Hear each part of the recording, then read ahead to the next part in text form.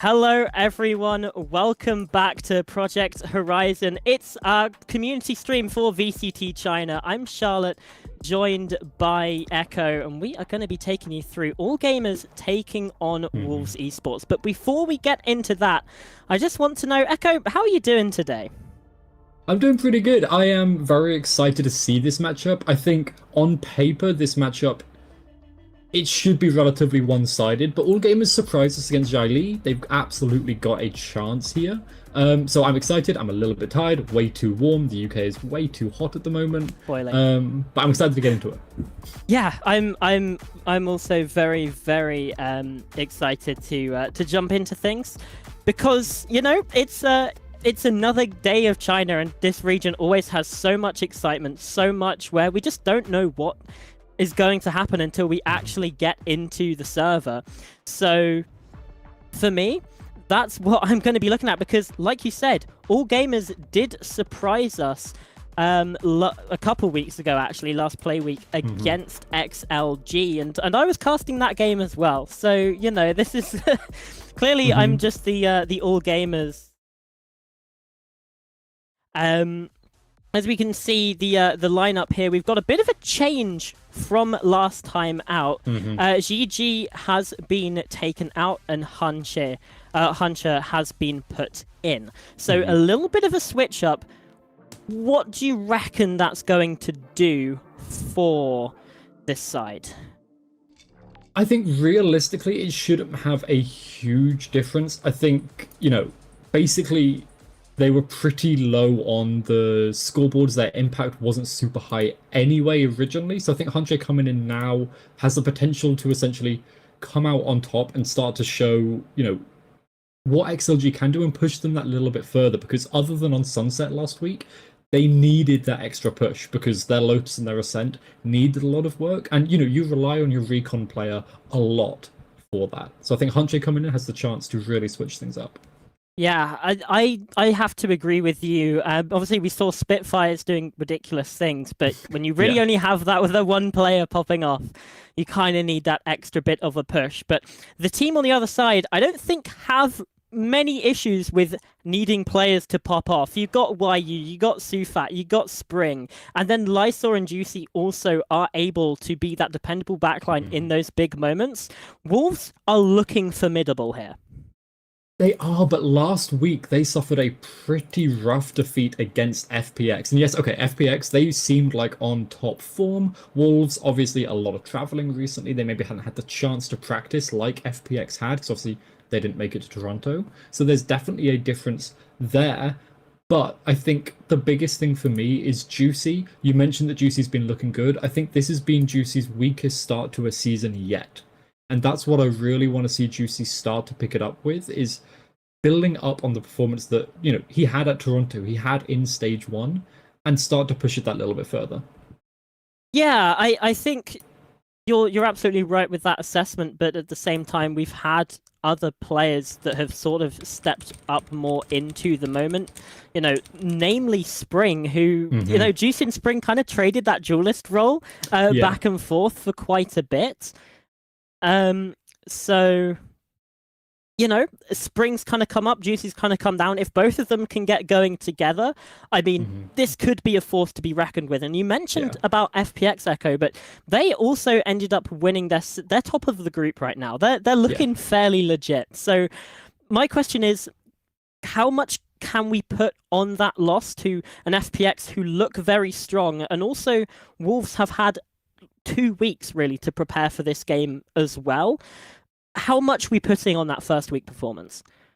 Not too much, absolutely, and especially the fact that it was Sunset and Corrode, right? It was those 2 new maps coming into the pool. Like, it's very rough for that to be your first week after an international event, because it gets intense. It gets difficult to deal with when you're jumping into the 2 new maps, and they didn't even make it to Haven, which we know that they are relatively comfortable on. So I don't want to put too much stock into it of, Wolves looking a little bit weak, but their Sunset was not great. Obviously, Lysor, as we're seeing in our key player standout here, was absolutely huge for them on that Sentinel, on at least on Sunset, trying to win out so many rounds. The highest kills by far on the team on Sunset. And that was mainly in the clutches. And I think what we really need to see from the side of Wolves now is not allowing it to get down to those clutches and relying on Lysor every round, just relying on him every so often. Yeah, absolutely. Because then you also get to the question around whether the like impact frags versus impactless kills and that sort of question. The player that we just saw highlighted there as well was Spitfires, who had so many impact kills, particularly, you know, on that same map of Sunset last time out was 22 and 6 or something ridiculous like that near the end of it. Unreal performance. We need to see the same thing here today, and crucially for all gamers, we need to see the same thing on more than one map, because the rest of the series, they looked a little bit stagnant. Yeah, they need to keep that consistency up, because you can rely on Spitfires for sure, but as we see Wolves coming on out here, let's talk a little bit more about them, because they're coming to this. Juicy, who we mentioned, needs to have a strong performance today to kind of revert what did happen last week. But Wolves as a whole, they still look like they've got the same passion that they showed on stage over in Toronto. It feels like nothing really has changed for them. Yeah, absolutely. They're still trying to find those big moments, and with Sufat at the helm, I mean, this team, when they are firing, looks they just look incredible. And you can see the energy that he's bringing even just to this walkout. And I feel like Toronto was a very big tournament for him specifically. It allowed him to get a lot more comfortable with sort of being that big personality up on the stage, really finding the joy and the love within that, and helping to progress the team forwards in not just that aspect, but being the IGL of this squad as well. Yeah, and it's having your IGL have that much passion, have that much energy. It can really elevate everyone else on the team to that level. As we see from a lot of the IGLs out there at the moment, the IGLs and the teams that perform the best are the ones with the IGLs have the most energy. They bring the team up. And, you know, whether it's a rough game or a good game, they are always there, hyping people, bringing energy, standing up and waving at their opponents, or, you know, doing whatever Boaster does to his opponents on the other side as well, right? You need that IGL to keep, as the glue, to keep the team together and focus on the end goal of winning it out. Obviously, Wolves, for them, their goal is champs, and to, if they can, make it further than they did at Toronto at champs. And they're not locked in, but they're definitely looking solid to make it there. Yeah, they absolutely are. You said possibly make it further. Obviously, that's going to be quite difficult with a top 3 finish at Toronto, but getting to that grand final, potentially even lifting the trophy, that's where their sights are set as, you know, the second ever Chinese squad to lift an international trophy after EDG did it back at Champions last year. We look over to the other side and we look at all gamers, and like we've said, they did play well against XLG. It just wasn't quite enough. The improvement needs to be there, and especially for the squad, like, they should have that confidence, right? From that first week. They've had, as Wolves have had, a couple of weeks now to work on their stuff, to really let that confidence from the first week build into something that could provide an upset here, as the IGL Delby, who's sort of Sufat's counterpart on the other side, hasn't necessarily been the one standing up and doing the shouting. That's been Spitfires and the player that we get to see come out, Shrimp, as well, who was definitely given it large on the stage last time out. Yeah, and at the end of the day, it doesn't have to be the IGL, right? You have the rest of the team who can bring up that energy too. It's good. You've got your kind of in-game strategical leader. You've got your emotional leaders other than that too. But the most important thing for me is that, you know, they do lean into the fact that they did 13-3 XLG on that Sunset, right? They want to, as you say, bring that confidence back, because 13-3ing XLG, that is a feat in and of itself. Losing only 2 rounds as well on your defensive side, because, you know, they were just taking fights. They were showing that they had that confidence. It wasn't really, you know, a retake heavy map. It was just go, get the kills, and win it out before the spike can even go down. And to me, that's what I want to see them bringing out here, because Wolves, they were struggling against FPX when FPX were pulling out, you know, just shoot them in the face, they die. Yeah. And if AG can do that against Wolves as well, maybe that is the weakness for Wolves, and what, you know, all gamers, that could be their win con. Yeah, now let's just look at the map veto will be coming up shortly. Now, Echo, before the game, you were telling me that you were expecting to see a Lotus in this series, one that maybe you thought all gamers would pull out, but maybe wouldn't be the best idea for them. Yeah, I think for me, all gamers, obviously, Lotus, they did lose it against XLG last week. And actually, we don't end up going there. It is that second wave ban, which I think is a really, really interesting point. But we are going back to Corrode. You were saying, I think, Wolves maybe should have been banning that Corrode after their performance against FPX. And, you know, as the underdog, all gamers, they're going to be quite happy to go to a map that no one's perfected yet, where they can just come out, shoot heads, and try their best. But Bind is going to be such an interesting map. Yeah, this map veto really does surprise me, and it's kind of the same thing for Wolves as we had against FPX last week, where it's very backloaded. If you can get to Haven as Wolves Esports, you're gonna be feeling good, but you have to get through Corrode again, and then also a Bind where, again, it's back in the pool. Obviously, Bind isn't a new map, but it's new for the current meta. And I feel like teams are still trying to figure out what's the best way to approach this map in 2025. There's a lot more agents going on. There's a lot more credibility to running a Sentinel on this map, particularly with double initiator comps kind of falling by the wayside a little bit. Although now I've said that, watch both of these comps be double initiator for this map. All I'm saying is I don't think they should be playing double initiator, because things like Breach, all your flash initiators are looking fairly weak right now. So that's so many question marks. And the same thing with Corroder's map too. It gives so many questions and so many opportunities for all gamers to get that edge. It does, but these are some interesting comps. We've got the double duelist on both sides. The Fade and Cypher for Wolves. Obviously, Lysor, incredible on the Cypher, so that makes perfect sense. But the Waylay, and the Waylay without any flashes, it is a juicy pick, as you could say. And I think, you know, we saw, I think it was Gentlemates pulling this out yesterday in the MEA. And it's a very interesting pick, especially on Bind, where now we've got that potential for true double dive. It could work really well, but the Waylay needs so much support, and without that double initiator or without a deadlock to help assist in that attack side dives, it could be really rough for Juicy. Yeah, and Juicy, I think we've been saying, needs to step up, has kind of been a bit hit or miss, particularly against FPX, was leaning a bit more towards the miss side. So there's so many questions here. I feel like Wolves have given themselves one of the hardest jobs possible with trying to win this match, and everything seems set up for a bit of an upset. So it looks like we're about to jump into Bind right now. So maybe we'll get to predictions perhaps after this map is done.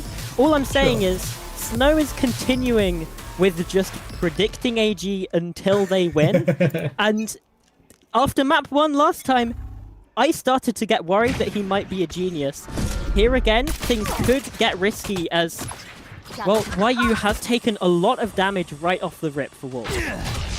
Yeah, that's a lot of damage straight away, but essentially a reset of the map with that TP, with everyone resetting over towards B long. And you can see Kira over there in Hookah, keeping this control, but there's nothing that's watching long, and that is a big open question mark. But actually it doesn't matter. Wolves, they're thinking, you know what, we'll send a Prowler, we'll make some noise, potentially put a question mark on the map over here, and then we'll head to A, but there's still 3 people here. Yeah, potentially overcooking things a little bit here. AG just going for the simpler method of we'll just sit here and see what happens. That seems to be the correct play as of right now. So Brimstone smokes come through as well. There's a double dive, and Juicy right into the maw. It's going to get cut down, but it's the rest of Wolves finding kills. bit rough there for Hunter in their very first round. Just too many targets in the way. Shrimp, though, again, the emotional leader is the one trying to fight back in. Brings things into a 2 versus 2 as, well, they're quickly shut down by Lysol. Kira left alone, has the Sheriff in hand, and there's a good first pick. Nade out over the top as well. That forces Lysol from the position. Quick tap on the spike. Creeping round triple. Neither of these players really too aware. And they've completely missed each other like ships in the night. But Lysol looking the wrong way is going to get cut down by Kira. 3 kills and the pistol for all gamers. Yeah, and what a start, especially after that dive from Wolves worked out so well. They managed to get towards site. Hunter was shut down immediately, but the retake was solid. And that is Kira. You know, we've seen Kira flex across so many agents, so many roles at this point already, just this stage. And that, I think, is a little bit of the Viper coming out. That, you know, Kira is incredible and looked so good on Lotus last week.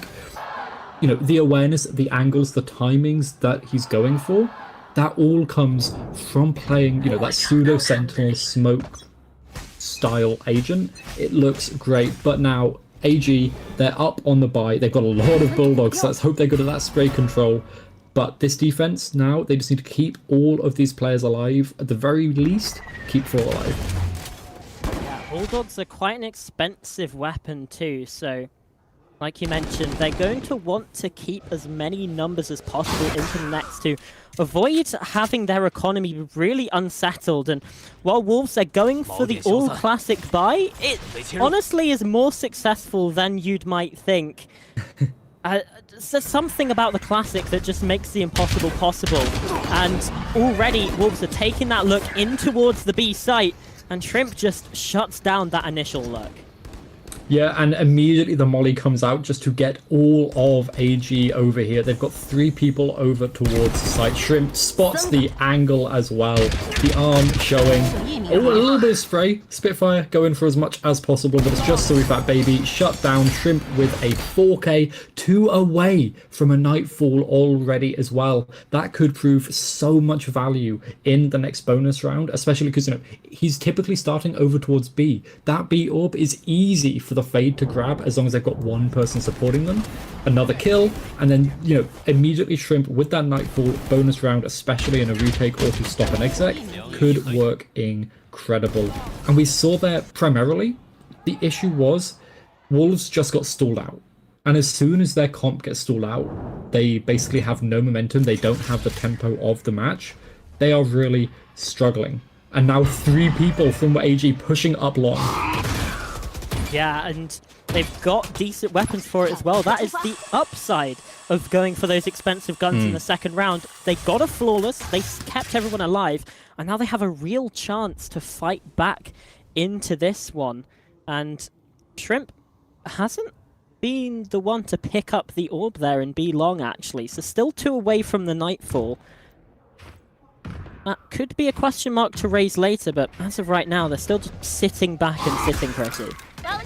Yeah, again, a Prowler just to put a little bit of pressure there, a question mark, but it gets broken. So Wolves know, okay, there's at least 1 or 2 people over there. They might be trying to bait us in. Let's go back to A. The dive worked last time. Let's just get more solid in our post plant. The dive comes on in. It's a fake, but then it's followed up. Yeah, quick entry into the site. The players here inside of halls are going to be facing a little bit of difficulty as Spring. Oh, continuing the march forward. And Hunter falls, not expecting that aggression and that close-up position there. While you also tuck close, Kira goes down into a 4 versus 2 now for Wolves. The spike plug hasn't yet come in. And as I say that, starts to go down on the ground. It's just Shrimp who, out on the lurk, well, is able to find 1, but still a difficult spot with 3 still in the way. Yeah, Shrimp's got a lot to do here. Not much utility to do it either. The triangle is almost set up. You can see So Fat Baby just making sure Showers is clear, but the noise comes over towards site, and immediately YU come in for the stab in the back. Yeah, it's taken a bit longer than maybe you'd expect, but finally does come in the end, just through lamps there. to get the round, and that's an important one for Wolves. Yeah, sure, it's their anti-bonus. You expect them to win it, but it was quite a considerable buy there from All Gamers, and if things got off to a 0-3 start for them, I start to panic immediately, because All Gamers, I feel like, are a team that's very capable to just get a snowball rolling and just completely crush a team in the Avalanche. Yeah, that is exactly what worked for them before, but now we've got the buy from both sides, pretty much even weaponry across the board, but Spring, who got that nice little 2k to open up the start of the round there, gets spotted by the Prowler, and there's people in showers waiting. So he's got to be a little bit careful, but the dive over to the site, showers is getting crunched. Oh, but Kira just completely nails 2 of them. That's both of the duelists now dealt with. The spike making its way in towards Lamps. Delby has at least been found by Spring, and Kira just doesn't have the ammunition in the Phantom there. An orbital strike to try and clear the position, and Spitfires does get forced out into the waiting arms of Lysor. So after a fairly unreasonable start there, Wolves have been able to right the ship and now have the advantage. Yeah, they have the advantage. They've... Oh, wait a minute. Hancho does find that time with Super Baby. It's a nice work there, but now it's just down to Shrimp. 6 HP on Spring. And Shrimp, I think, should be aware that there's still a player in towards the site, but well, they've missed each other. And Lysor's going for the wrap back around. Shrimp, I think, might have actually read this, because he's tucked close in the corner. Lysor isn't going to check this. He's cut down. And now it's just a low HP Brimstone on the other side as we head into red time to try and find the pick. But I don't know if Shrimp's aware of Spring's position. All the way through U-Hauls and looks the wrong way. What a clutch. And there is the moment that he steps up and starts to bring the personality onto the stage as well. All Gamers get away with that one there, because Wolves, they did a great job at bringing that one back. Yeah, Spring specifically brought this back. Taking down Kira after Kira got that 2k themselves was so crucial. But in this late round, again, AG, they seem so unstoppable when it gets to the low numbers, when it gets to the low time. These players can just work off of their own intuition, and their intuition is good. Now Wolves on a round 5 timeout. This is early. We saw this from them in Toronto. They were quite ready to use their timeouts as soon as they felt like even one thing was going slightly wrong, and it was used to great effect. We saw how far they made it, and that's all because of how quickly they were fixing their mistakes. But now their mistakes, it's most of it is in that kind of minor, the micro stuff. The people having utility out. Sufat Baby with the haunt there we saw getting taken down allowed AG to come on back. And it's these little things that they need to fix, especially in a double dive where, you know, if you have utility out, you will get killed because you are going aggressive. There will be counter aggression coming out from AG. So you need to be so careful, so prepared, so ready for that to happen. Yeah. That being said, there's few little micro mistakes from All Gamers too. My mind immediately goes to Kira not having reloaded the gun and dies due to having no ammo in his Phantom. There's little things on both sides, but like I said, Coach Fade doesn't want things to get out of hand or out of control. So decides to take the timeout. A bit of a slower look now from Wolves, but again, early pressure in towards B. This time, it looks like they might be planning on sticking around. Yeah, at least for the beginning. We've seen them like to put some pressure over here towards B, right? It pulls some rotations over, and you can see Spitfires resetting up that TP so that they can rotate back over towards the A site if they feel like they need to. But YU has gotten into a nice little corner there and could surprise Spitfires. But don't forget, Wolves, they're still on an eco. This would be one hell of a round to win, but, well, Spitfires is not going to let that happen. It's the double spray down. Right as you thought maybe Wolves could get themselves into a good position, it's just immediately shut in their face, and they still haven't identified the judge here from Delby up close on Hookah. No, and the re-smoke as well. The re-smoke, it's going to put that little bit of a doubt, the question point in for Wolves. They think, okay, there's probably someone being ratty outside this smoke. Otherwise, they're not going to refresh it immediately. So they re-explore over towards long. Now, Shrimp, in this same angle that he did catch YU on before, the wall is eventually going to go down, but the time is so low. And it just out of nowhere, they swing on through the smoke. AG winning it out. Obviously, it was an eco for the side of Wolves, but still, you could see how they were positioned on the site there, ready for wherever Wolves were going to be coming out of. AG were ready. Now, the key thing for me is in that late round position, it was a little bit rough. Because, you know, Shrimp is in that same angle, and you could see as YU was coming out, YU was prepared, YU was ready for it. So, we now go into an equal buy round. Both teams about even on weaponry, at the very least, but now it comes down to ultimates. Because AG, they are looking strong where the ults are concerned. Just some slow pressure prodding over towards the side of A short. And this is where the double dive worked before, so they're going to go in for it. The showstopper shuts down Honche. A little bit aggressive once again, but Shrimp with a beautiful little timing does get traded out. It all comes down to Sufat Baby, who does swing in towards the site, clears the rest of the lamps with that Prowler, but now is a little bit further away from the site to where they'd like to be, and the neural theft gives away all of the positioning. Everyone has been noted, and the late TP from Spitfire, Sufat Baby, is he aware that this TP was there? Oh, maybe not, but does get the first kill there. Spitfires though, one of his own, and it's even 1v1 trade, and Dimensional Drift comes on out as well. Gonna get the information of where this player is, immediately goes for the flash tap on the spike, just to deal that extra bit of pressure and presence. Sufat, who's got the knife out just to try and spot, expecting the bait again, but Spitfires, he stuck this to half, might even have been able to go the whole way. Again, the other tap, Sufat now forced into action, and again, in those late round moments, it's all gamers that come out on top. Yeah, and it just feels like that is their win condition at the moment. You know, we talked before about how the fact that Wolves, they were relying on Lysor in the late rounds. And Wolves, they're looking good in the early now, but the late rounds are all just going the way of all gamers. It was a little bit scrappy, but I love the fact that Wolves were trying to put that pressure onto the spawn there. Because, you know, pressuring spawn, you now make AG doubt that you could be anywhere at any moment. The Wolves, the timeout, no win off of the back of it. The eco, nor the one after it.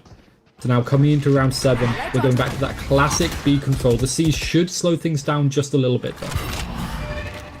Yeah, it's that common push that we've seen from them up B long, and you know, sometimes they just chuck a Prowler and pivot towards A. This time though, it's looking like they want to go for this a little bit more. YU does get the 1, but there's 2 kills, make it 3 from all gamers to shut out this round. Spitfires spam through the smoke and the wall as well. This would have to be one hell of a clutch from Spring, as once again Wolves have just been shut down on their entry into the site. They haven't been able to get anything done, just getting through those choke points. Yeah, and now look at where Kira has been so good in the like kind of in the retakes, but now as soon as that cipher goes down, as soon as Lysor's trips disappear, he is pushing aggressive, and we've seen this a couple of times, not just from Kira, but also from Shrimp, closing the map in, because now this ensures that they know exactly where Spring is, so they can just watch Hookah. Spotted. Delby does fall, but Hunche with a quick little trade. Spring there showing that Wolves still have the firepower. They still know how well they can shoot. They've still got the confidence that they showed, but it doesn't convert into a round win. And like you said in the call, these execs, they've not been working well, especially over towards B. They can't seem to execute this double dive correctly. Yeah, it's just been on those entry points. You know, I'm thinking about the arch leading into garden there from B site, where it's just one smoke, one molly, a player spamming through, and they just get completely shut down. And again, all gamers, they're expecting the play there up towards B. Prowler through towards Showers just to check, but you know there's at least one player here because that Haunt was shut out. Yeah, but for now, it's stalled out just a little bit more again. A nice little utility combo over towards Long, but it's not spotted. Spitfire swings into it perfectly, but it does eventually get traded, and now it's down to a 3 versus 2. Wolves in an advantage here, Charlotte. Yeah, that they absolutely are. For the first time in honestly quite a while, we've seen Wolves actually have this leg up. Their second round, they can almost taste it, but they've still got to get through Kira and Hunter first. Kira especially has been doing well, and that nade into the corner. Spring's just going to get completely found out there, and that allows the showstopper to come online. It does not matter. Sufat BB gets the last 2, denies the ultimate, and gets Wolves around. Yeah, taking down the showstopper there before they even had a chance to fire it off is so huge. And even though Sufat Baby was perfect in that moment, Lysor was that encroaching death coming over from the A site on the latest lurk known to man. You can see him there on the minimap as those two are exiting over for the retake towards site. Now, this is the Wolves we know and love. They have backup plan for if they can't get that first pick. Now, coming into this round, despite the fact AG, they've been winning so many in a row, Delby has had to buy up a Sheriff, a lower buy from the IGL to support the teammates, allow them to get the guns that they need. And now it's heading up towards A. This is what's worked well before. There's the stim as well, just to add a little bit of extra pace to the push, but Juicy, again, tries to go for the double dash and gets shut down by Kira. Orbital Strike into the mix as well, out through Showers.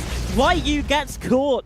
Delby so good with the utility, might not even need the rifle. Lysor up close though, tries to go big for it, and there's 3 kills coming through from Wolves. Delby! What is that? With a Sheriff as well. I talked about the fact he was supporting his teammates. Maybe he just wants the Sheriff because he knows he can hit the shots with it. That is absurd. AG maybe expected to win that round as soon as Juicy gets shot out of the sky by Kira, but I wasn't expecting it to close out like that. Not with Delby with those headshots. That was incredible. But Kira, the opening shot. Oh, look at that. The awareness of where they're dashing to as well. So solid. And then Kira just a little bit unaware of where Spring was, but Delby on fire. What a round from AG and Wolves. Yeah, the timeout fade has to come in because that is going to ruin the mental for the side of the Wolves. That's a rough timing for the timeout too. I mean, obviously, like you said, you've got to fix this. You've got to try and get the train back on the rails, but both timeouts used in the first half. And if this one works, hey, they get 7-5. They can even potentially start to build them something in the second half. But at the same time, then if things start to go wrong there, you've got no way to pump the brakes. You've got no way to block the momentum from all gamers. So there's those considerations. And, you know, perhaps the downside of taking that early round 5 timeout, like we were saying, it was potentially a master stroke idea from Fade. Starting to potentially see the drawbacks here, Echo. Yeah, especially because I'm going to remind you, this was Wolves' pick. They wanted to go to bind. Yeah. And that is, you know, the fact they've used both the timeouts on the first half means that they better be very secure in their defense as Spitfires goes aggressive with the Outlaw, TP's out, a beautiful first pick. And Juicy dashes, recalls, finds nothing, but Shrimp is going to be under fire, the only person on B until Spitfires makes it back. Yeah, I can hear the ult orb being picked up as well. Might not necessarily know who to, but potentially guesses can be made, but it's the dip on away from Wolves. They're looking to go back here towards the A site, and they have successfully drawn the rotations. Yeah, this is what's worked for them before, right? Draw some rotations over towards B, head back to A, and now Juicy is potentially going to look to fake it, but just immediately get shut down by Spitfires. And now yeah, this has to end up to A, but like I said, Delby's rotated over towards A now. 3 coming out of A short. This is going to get rough for them. But the Haunt goes up on top of Lamps as Wolves. They make their way towards the site. The spike should go down, but Super Fat Baby's going to take some damage from that Brimstone Molly. Goes down to 15 HP. A lot of damage dealt there. And there's still 4 alive from the side of AG. The TP is heard. But I don't think they mind because they know that this side of the site is all AGs and Wolves. 3 people remaining. We've seen some Sheriffs do some good work so far. But that is a lot of damage across all of the Wolves members. Slowly getting shot down one by one. The spike being defused and the spam through the smoke takes out Lysol. The Cypher player goes down. And AG, the avalanche that Charlotte was talking about earlier, is just unstoppable. It's just continuing. And it feels like Wolves, they just can't find a leg in. Juicy was looking to fake it, but they knew the Outlaw could still be over there. They knew the Outlaw might come back after the TP was taken by Spitfires. And now Wolves, they want to get these 2 last rounds. To end in an 8-4 half, they'd be happy. They'd be comfortable with that. But anything less, if they can't get to 4, and this is looking almost impossible. Oh, the Haunt through and the spam through the smoke. This is such a classic play, and Kira plays it to perfection. The Phantom supporting it, but what a Haunt from Shrimp. Absolutely gorgeous. And now Wolves, before the round even fully starts, down to 3 people. Spotted as well, Spring in hookah. Delby, not going to judge this time, but still going to be holding right outside that smoke. The wall goes down. I'm sure the smoke will come up quickly afterwards. And Spring trying to find what he can. The smoke's come down. The exec, it looks like they want it to happen. And actually, it's great to start with, but again, Wolves get shut down as the exec comes on through. It's just down to Sufat Baby. He has the spike. He has a chance. The Seize does miss. But 10 bullets, 4 people, and absolutely no map control. He could look for the TP just to try and get the spike down on the other side. But Hunche is still over there, still waiting, and the time is dwindling. He's just checking he's not going to accidentally fall through the back of the TP. But the time goes to red. And Sufat Baby, the Haunt, he does shoot it, goes to the TP, but he's going to get chased. All of AG spamming on through, but Sufat Baby, he almost wins it out, but Hunche shuts him down. A little bit aggressive, a little bit over-eager from the side of AG. And Sufat Baby does build up towards his next Nightfall. But that's about all he's going to be finding. A bit of money in the bank, sure. He's kept his gun. Oh no, he did. He didn't. He died. But yeah, Shrimp with the classic Fade Haunt. It wasn't shot quick enough from the side of Wolves. Oh, and Shrimp and Kira, again, just able to spam on through. That was another Haunt. That was just perfection.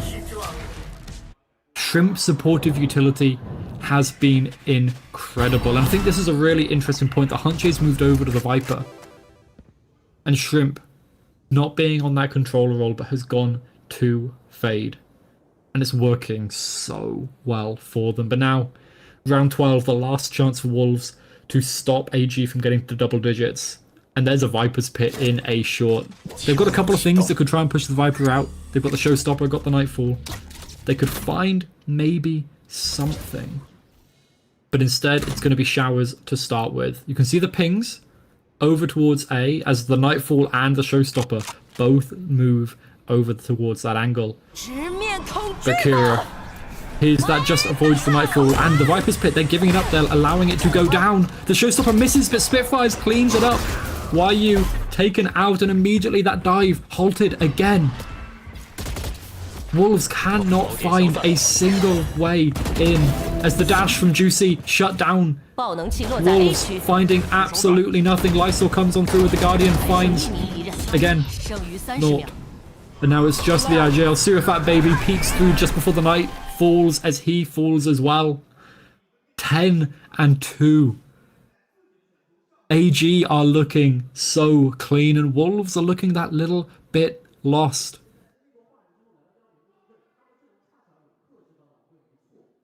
It's looking so difficult for them. The double dive, it's not working the way they wanted it to. And they picked this map, though, do not forget. So they've got to find some unstoppable comeback once they switch sides. Or maybe AG's finally gonna win a series this year. It's been 8 months since AG last won a series. And, 8 months. And over a year since they won a series in the VCT as well. I think it was last June, I think. Volt was saying last time I was on the cast with them that the last time they won a series in the VCT and not one of the various off-season tournaments that that they have in China. So it's not June 22nd, 2024 was their last win in VCT China. And that was against Titan Esports Club. So it's not, a prestigious win in that. By the way, I want to say, how is Reaver not winning this? Like, surely more people are going to Reaver, no? I mean, I'd assume so, unless it's a different. It's Phantom versus Vandal. It's not about the skins. I see. Well, the Reaver won anyway, so. The Reaver won, but I'm a Vandal player. I've been trying to learn the Phantom, but I struggle with it. I'm awful with both, so. There is. I did my placement games yesterday. Bronze 1. So we're going. Some of us are born to cast, maybe not born to play, as I think Charlotte has disappeared from the cast once again. We'll try and bring her back so you don't have to hear my voice for too much longer, just alone. But as we go back in, Wolves now switch over to the defensive side. AG, they wanted to start on the attack, but Wolves, they've got the true double dive. Their defense, unless they are focusing purely on the retakes, is going to be rough.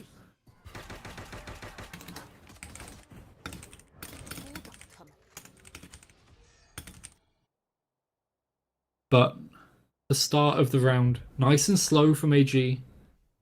Prodding, poking. They've got the Viper, so they can play this little bit longer of a round. But the exec comes on through, the C's, the nade. Dash into Tube, and AG, they are looking unstoppable. Their exec was almost as perfect as their defense was as well. And now Juicy coming in on the flank, potentially spotted there by Spitfire. And it's just the duelists. They've not got much utility to their name either, and they are only duelists. Spitfires could look for the knife. The knife in the back, and that could just be it, but no. Juicy, taken down. YU coming in from spawn. An almost impossible task. How much can you do? You can't even find one. Shrimp with the classic wins it out. As YU whiffs a couple of shots. And AG go up to 11. For Project Horizon, almost everyone was predicting Wolves in this. I think probably outside of Project Horizon people were too, but AG, they are looking so clean. Maybe that win against XLG on Sunset, it wasn't just that. Maybe it's going to continue. 屏障生成，隔离解除。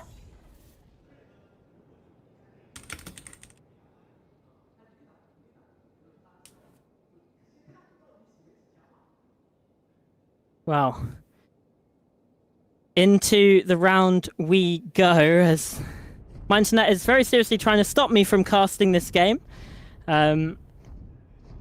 we we find ourselves with another All Gamers pistol win. And for Wolves, I am slightly surprised they're not forcing here, but at the same time, give AG the 12 and then have a full proper buy to try and win 10 in a row. Reminder, that's just to get to overtime. Although, of course, as well, that's assuming that they don't win here. And it's a little bit of a scrappy buy from the side of All Gamers, but the Ghost is good for one. It's a nice saturate to deliver the hinder there onto the player, but Spitfire has already made it onto the site. The Marshal, good for one, quickly shut down as the plant comes in on B. There's at least an upgrade for these players, and Juicy isn't really playing with Lysor at the minute, going it alone in through Hookah. Now they group up. Yeah, but now, like you said, Wolves, they've got a Ghost and they've got a Marshal. This is going to be almost impossible, especially with Lysor only at 11 HP. Shrimp spots Juicy, swings on through the Bulldog, whipping a little bit, but Shrimp finds it, and now it's just Lysor, 11 HP. A Marshal could potentially find the kill onto Shrimp, but it's not going to net them the win as the time falls low. The spike's going to boom, and so do most of Wolves' chances. Yeah, like I said, 10 in a row, and that's just to secure overtime. It doesn't look particularly likely that we see a Wolves victory on this map, and like you said, they picked it. They wanted to go here, and perhaps they might be ruining that decision. As again, up next is Corrode, a map where they've already had whatever the opposite of success is. That there was also a 10-2 half from their opponents, but enough about Corrode, because we're heading into round 15, and of all the rounds, you'd expect this one to be where we see a victory from Wolves. Spitfires, though, is bringing along the operator on the attack. Yeah, this is a very interesting decision. Obviously, Yoru, a great operator character, but it's on the attack side. It's on round 3, your bonus round, so you don't really want to be buying up too much because you want to be able to buy next round anyway. But just looking for a solo peak. They've identified that the duelists usually hold over towards A themselves, and if you're the duelists, you want to be going aggressive. And neither of these duelists have flashes, have anything that can really push you off of a line other than the raised nade. So Spitfires feels pretty comfortable here, but Lysor has moved back over towards the A site, and this looks like where AG are looking to end this hit and potentially end the map. Yeah, that is, of course, a possibility. All the saturates whiffed from Juicy as well.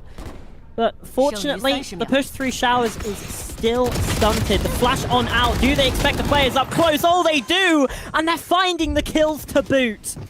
2 on 4 Wolves, their chances to stay alive now just rest in the hands of Sufat BB. He's been a massive player for them in every one of their games, all the way through Toronto, stage 1 before that as well. But will he be able to step up to the task? There's at least the first, his opposing number, the fade on the other side, cut down. 3 left to find. The spike ominously tapping away. Sufat, you're gonna have to go big, and it's not big enough. 13-2. Wolves get embarrassed here on Bind. And this is reminiscent of their performance against XLG as well. AG, All Gamers, they won out 13-3 there, 1 round better than it was against XLG. And now I'm left wondering, why did Wolves pick that map? Was it scrim performance? Did they just think that the double duelist, their dive, was good? Gentlemates picked it yesterday. Gentlemates' comps, usually a little bit experimental, but they always have a lot of good theory to them. Is this Wolves, thinking that they can put up the same kind of performance? But their attack side, it just looked discoordinated. There was no communication as to where their dives were going, and without flashes, without full support for the Waylay struggles. because she needs support once she dives on in. It takes so long to pick out your gun once you've finished that diving. But as we say this, we're going over to Corrode, and Corrode is a known quantity for Wolves Esports at the very least. They didn't win it, but they put up some numbers, a good enough performance on it against FPX, but it was nowhere near where it should be. So let's hope they've been working on it, because they must have known it was a potential for this series.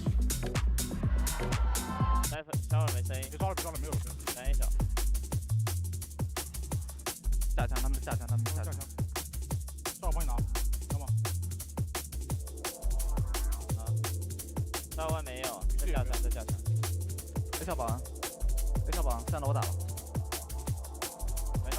可能想要这个烟炮。我丢雷了。回去了。踹了。包点，下来了。下了一个。刚跑，保命吗？牛，没事。保安在等着。哎，两雷小，两个包点。我有大遮蔽。他开大了。背的39，包紧张。我踢怪赛在包顶后，赛弗在包顶后。包顶后一个。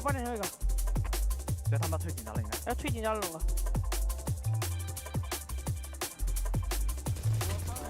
还有一个。打一龙哥。我打了39，看39。80。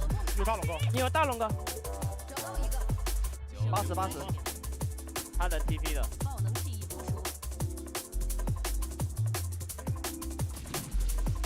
打了80。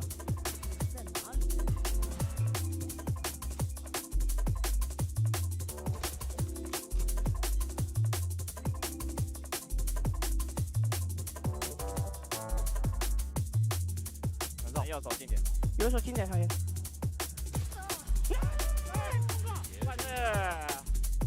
站，龙哥站，不想站，今天不想站，今天没睡好。Well, it seemed pretty calm and collected in the comms there from the side of All Gamers in the comms. And I mean, when you talk about players, you've got to talk about Spitfires. 399 ACS and 8 multi-kill rounds in there on a map that was only 15 rounds long.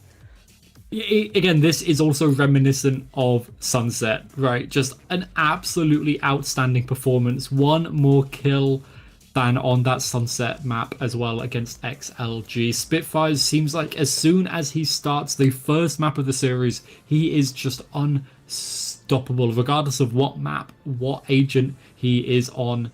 Just so good.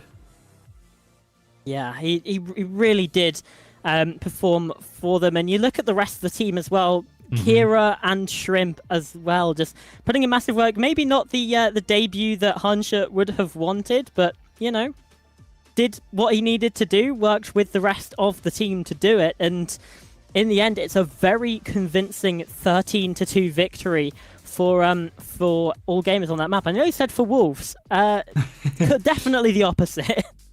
Yeah, definitely not the cleanest for them.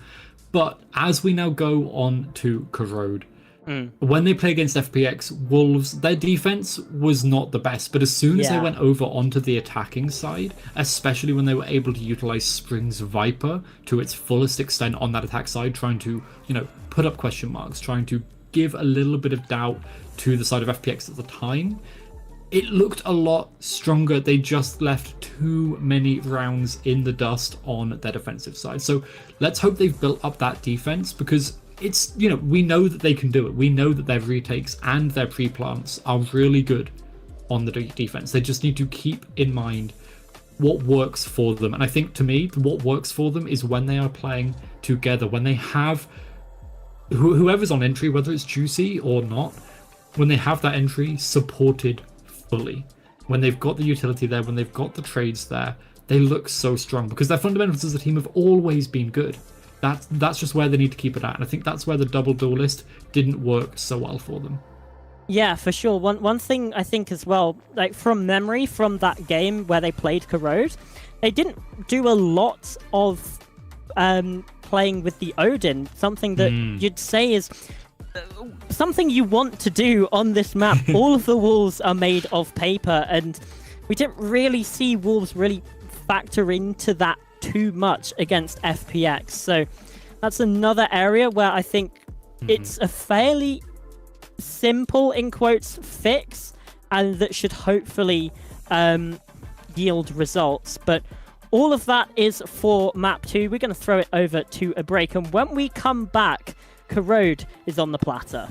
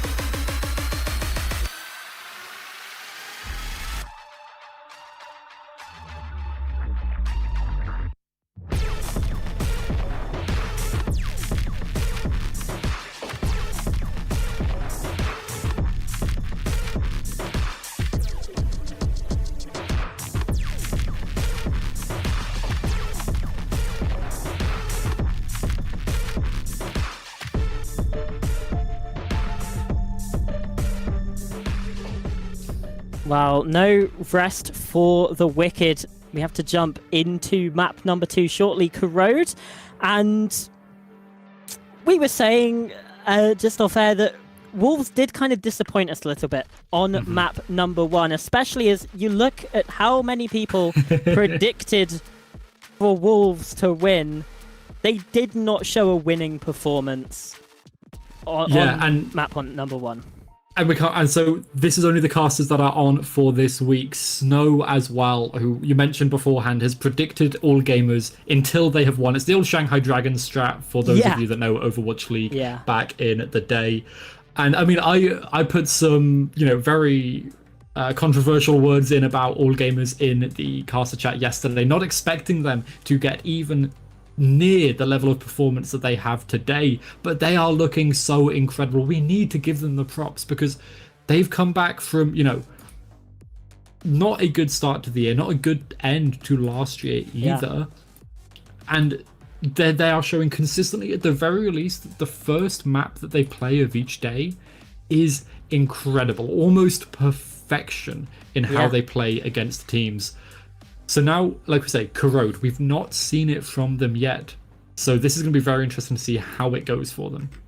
Yeah, absolutely. And really the question about compositions comes into my mind because, I mean, it's a very unknown factor. We were quite critical of the composition that Wolves pulled out in the previous map. You know, you go for the double dive and yet still bring a Cypher along. It kind of feels like two separate conflicting ideas within the Wolves team. There's a lot of scope to do anything here on this map of Corrode. We could again yet see the double dive, hopefully not with a waylay this time, but you know, it could happen. But if we do see that waylay, what kind of changes would you want to see from that bind composition if we saw something similar here on Corrode? Sure, I'd want to see just primarily more support, right? Waylay is an agent that is very powerful when she's paired with support. It's why like her ranked win rate is really bad, because she needs coordinated play. She needs support, flashes, stuns, some kind of catalytic utility to allow her to dive in with support, have the trade come on through when she comes back, or if she recalls out, then the second wave can then occur with, you know, the Raze or the Yoru or the Jet or whoever else you've got on the team. But I'm not expecting the Waylay on Corrode. Waylay realistically doesn't have a lot of what you need. Diving on this map is good, right? You know, you can burst through the choke points quite well, but the rounds go quite long on Corrode typically. You can't just hard exec, you know, 10 rounds out of 12. Yeah. You need to play the map. You need to poke towards mid. So this is why I'm looking for something like a Yoru or a Neon who has that kind of repeatable utility, that little bit more, just a little bit more utility in the bank to play out those longer rounds. And most importantly, the rotates on the defense side, because they are 26 seconds from site to site, which is the longest rotations, even longer than Abyss. Yeah. And we need to keep that in mind for which duelist you pick.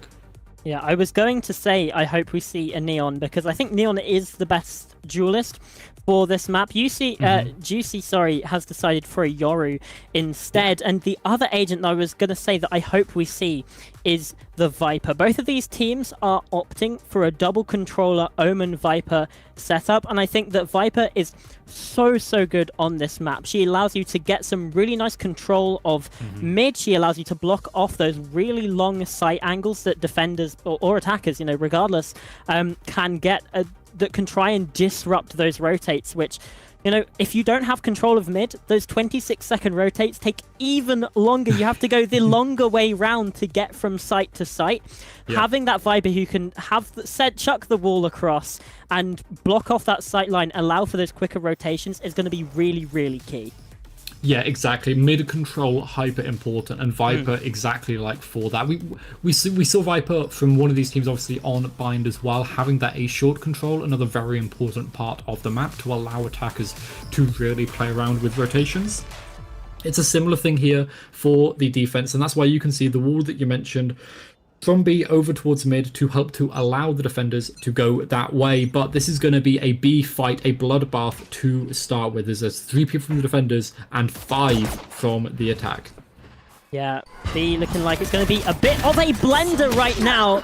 And it's got Wolves who do the mashing for the first, with Spring finding Kira. So, as that initial sort of bout of pressure starts to ebb, Wolves find themselves in the advantage, and all gamers looking to posture themselves towards a mid to A sort of look, maybe. Yeah, and crucially, Delby used the wall there. You could see it go over towards B Link, and that wall is a key part of any Deadlock team's execs. You want to lock out the attacking team or the defending team from retaking as much as possible. And now that's gone down, it's a key tool, part of the toolkit that has gone. A smoke and a haunt go over towards B though, find nothing. Now, Lysor gonna spot this, the pressure comes on through, the paranoia should push them back a little bit, but the A exec is coming. Yeah, and Spitfires on the Neon again, who has proven to be so successful at being able to wrangle those slides, and does it again. A double kill on the entry to the side, and picks up a third as well. Maximum impact right now, and still pushing for more. Sufat around the corner, absolutely deleted. Spring, the last one left for Wolves, and against 4 opposition players, this one's looking rough. Yeah, the ace might be out of hands though. There's 2 people, Hanche and Delby, for Spring to get through before Spitfires gets a chance to look in. But, you know, he might hunt for it. You can see he's wanting it. This he's ace, going. surely. Give it to him. Come on, please. Please, let him have this moment. The slide-on round. Oh, the shots are whiffed! Oh, no! He had the opportunity on a platter and just spills it all over the floor. The round still goes to all gamers, and a successful pistol at that, but man, I was rooting for Spitfires to get that ace. Yeah, it was so close. And you talked about how good, how consistent his entries have been when he's on the neon, sliding on through. And you can see sliding through that smoke in such a good way. Because like, taking the fights one by one. Lysor, the smoke was great to try and isolate the fights, but it allowed Spitfires to get that little bit of control, take down Lysor, and then continue on to take down YU. And now, this is a key part of Wolves' defense on this map. On an eco, they go mid. And AG, they've scouted that. They know what's happening. So, you know, they are just watching these angles ready for the push. Yeah, that smoke from Lysor is so oppressive as for what AG wants to do. And here comes the push on out, and it's just a complete massacre. It's going to be flawless from all gamers. As it was a nice idea from Wolves, but it got read, and, well, with the ease that all gamers dealt with it, it's basically a picture book. Yeah, like it's perfect. Like I say, it's child's play for them. AG, nice and simple. You know that Wolves are going to do this. You set up the crossfires perfectly. Spitfires, you know, the spray just a little bit. He had his 1-taps on the eco. He doesn't need to do any more now. And the coach is so happy. You can see the assistant coach there as well was like, yep, I called it. You see that? I knew exactly what was going to happen. And now mid-control aggression coming out from AG. They are just going in for this. There's the slide from Spitfires, who again continues to push forwards. Might get caught out by this trip though on the stairs, and indeed does. It's a little bit of damage, and now he's being tagged up through the wall. The Guardians, with that heavy penetration, able to deal so much to these defensive players, but it can go back the other way. Lysor with 3 kills. That weapon can do absolute magic, and he's wielded it like a wand. The last 3 players for Wolves now off of the site. All gamers maybe not aware of this, or just expecting someone to swing. They just sit and wait. But Wolves, this mid-control on the defense is so good. It's so important. And you can see they're just holding their positions. They've got a beautiful triangle set up so they can all play off of one another if they need to. But the recon, the spike, eventually going to look to go down. Planting potentially for CT. A Shrimp peeks into the line, sees 3, backs off, goes to fight with his teammate. Yeah, that's smart from Shrimp. Knows he doesn't need to force the issue in that avenue any longer, and there's potentially... Yeah, he looks in, but Wolves are just so clean with it. They swing on in, the retake is perfect, and the way that they played that mid-control was so good. They were looking after their rotates, they were prepared to push on in so quick. Lysor, you gotta commend him. This 3k with the Guardian was perfect, almost. It was so good. And with the Guardian at that as well. But just, you know, it's not enough from the side of AG. The slides aren't working enough. So now, as we go into this round, we can see it's pretty much even across the board. Spitfires does have his ult, and we've seen him go aggressive with it. I'm not expecting that this round necessarily, but mid-control again. AG are trying to stop Wolves from taking advantage of this, but Juicy's forced offline from that recon bolt. Great work. Just to push the Euro back, but Spring peeks into it, takes down Spitfire, but does get traded. Delby's still there, Sufat Baby looking for something else. Pushed aggressive up against the wall, and he does get that pick. The IGL showing both his positioning and his prowess with the guns, but now we slow down the round. as Hunche has to find something over towards B. But for now, he maybe gets a sense that it's the Cypher's site. They've not seen any aggression, any flashes like we saw on that round 2, so they break the trips. And now Hunche needs to start to move on forward. The drone gets broken immediately, but look at Kira over in mid. Such good timing. Wyu has absolutely no idea. And now Sufat Baby left alone in the corner behind the box. The exec comes on through to the site. Sufat Baby is smoked off, but the paranoia onto Kira. Oh, and Hunche's ready. Picks up the IGL as soon as he gets down Shrimp. The spike, it does start to get planted, but Juicy swings. And now in this 2 versus 1, Hunche taps the spike facing the wrong way. And Juicy takes him out. Wolves getting 2 already. This is as good as they done on Bind. And they're looking to keep this pressure on. As you said, the same amount of rounds in only 4 rounds. That's definitely better than first map. And Sufat Baby, unfortunately, stuck in a little bit of a tough spot there. Had to push out and then immediately gets taken out. And then in 2v1, he tries to go for the tap, tries to bait out the swing. Unfortunately, it's a double swing, so a bit tough to get the round there. That being said, now it's 2-2. Finally, and you can see all gamers now the ones that have to go for the eco. Yeah, sent down 2 sheriffs. They've got a while now to just play around with these guns. We've seen them hit some shots, Delby specifically, before the IGL looks incredible with the Sheriff when he gets the chance. But moving over towards the A side, and Lysor has the same line he did before. We also have to be careful about the overdrive from Neom, but Lysor takes the first contact, however, no health exchange. Still everyone in full HP. The paranoia even getting out. And they're kind of stuck there a bit, considering where Wolves are standing. They have in control, they have mid control. Sufat Baby going for a couple of pot shots, but a nice shot from Shrimp there.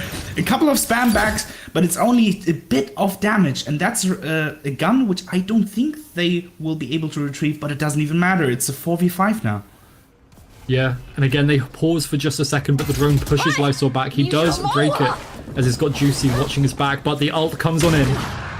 Oh, but Juicy immediately takes him out. However, Lysor, careful, you have to face 2 people there. And with the paranoia, it's going to be difficult, but he gets the first one. Unfortunately, not the second one. Still, it's a 3v3, but guns are able to be retrieved. Now the spike will finally be planted, but there's still a lot of chaos in this round. Juicy, you cannot hit that shot. You've tried a couple of times already. Neither can Spring, and Juicy will be taken out by Kira. Now Yuko and Spring have to somehow salvage this round against what was supposed to be an eco. Viper Spit still even being used in this round, but how do they approach this? They've got to tap it, they've got to pull out the Hunter's Fury, but now it's just Spring left alone. The Hunter's Fury does tag him as well, he's been noted, he's going to get run down. Kira takes him out, and a thrifty from the side of all gamers. They invested the Hunter's Fury, and it looked so good. Again, these sheriffs, this team is demons with them. You can see Shrimp opening up that round, taking out the opposing IGL is what started them out here. But it all went the way of AG as soon as Kira got hand on that Phantom. A 3k. And now Wolves, they're also now sent down to that eco. And they've not looked as clean as AG has with the Sheriff. So the weaker weaponry, we'll see if they can find anything with it. It's also a different kind of eco. They only have classics, so unfortunately no chance for someone like Juicy or Spring to go for a couple of nice headshots like all gamers has had so far, especially the people like, let's be honest, Spitfire. I know, okay, not maybe that round, but especially when talking about round 1 and getting the 2k, it seems like in 1 second with only a ghost. That's definitely a strength of a lot of CN teams that we're talking about. It is for sure, and now a little bit of mid-control. Aware of what Wolves like to do on their defense, but they didn't see any aggression this time. Now Sufat Baby, as soon as that drone goes down, taking an earlier aggression angle. But, you know, AG, they don't care. We're just going to move over towards the B site. They think that this is weak, and, you know, Juicy has done incredible. The flashes over on B to try and stall out have been great, and now Sufat Baby coming in to support. but it's going to be so difficult to do with just a classic. But will it be cleared? The Viper Wall stops him from being cleared there. The question is how many can he get with the classic? It's gonna be 2 though. That's great. And he tries to ult, he manages to get it. And I think he will be able to get a gun, but I'm not 100% sure. That being said, the spike will be planted. And now Juicy with barely 22 HP has to do something here. And he will win the fight against Kira. That's a triple kill already. And now numbers again. Well, not anymore. Spitfires and Shrimp both get 2 kills. And now down to Juicy. He will probably have to be the hero, but against a double face, there's nothing he can do. Lysol left in a 1v2 with the classic, gets the first one for free. But the question is, what about the second? No gun, able to retrieve it from him, and he tries to TP in him, but Spitfires reads the play. And Juicy, you did great getting a 3k, but Spitfires is 1 step above you, getting a 4k in that round, which, to be fair, was definitely closer than it should have been. It should not have been that close, but like you said in the call, Juicy not cleared by that angle. The Viper Wall cuts off that line of sight, and it's one of those things now that all gamers, they've fallen foul to it once. So they're probably not going to fall foul to it again, but they will have to clear it every single time they exec onto site. They need to be so careful, so aware of that line. But now, leaning over towards A to start with. Juicy back on the op, trying to get for that into that B aggressive angle. And Kira found an interesting angle, unfortunately does not hit the shot. That would have been a free kill onto the Viper, which would have opened a lot of the map, but unfortunately not quite yet. Juicy as well has to think about the timer of his TP, which is going to be interesting when it comes to rotates and manipulating them, I think. Yeah, absolutely. And now again, mid control looking to be taken. Wolves, they're so focused on the mid area of the map that the extremities, they feel a little bit weak. You can see the pings coming through on the map. They're wanting to head over towards Elbow. Try and find what they can to the right-hand side of that A site. And the smoke, it leans towards that as well. This allows them to walk up to break this trip. But, oh, a slight gap in it. Why are you fully aware? And the trip, the spam, Lysol finds it too. Yeah, all gamers try to go for a bit of a pixel spot there, but Wolves say anything you can do, I can do better. And then he even gets a kill, but Shrimp, okay, there's no way you should get the kill there. The problem is now Sufet BB has to do something. He gets the first one, and even maybe a bit of info there. The Nightfall even coming out, but in the 2v2 together with Juicy's op, that's going to be a bit more difficult to retake. Never mind, he has a Phantom now, and they're trying to go out, but Shrimp, with the triple already on this round, just immediately decimates Juicy. And Sufet Baby, with no util, has to somehow find a way through this. Now no longer a smoke on Spike, and now against this double face. Does he get anything? He gets the first one, but close, but no cigar. And it will be once again all gamers who, I mean, it looked dicey for a bit there, 3v5, but they still managed to convert it thanks to Shrimp and his almighty precision there. I mean, all gamers are looking on point. Yeah, their fundamentals, they are working together so well. At every moment they are either trading, they are double facing, they are playing off of each other. And you know, oh, the coaches are getting hype and Fade has to come on in. The coach takes a later timeout than he did on Bind. But it's still 5-2 to AG.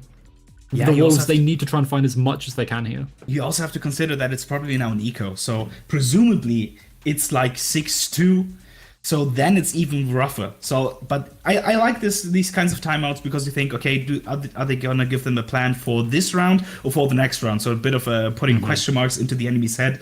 That being said, you're right that all gamers are looking great, but then again, you can see Wolves coach Fade there. I mean, he is just maybe a bit frustrated. You can see there's definitely one more person that I can think of that would be very frustrated right now, but he is one that shall not be mentioned. That being said, as you said, 5-2, maybe 6-2. That is looking dominant for AG, as dominant as the first map, which is something that we're maybe wondering if they could keep this pace, or if Wolves would be able to retaliate, especially after having gone on such deep of a run.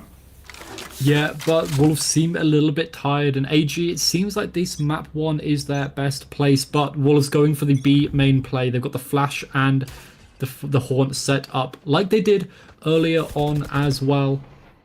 Juicy pushing aggressive with the Sheriff, looking for something.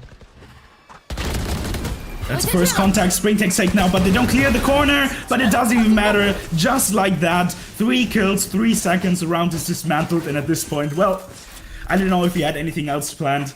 You have 1.5 minutes to do whatever you want. And now it's just come down to YU and Lysol. They're going to look for something. They've got sheriffs. They don't want to save this.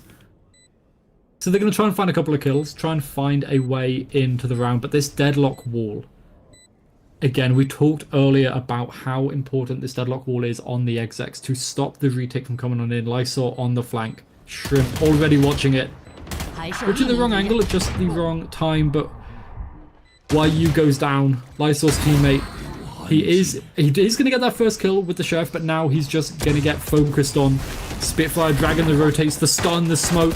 Lysol on the other side of it, the spam with the right click, and the Phantom comes on in. AG having fun taking that round. It was an eco for the side of Wolves, as we mentioned. That maybe that wasn't the round the timeout was called for, but now Wolves, they need to bring in whatever Faye talked about. They need to find what was missing earlier on in this half. But you're still right when it comes to ecos. The fact that it's an eco shouldn't, especially when we talk about caliber of players like Wolves, shouldn't necessarily be an excuse to be like, okay, well, this round is lost anyway. Because we know, just like AG are showing us this game, that Wolves also have the potential to just completely dominate, even with only 800 credit buy. Now, Juicy once again on this close line. I believe they might have heard the jump up. So now it's a question of how are they going to face it, or are they going to wait for it? It seems like it's going to be the drone this time, but he will need to shoot it, or at least going for a bit of wallbang. It seems like doing a bit of damage on 2 players there. That's not bad. That being said, they immediately lost the entirety of B. But ultimate after ultimate as the exec comes through onto site. Juicy was pushed back so far, and the Viper's Pit, the deadlock wall, the stall is everywhere, and now it's going to be so tricky, especially with the op in Juicy's hands for the side of Wolves to get back in. Spitfire's pushed off the angle by the snake bite, but this is looking so difficult. Look at that side. Especially with the Viper's Pit now, the question is how do you approach that? Once again, the op seems a bit useless here for Juicy, but that's a good start. Viper's Pit down, Yuko taking down Spitfires, never mind, not Viper's Pit down. I don't know how the game works, apologies. But now, especially with the plant inside the Viper's Pit, it's just going to be a lot of spamming, it's going to be a lot of holding, but it's a good start. Nevertheless, it seems like they can stick it. No, it's only halfway. But then again, yeah, all gamers taking down everyone. It looks a bit dicey in between there. But you can see, especially Shrimp, just holding down, and great awareness also from the Viper to be like, okay, this is not my job. My job is the only thing that I need to do right now is just keep this Viper's Pit alive. Because then we can spam all we want. Yeah, no, exactly. And you know, Juicy sure hitting a nice shot there when Delby does get 1 kill, but Shrimp with that shock dart perfectly placed, and the Wolves are looking more like pups. They just can't seem to find anything right now. They're back down to another eco. This is probably the 8th round for AG, and this is reminding me of Bind. Frustrating me how similar it is to Bind at this point. The smoke goes up, it allows AG to fake like they're coming on over to A. And now you can see YU a little bit suspicious, thinks someone maybe could have got over to elbow, puts the trip up just in case the exec does come on in. But I like this plan from Delby, going for that trip, for the deadlock trip on A. That means that they could completely have A control in case they try to re-explore it, just like Juicy has been trying a couple of times, either on A or on B. But this time it seems like it's gonna be mid. And with the spike here, that might just be a big brawl. So far, just the Solvo darts to see and to give a bit of info to see what the plan is, what the approach is. But then again, as we said, Wolves ecos haven't been looking too great so far. So with this push-up, and it seems like a couple of flashes are here. No, never mind. Just a normal phase, and Juicy has absolutely no chance. Paranoid coming out to clear the side, and it will be the TP back from Lysol. That being said, there are now 2 puppies, as you said, stuck on site. And it seems like they're helpless trying to face this now. But against Delby and Shrimp, you have absolutely no chance. Sufat, BB, and Spring left. And Sufat BB even behind the wall, and now with the trip on the other side. Once again, this round was over before it even started, which is weird, talking about a team like Wolves, but they're getting, I mean, picked apart. Yeah, like they just can't find anything. Last week against FPX, Wolves were struggling with the firepower coming out from Autumn, but now it's not just one player that's dominating them, it is all across the board. Wolves just, they can't find anything. Delby, Surifat Baby may be watching for his head, but crosshair placement just a little bit off, and the Wolves, they just can't find a single leg up as all gamers. They're so powerful, they are so strong. And it just feels to me at this point like Fade's got to take another timeout, but the last one was too recently. He doesn't want to risk it. Op in Juicy's hands again, moving over towards the A site this time around, potentially going to move towards mid, but the Viper wall is going to shut down that operator line so well. So I don't really know if Juicy can even find a pick with this. Now a bit of a more explosive start this time. It seems like, okay, the paranoia is gonna stop the NDs for a couple of seconds, but Spitfires is like, screw this, I'm still going in. Will now be finally stopped by the Haunt and the smoke. That being said, look at everyone else on the other side in A main with 3 people spamming their Lyso. Do we even have any chance of getting out there? Now with the recon, it will not see anything. And Juicy on this line finds the first one, and Lyso is there to help him. Spitfires try to dash to him once again. He gets 2 where he shouldn't get them. He gets traded out, but still, damage is done. Numbers advantage is for Juicy, and this plant will be placed down. And now Super Baby and Spring, they have to get together and help Juicy. But Juicy, there's just no chance. Finally, the 1v1. The best actually had so far, but Shrimp. Wow.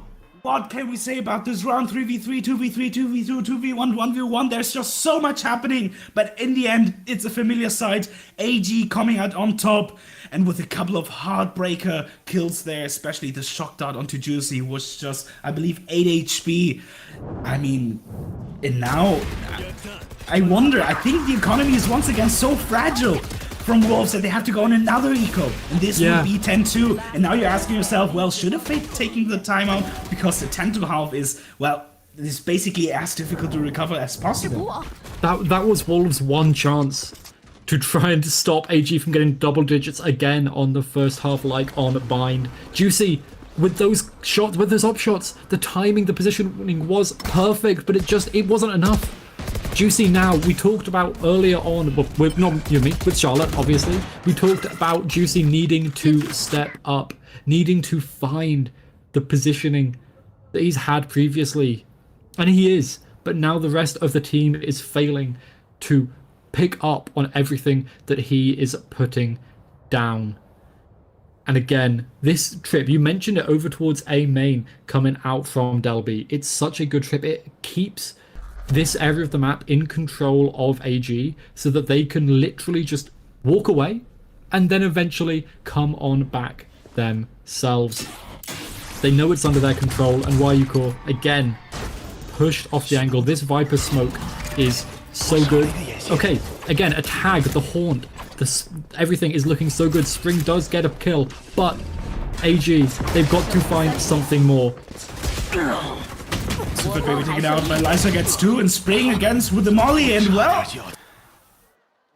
where was this? In 5 seconds, they completely dismantled the defense, something that apparently they could not do since round 4.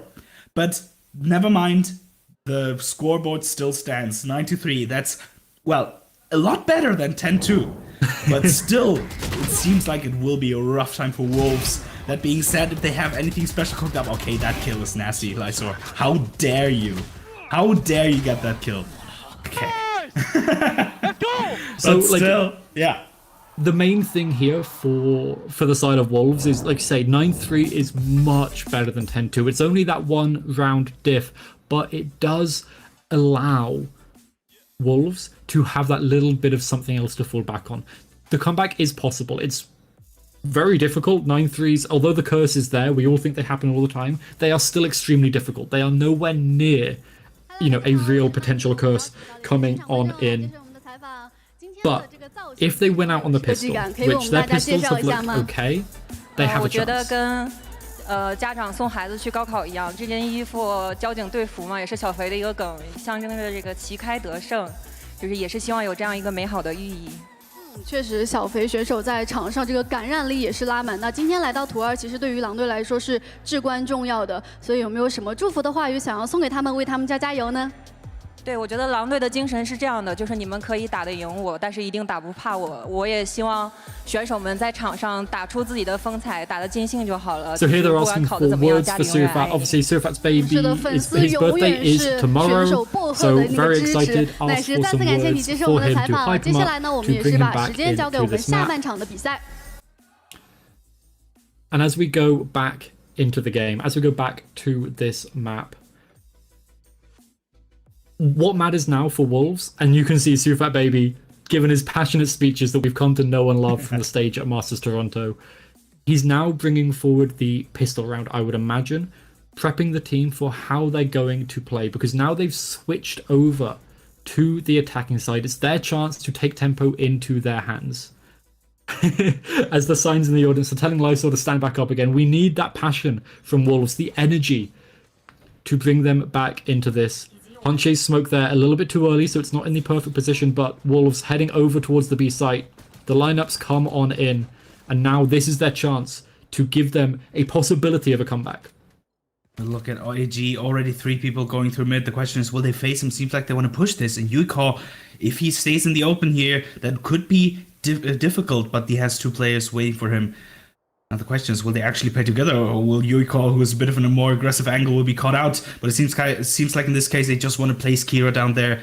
Even if he gets taken down, it's not too bad. The question is, how many can get in with 3 players? But Shrimp is there to help him. He takes first contact, not Kira like I thought. And once again, Shrimp. I mean, and Hanchi on the other side taking out Juicy.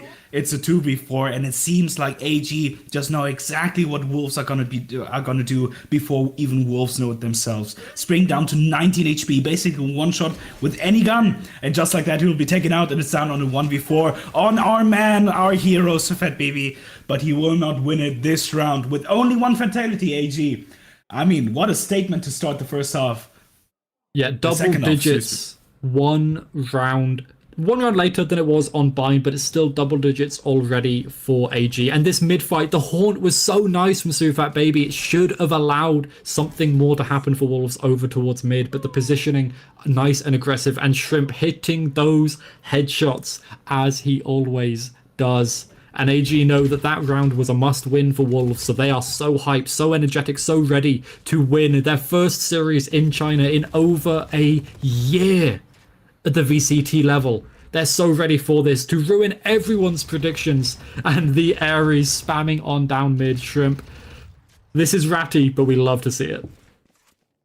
Spitfires at this point, it seems like he can do no wrong. Doesn't matter what gun he takes. A double kill from nowhere with the Ghost, a double kill from nowhere with the Sheriff, with the Phantom, and at this point, well, why the hell not with an Ares? Seems like they will change for the weapon.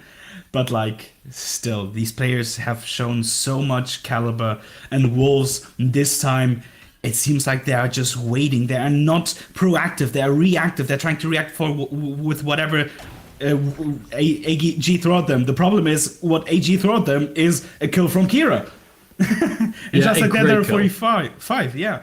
Like a great kill, aware of the clone coming out first. Now resets back with the Marshall, 1 shot to basically anyone across the board. A 3k for Kira, looking for more.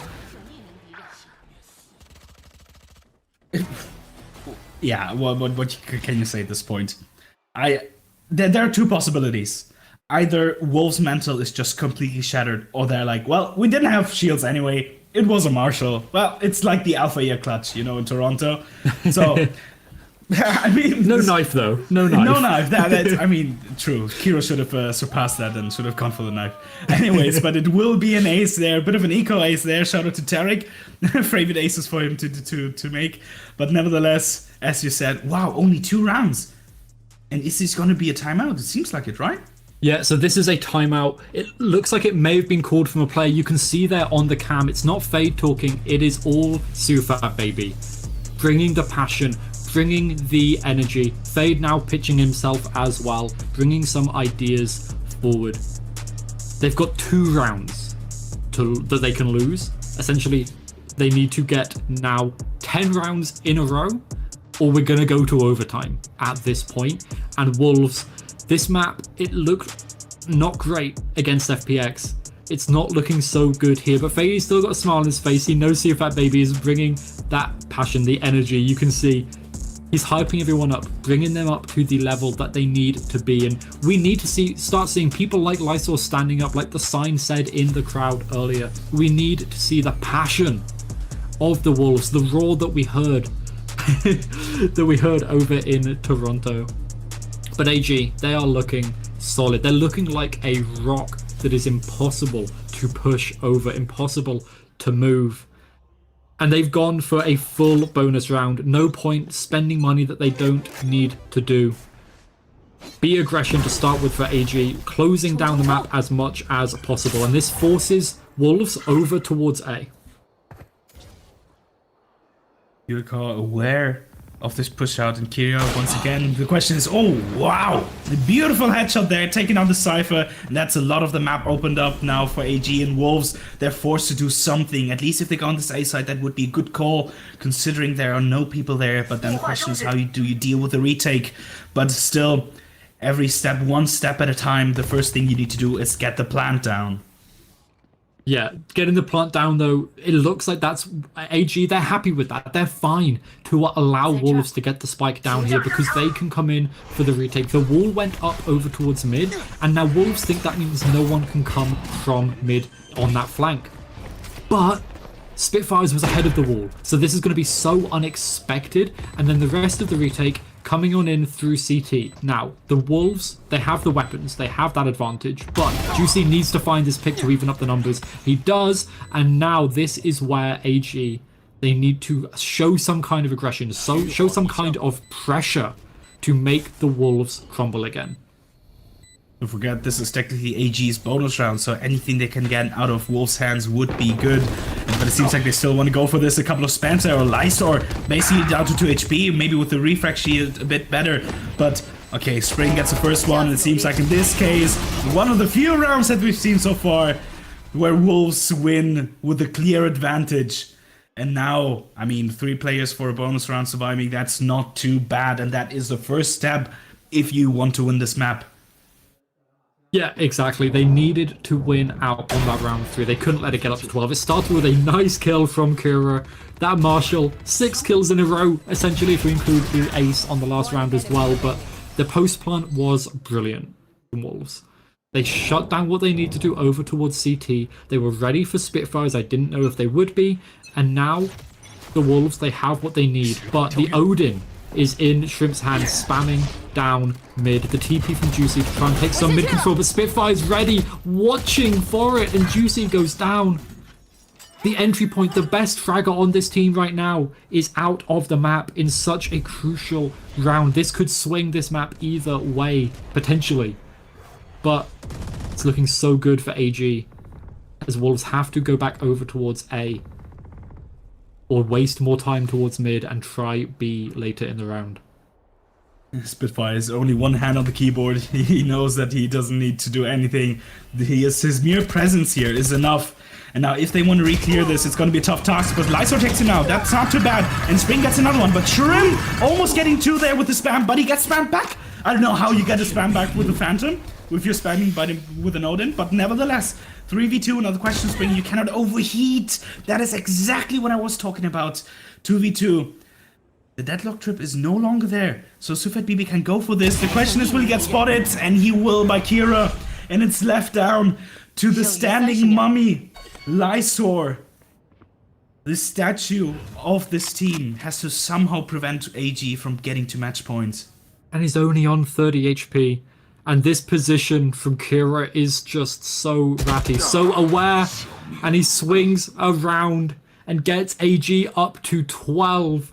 8 rounds in a row needed for Wolves just to get to overtime here now. And this is where it gets so difficult. No more timeouts from Fade. Wolves, they have to rely on their IGL, on everyone in the team to play together. And this all started with that kill from Spitfire, taking out Juicy, the Yoru, the fragger for the side of the Wolves, is so detrimental to this team. And you can see the frustration starting to set another game lost, potentially, for the side of Wolves, and they're starting to feel it.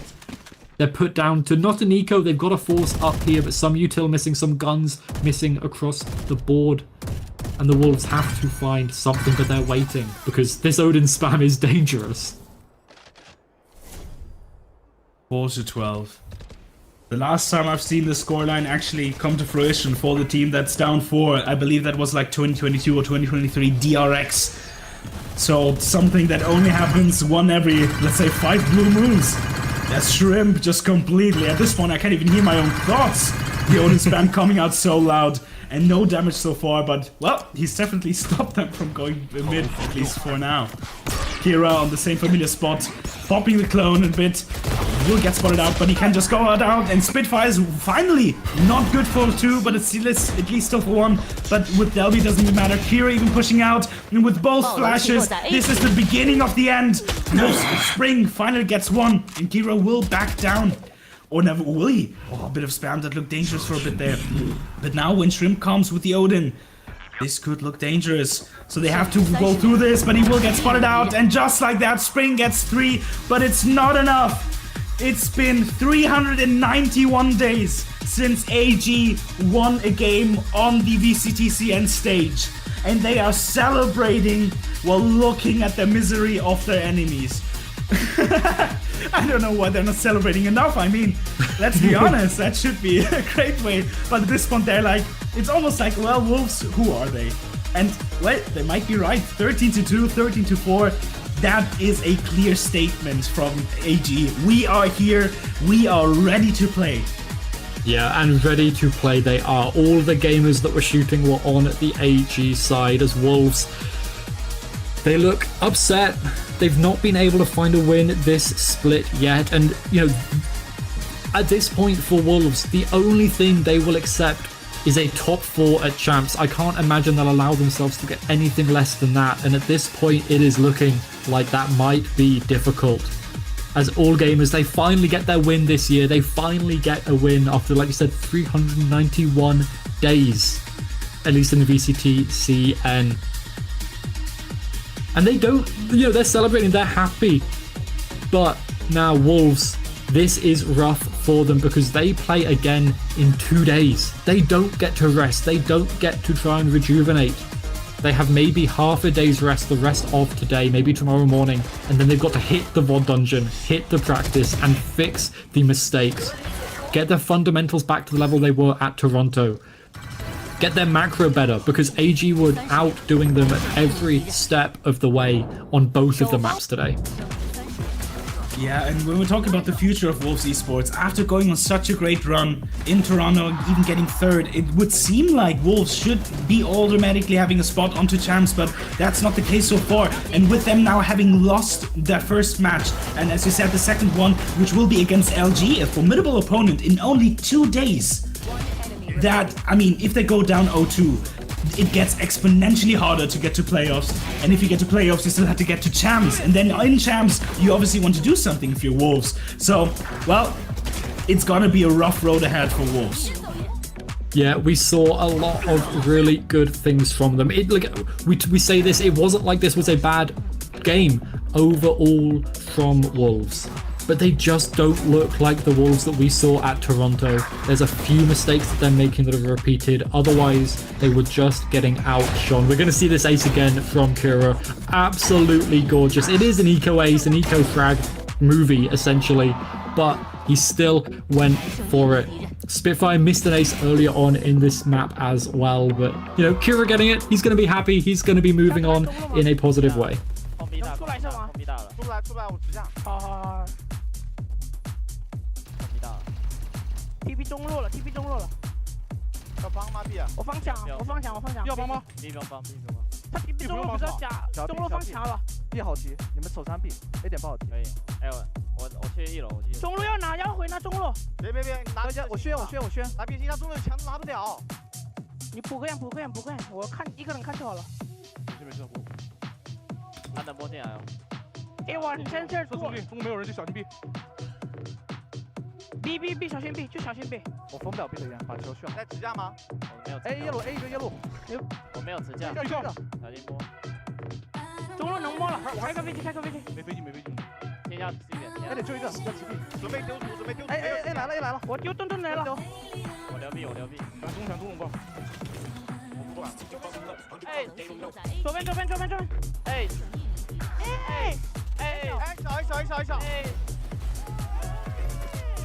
丢！地方下，我是斗牛犬。You can see the energy from all gamers there. I mean, and the vibes were on point. And Shrimp, the MVP, especially when you talk about a Sova on this map, it feels like he was on point together with Spitfire. And considering one is on Neon, who is supposed to be fragging and supposed to be jumping around, and he did get 2 Ks, basically everyone on the map where no one expected. And for then Shrimp to get the MVP, that just so shows you the caliber of players on this team. Shrimp has done so well on so many of these rounds, and it seems like, I mean, this man can do no wrong on the Sova. You can see even in the last round, through the Viper wall, getting the perfect dart to then be able to spam with the Odin.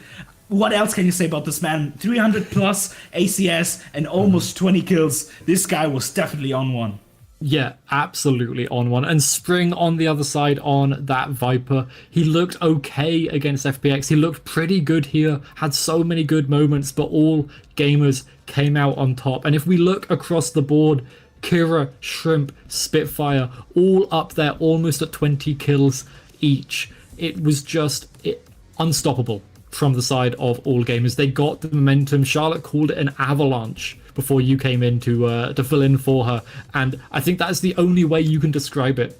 The all gamers was an avalanche against the pups, and they were just not able to field what looked like more than a couple of good rounds either side. And as we go to the series overview, 2-0. They just lost out 13-2, 13-4. Just, this is not the Wolves that we know. This is not the Wolves that we have seen before. Where have they gone? Now they've only got 2 days to sit back and work out how they can push forward, fix their issues, and try and find a win against an XLG that beat all gamers last week. Yeah, as you said, I mean, also, like, the fact that they not only lost, but lost 13-2 and 13-4. Okay, we can talk about a long time about, okay, should have they picked Corrode, because the last time they didn't look too great. So, but, I mean, let's be honest, in only 2 days, the fact that you have to solve seemingly your map problems, your pick problems, your comp problems, and your teamwork problems, and your strat problems. What do you even do as Fate here? Try to focus on one thing. Let's go over to the interview. Listen in over there. 欢迎小火龙，今天打得真的非常的棒，时隔快1年的时间又重新回到了赛场。我相信这1年对于你来说绝对不是空白，而是属于你蛰伏的故事。Yeah, this year to you it's never gonna be blank. 在场的，那现在回到舞台上感觉怎么样？我觉得这 How does it feel being back on the stage after a year? 是你熟悉的舞台，观众能再给小火龙一点。 And he said the stage still feels very familiar to me. 399分的平均战斗评分，真的打得非常的出色。 And the top is ACS on map 1. 不管是从你们的可能战术上的阅读也好，甚至是手枪局的站位，我觉得对于对面来说都是非常克制的。那对于强大的对手，你们做了什么样的准备？我们没有研究。 And how did you prepare for Wolves? 那在赛场上 Yeah, they just prepare for themselves. 对方的。And how did you guys read Wolves? 会沟通自己的信息，让我们汇总自己的信息，然后我们就会进行一个判断，然后之后有的。And we just like kept communicating like just the information on site. 可能心态上面会有一点小赌的成分嘛，包括说，其实我记得你们的心态是非常平和的，在后台的时候，感觉你们的氛围也特别的棒。你们每一场面对比赛的心态是什么样的呢？我们不怕输，但他们 And 怕输。 what's your like kind of mentality facing every match? 大的勇气去面对每一场比赛的。 And then they're like, oh, we're just gonna go into it brave. 其实常规的话，我们会觉得因为有传送门的原因，所以说会比较偏进攻一些。但是你们今天在防守方打出了10。So Bind is pretty typically attacker side because of the rotating doors, but then they really display a very strong defense side today. 们今天就打得比较好，就把他们守住了，反正。对，今天打的还是非常出色。 And we just like basically held them off very well. 打得非常出色，手枪局一上来就是一个4杀，但是听语音回放的时候，你当时是说，哎，你帮我拉一下吗？那如果说你的队友拿4杀的时候，你会选择comments on the pistol round, like, asking his teammates to like pull crosshairs for him. 对，是针对韩彻吗？还是说针对其他的？我反正就是这样。那也希望你下一场比赛能够继续拿到5杀。 加油，谢谢。好的，下一场比赛加油。那我们本场的赛后采访到这里就全部结束。And then the interviewer just wishes that he would get the ace next time, and that's it for the interview. 风电竞椅职业战队的选择，连续5年中国电竞椅销量第一。奥风 We all wish that you got the ace there, right? Oh, sorry about that. We all wish the ace had come through. That would have been so much fun, but no such luck there. I mean, what a banger series. That was flipping everyone's predictions on the head. Yeah, I believe there were only 2 people that were correct in Project Horizon's complete caster list. And 3, excuse me, but I mean, still considering that we're how many, like maybe like a dozen people or more than a dozen. Yeah, Affinity, shout out to my boy Madante, somehow getting it right, and Snow as well, another caster of Project Horizon. And you can see the list of the shameful casters down on the bottom with 2 people that, well, should seem familiar to the people already watching, and both Echo and me. Well, it seems like we're going down 0-1. Yeah, obviously, you know, we went with Wolves. It looked like they should have won this, but something about them is missing. The spark that we saw, the bite to their bark over in Toronto is gone. And at this point, they need to work to get it back. Because like we said, they've got XLG in 2 days. And so it's got to be a quick turnaround. They've got to find a way to get it. Because they're not locked in for champs, but they're very close to making it in terms of champs points. A couple more wins and they should be locked in.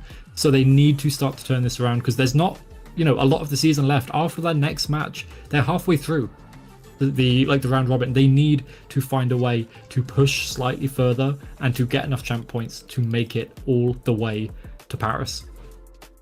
Yeah, but then again, those champs points won't be easy to get. You said only a couple of games, but if it's against XLG, if it's against DRG, well, as I said, it's not going to be the easiest road ahead. It's not like a slide where you can just like run your way all the way to Paris. It's it's definitely going to be tough for the first time. But that being said, thank you to everyone who's watching. Thank you to everyone who has subscribed. You can probably see your name here under here. But yeah, this was the first game. Obviously, we have a second one where we'll have another wonderful co-caster. So Echo, thank you so much for as always, the other side.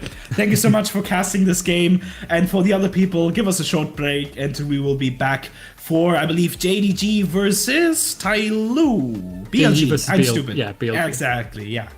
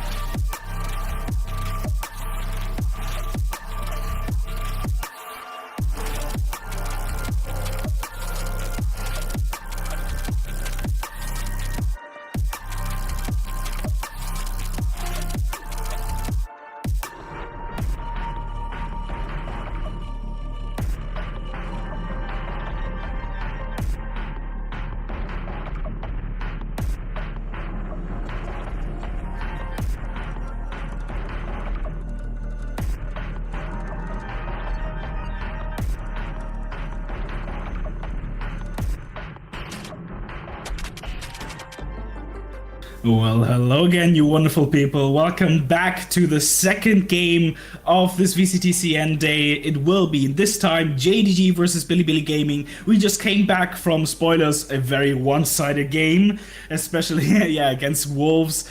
But this time it will be different, or will it be? I mean, what do you think of JDG and what do you think of Bilibili Gaming, Cats? Well, I mean, I gotta be honest with you, Mike. I think everybody should probably have Bilibili Gaming as the heavy favorites coming into this game here today, because the last time JDG faced off against Bilibili, Bilibili won 2-1. And let's not forget, Bilibili won their first game in week 1 of stage 1 against Tailu in dominant fashion. Whereas JDG struggled quite a bit against Trace Esports and couldn't quite convert that to a victory. So I think, look, JDG's are the underdogs here, but Mickey, look, it's VCT China, right? It's VCT China. It's the region of underdogs, and anything, legitimately anything could happen here today. I mean, we just seen it like only a couple of minutes ago. 13-2, 13-4 against Wolves, already going down 0-1. So who knows what will happen? But once again, I mean, we're always talking about probabilities, and you're right. When it comes to probabilities, Bilibili is definitely favored. I mean, we also know what they can do at globals, not even like the last one, but also going a few years back. So they also definitely had a big career and a big, let's say, scoreboard that you can look at when it comes to these matches.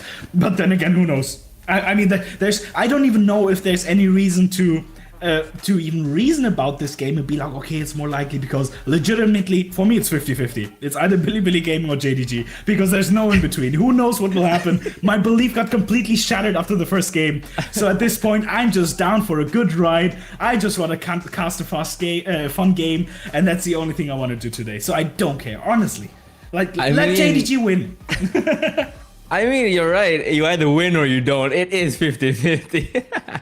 But look, I mean, Bilibili came into this stage having won 4-1 in stage 1, and then JDG couldn't quite even make it to playoffs in stage 1, going 1-4. So on paper, at least on paper, which is, you know, the best you can do in these kinds of situations, is, look, Bilibili should comfortably take this game. But again, I'm going to be very happy if JDG can make this not only competitive, but even take a map off or win the whole series.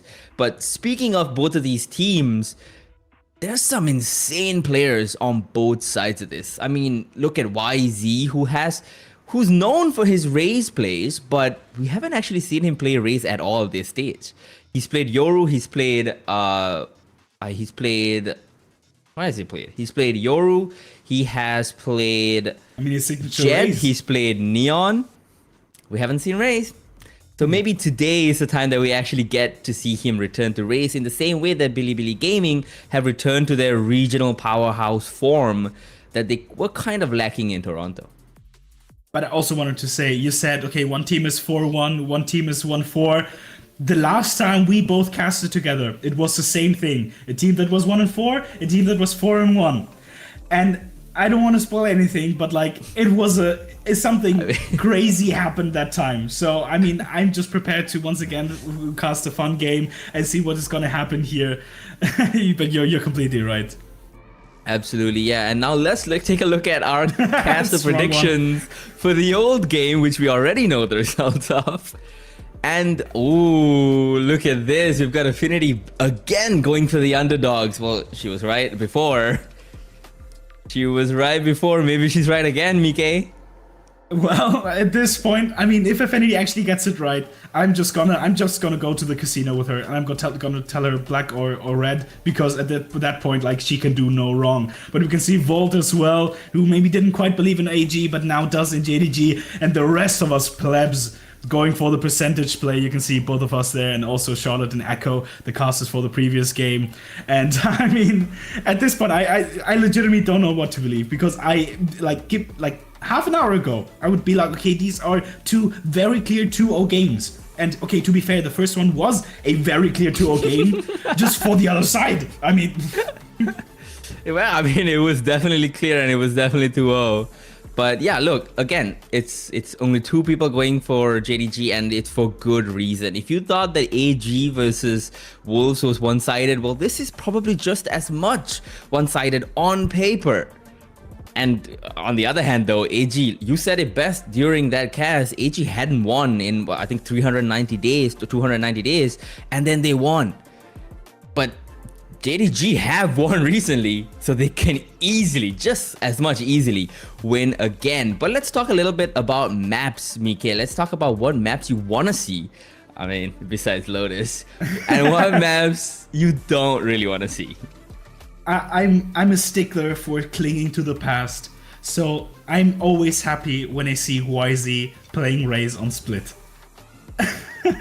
But that is just me having the copium of 2022 of them beating NRG and kicking them out of the tournament. The rest of them, as I just said, I'm open to everything. I also have to admit that especially when it comes to JDG, who we haven't seen in quite a while, I don't know exactly what their strengths or what their weaknesses are. Hopefully you can enlighten me. What do you want to see? What do you think we will see? And where are the different strengths of the teams? Well, I know that JDG historically has liked to ban Ascent and Bind and Sunset. So now whether they'll ban it again is kind of up for debate, because again, we've really only seen JDG play once in this stage, especially since they have this new rookie that got promoted up from the academy team in the form of KK Lin. So we don't actually know what maps they're going to be the best at anymore. And here we see the classic duelist off between Stu and YZ, two insane star duelists for both of these teams. Absolutely the very definition of star duelists for both of these teams. But yeah, and on the other hand with BLG, honestly, I have no idea what they're gonna ban, because okay, let's take a quick look at BLG. Okay, they like to ban Corrode and Haven. That's what they banned in week 1.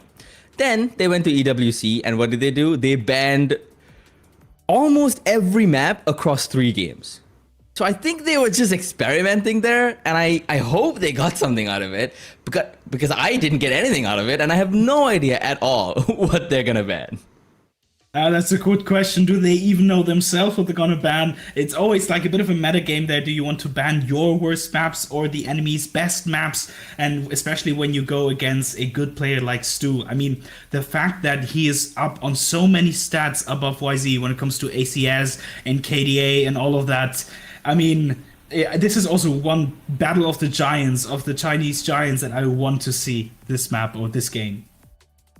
Yeah, I think it's gonna come down to I trust Stu to show up. I don't think he's been anything but consistent, and I trust YZ to show up, and I don't think he's been anything but consistent either. So I think the rest of this game, and whether it's gonna be a win or a loss for either of these teams, is gonna come down to whether the supporting cast show up here in these games, especially in the form of Rusia, especially in the form of for the side of BLG, and J Kuro for the side of JDG. If these players can show up and actually set up their star duelists to do well, then we're gonna see really, really good gameplay. But I'll tell you what, Mike, regardless of what happens, we're gonna see some insanely fun gameplay, because JDG have been known to be somewhat aggressive, and they're going up against probably the most aggressive team that isn't named Paper X.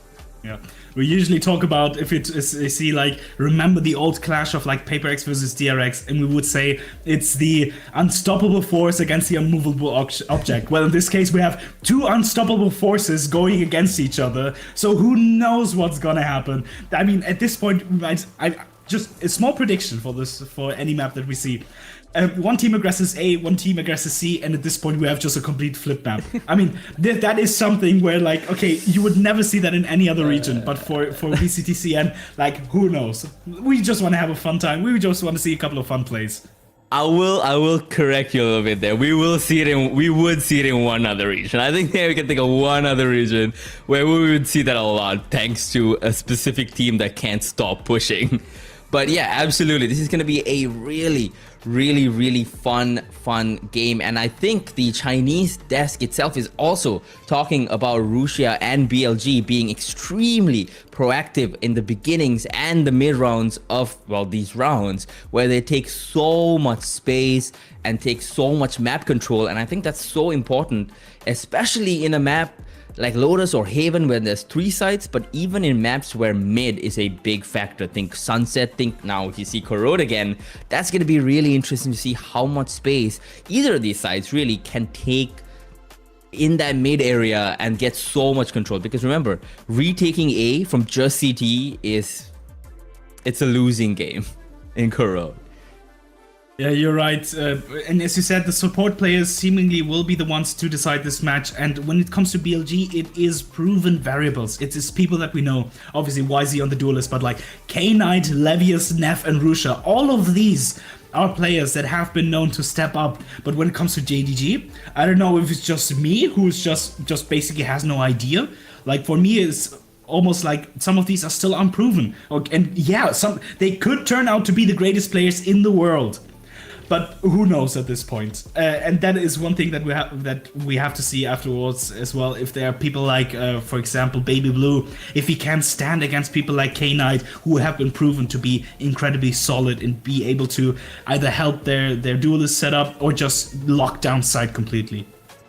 Yeah, absolutely. And let's talk a little bit about KK as well. Recently promoted, just before the start of this stage promoted. He's played his first game against Trace Esports. Yes, JDG did lose that, but alongside Stu, I felt like KK Lin was kind of the silver lining of that game. He went positive in his debut game against a team that isn't to be scoffed at, and he was one of the only two people in that team to go positive. So it is incredible as the players now begin to walk in, and there's Russia, that incredible smokes player, coming out with the swagger of a guy who knows what he can do on BLG. Look at him. He's so calm. He's so calm, but also so confident. Someone who we all aspire to be. Okay, well, we have a little bit of technical difficulties as our stream has started to buffer a little bit. But yeah, he's so calm. He's so good with timing as well. He understands where attention is placed by the enemy team. It's something that I think we've all said about Mind Freak in the past, and I think Russia honestly plays a lot like him. Yeah, it seems like once again here, Nev, also a veteran. I mean, it's not like an old stone like someone like Hiko or Mixwell, but Nev also part of the team in 2022. So one who has been on this stage many a time before, dozens of times you could even say, and maybe the old, let's say, the old Rock who is just there to keep his team stable, and yeah. Here's Levius as well. Levius, of course, the sentinel player, the anchor for this team. He actually is, and this is not to put any flame on the guy, but he is relatively the weakest link of BLG. But that is to say, he's still really good. He has the lowest rating on VLR, yes, that's fine, but he's still a massive factor in BLG's regional success. Absolutely. Here's Bale, the head coach. What has he cooked up during EWC, man? I'm so excited. Yeah, I mean, maybe, as you said, a couple of, a bit of, how do you say, experimentation there. And now that you're back on home ground and back against teams that you know a bit more about, and you probably also scrim a lot more, maybe a couple of the variables are already gone. And now JDG, J Kuro coming out. Look at this stance this guy has. Look, just look at him. I love these guys. I mean, he's dripped out, man. He's got so much style, and he's coming in. I mean, it's good. It's great for confidence when you're feeling it. Oh my god, they're all kind of dripped out.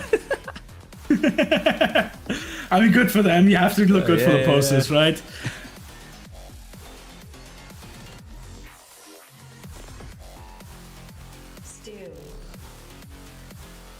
Yeah, here's the star duelist. Yeah, that's the guy. That's the guy to look. That's the guy to look out for. That's the guy to watch. The amount of value he can get on whatever duelist you put him on is insane. He's played so many different duelists, 4 different duelists already, and he is just ridiculous on every single one of them.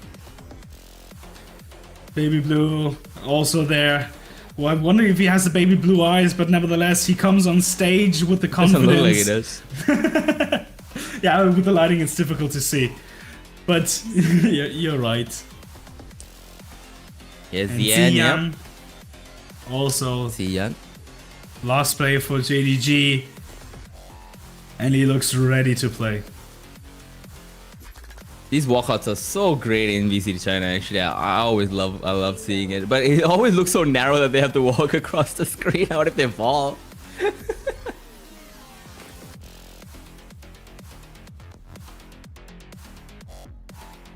Here's Ego, the coach for JDG. I'm hoping that he's cooked up quite a bit as well since the game against Trace, where they didn't look the most prepared, didn't look the most cohesive. But hopefully they've cleaned that up a little bit. You know, they've had pretty much a 2-week break because JDG did not go to the EWC tournament. So they had a bit more time to stay home, look at what happened, watch BLG perform at EWC, and come up with a great anti-stress. So I'm really hoping that that's what they have done, as well as cleaning up their own gameplay, of course. Now you can see the group huddle there for both of the teams, trying to give each other the last courageous words or maybe the last coach notes from their respective coaches, and trying to get into this game with their full advantage. And now, oh, look at these maps. Tell us a bit about this, Cats. Well, we're not getting Corrode and we're not getting Lotus, so I'm disappointed and my day is ruined. But we are getting Sunset, Ascent, and Icebox. Now, these are very, very interesting map picks because, again, we've seen that JDG likes to ban both Ascent and Sunset. And those are the two first maps in this tournament. So this actually might be a little scary for JDG. Even though they have picked Ascent here, BLG have managed to ban their Corrode and their Haven, just as we all kind of predicted. So I think the map veto does favor BLG here quite a bit. And I'm a little bit worried for JDG here because coming in as underdogs and not having the perfect map veto is kind of a big disadvantage to be at. But at the same time, I really can't stress this enough, Mike. It's the region of underdogs. It's the region of underdogs where anything can happen. Yeah, but you're right. But also when we look at Sunset, as you probably noticed, JDG picked defense. So this is definitely going to be interesting because for me, there are either two possibilities. Either JDG managed to stop BLG immediately and stop their aggression, which would be a great thing for them to start off with, or BLG just plowed through JDG and they managed to pick up momentum, which then could snowball into winning the map, winning the round, winning the map, or winning the entire game. So definitely an interesting battle here as we look at the interesting comps here with a lot of weird picks and still somehow a bit of consistency with the double Sova, the double Omen, and the double Neon. Yeah, absolutely. JDG opted to go for a double Smokes comp, while BLG go for a double Initiator comp. Now, I'm a little worried for JDG again, just because they've got one flash, Mike. It's just the Omen Paranoia. That's all that they have. If that Omen Paranoia is used early and they get stuck behind a smoke, they got nothing to flash out of. They just gotta wait for the smoke to go through, to dissipate. On the other hand, the other side has just the one smoke, the Omen. And while Omen is a really, really good smokes on this map, and this map doesn't really need double smokes, the value that double smokes provides in this meta is so high. To be able to consistently be smoking again and again and again across the entire map, especially a map as small as Sunset, is so nice. But we're just gonna have to see which of these two comes out on top as we begin the first round, the pistol round of JDG versus BLG in week 2 of VCT China. Oh, no one's gonna get spotted. Oh, they decide to go for the smoke that you get to hide between. And now K-Knight already with the first one. But a bit of retaliation from J Kuro there, already going for more. But just like that, the defense will be dismantled. Just a bit of resilience there from JDG, but it will quickly be taken down. Levius, now he has to be careful with Jiyang on the other side, who will be spotted first. And that's a good first start, but still it's a 2v3. Make it a 2v2. Oh, it's a nice shot from KK Lin as well. The rookie showing up when it matters the most. It is a 2v2, but KK Lin down to just 1 HP functionally.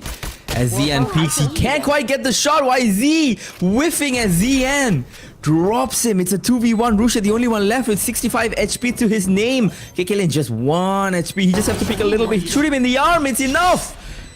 He's running away. He's trying to stay alive. Let the time tick away. Let the bomb tick away. CM might just get this to half. He knows he's not going to peek because he's down to just 65 HP, and that might just have done it. But he still has to get the kill to make this work. It doesn't matter because it's Russia that comes through with the double headshot to win the round for BLG and put them up early on in this match. Great and solid from JDG to get that retake started in the first place. Unfortunately, I mean, Rusha with 6 HP and in the air somehow is still getting that kill. It was a nice try from Ziyan, even managing to get the half on the first tab, but unfortunately close, but no cigar. And look at this setup. I just quickly want to talk about that smoke that we can see on the minimap, because that smoke allowed everyone to hide from the Sova dart, and that's just one of the small things that BLG is so good at and that they managed to think about to completely fake out the defense. Yeah, you're absolutely right. And you know what? When normally you want to let the low HP guy defuse while the high HP guy protects, but in that situation, I can't help but wonder if it would have been better to let the high HP guy defuse so that Rusia can't get that hand shot kill onto the diffuser there. But regardless, that is a round for BLG, as now BLG slow this anti-eco round down quite a bit. JDG only maybe a couple of util boards, but nevertheless still a full-on eco, so it doesn't really matter if they lose this. Nevertheless, they want to go for a couple of kills here. You can see a bit of A aggression, which baits out the rotates, but they go straight back because no more pressure was heard on A. Now the wall is almost broken, the door, excuse me, but they're trying to go to B now, which if they do, they will go against 4 people from JDG. Running into a stack, absolutely. There's a tripwire here as well. I mean, it is their own tripwire, so they're not gonna get caught to it as they go past. There's no kills found, but K9 gets the first kill. KKLin returns fire, and it actually is just BLG that comes out on top with superior firepower, superior guns. Just nothing that JDG could do that round. I mean, it's a solid anti-eco with just 1 person drop for BLG, so I think they're gonna be pretty happy with that. It's not too bad, and when you have to think about how bad it could have been with 4 players on that B side already, I almost wonder what would have happened if they had sheriffs, but at this point it doesn't even matter. It's going to be 1 kill only for them, maybe a bit low for JDG, but nevertheless, the expected outcome for the second round for BLG, and now the question will be, as always, the trash talking starts, and the question will be, as always, what happens at the third round. Yeah, get that confidence up, baby. YZ! Already so close and taking a fight. Couldn't quite get the kill, but does a lot of damage onto Stu, who had the same idea. I mean, we were talking about it, YZ versus Stu, the battle of aggression, and we see it in full-fledged force in that scenario. Honestly, I don't know how YZ didn't get that kill. Close range with a stinger, run and gun. Well, I know it's not 2022, but still, it seems like maybe a bit more damage should have been dealt there. And Stu left down on a nice amount of HP, but still very healthy. Ikuro pushed off the angle with the drone from Baby Blue here. Sorry, from K9 actually. As the suppression comes in and YZ prepares to enter. He doesn't quite do it. One of his teammates pulls him back, says, "Stay on leash, my friend. We are not ready quite yet. Let's head to B." And head to B they do. But both teams already seemingly very affectionate on this B side. BLG, I like how they manipulated a couple of the... Oh, no one saw that. Oh, Levius, it's okay. No one saw that. We won't talk about how that camp completely missed, but it's fine. But now, with the chaos setup here, all the stuns will be broken, all the trips, excuse me. Zian will get 1. Stu will join him on the kill feed with another one more, and KKLin, unfortunately not quite getting that one. It steps down to a 2v2, make it a 2v1, but it's a 1v1. But with the rest, well, the question is, can K9 get this, or will J-Kura get this? And he pushes, but he gets taken out. K9, how do you do that? Oh, there should have been no way that you get that round. Trying to res the KO, then even going for the stick. And with 3 seconds left, the only way that he gets that is if he kills KKLin. And unfortunately for JDG, that is exactly what he did. What an absolutely incredible start for the side of BLG here, winning a bonus off the back of an incredible round from K9. And I think he even managed to bring the KO back to life. So that's 2 people alive. And you can see the confidence building. You can see them standing up, telling JDG to not stand up ever again. As Levius might just be running into so many more people, but it doesn't matter. Levius kills Stu and Rusia kills Zia, and there's 1 more person on site. Can he do anything? Does not matter at all. It's Levius with another kill. He's not stopping. Why is he in CT? He's in their spawn. He's gotten a 4th one. KKLin the only one left with just a Bucky in hand. How much can you do? I can't imagine it's a lot. Welcome to the circus, YZ, our newest acrobat for the team of BLG. And I mean, he is unstoppable, even getting the kill on the last one. And it's like a Gen Alpha kid with ADHD, just running around, killing absolutely everyone, dismantling the team. And considering that it could have been a bit dangerous there for the aggressive push, it immediately gets shut down and no danger found. Stu trying to get something from that, and okay, that kill is maybe a bit too much, but nevertheless, it will be the 4th round from BLG. And we are heading into an early timeout, I believe, because I mean it's a very, very necessary timeout for JDG, as we see Ego here talking to his players about what they can do to curtail some of this aggression from BLG and to actually get some of these early picks. I think that's mostly what they're struggling with. They're just not getting these first kills. They're not getting control early enough. Whenever they try, they get absolutely mowed down, and whenever they don't, well, they get mowed down just later in the round.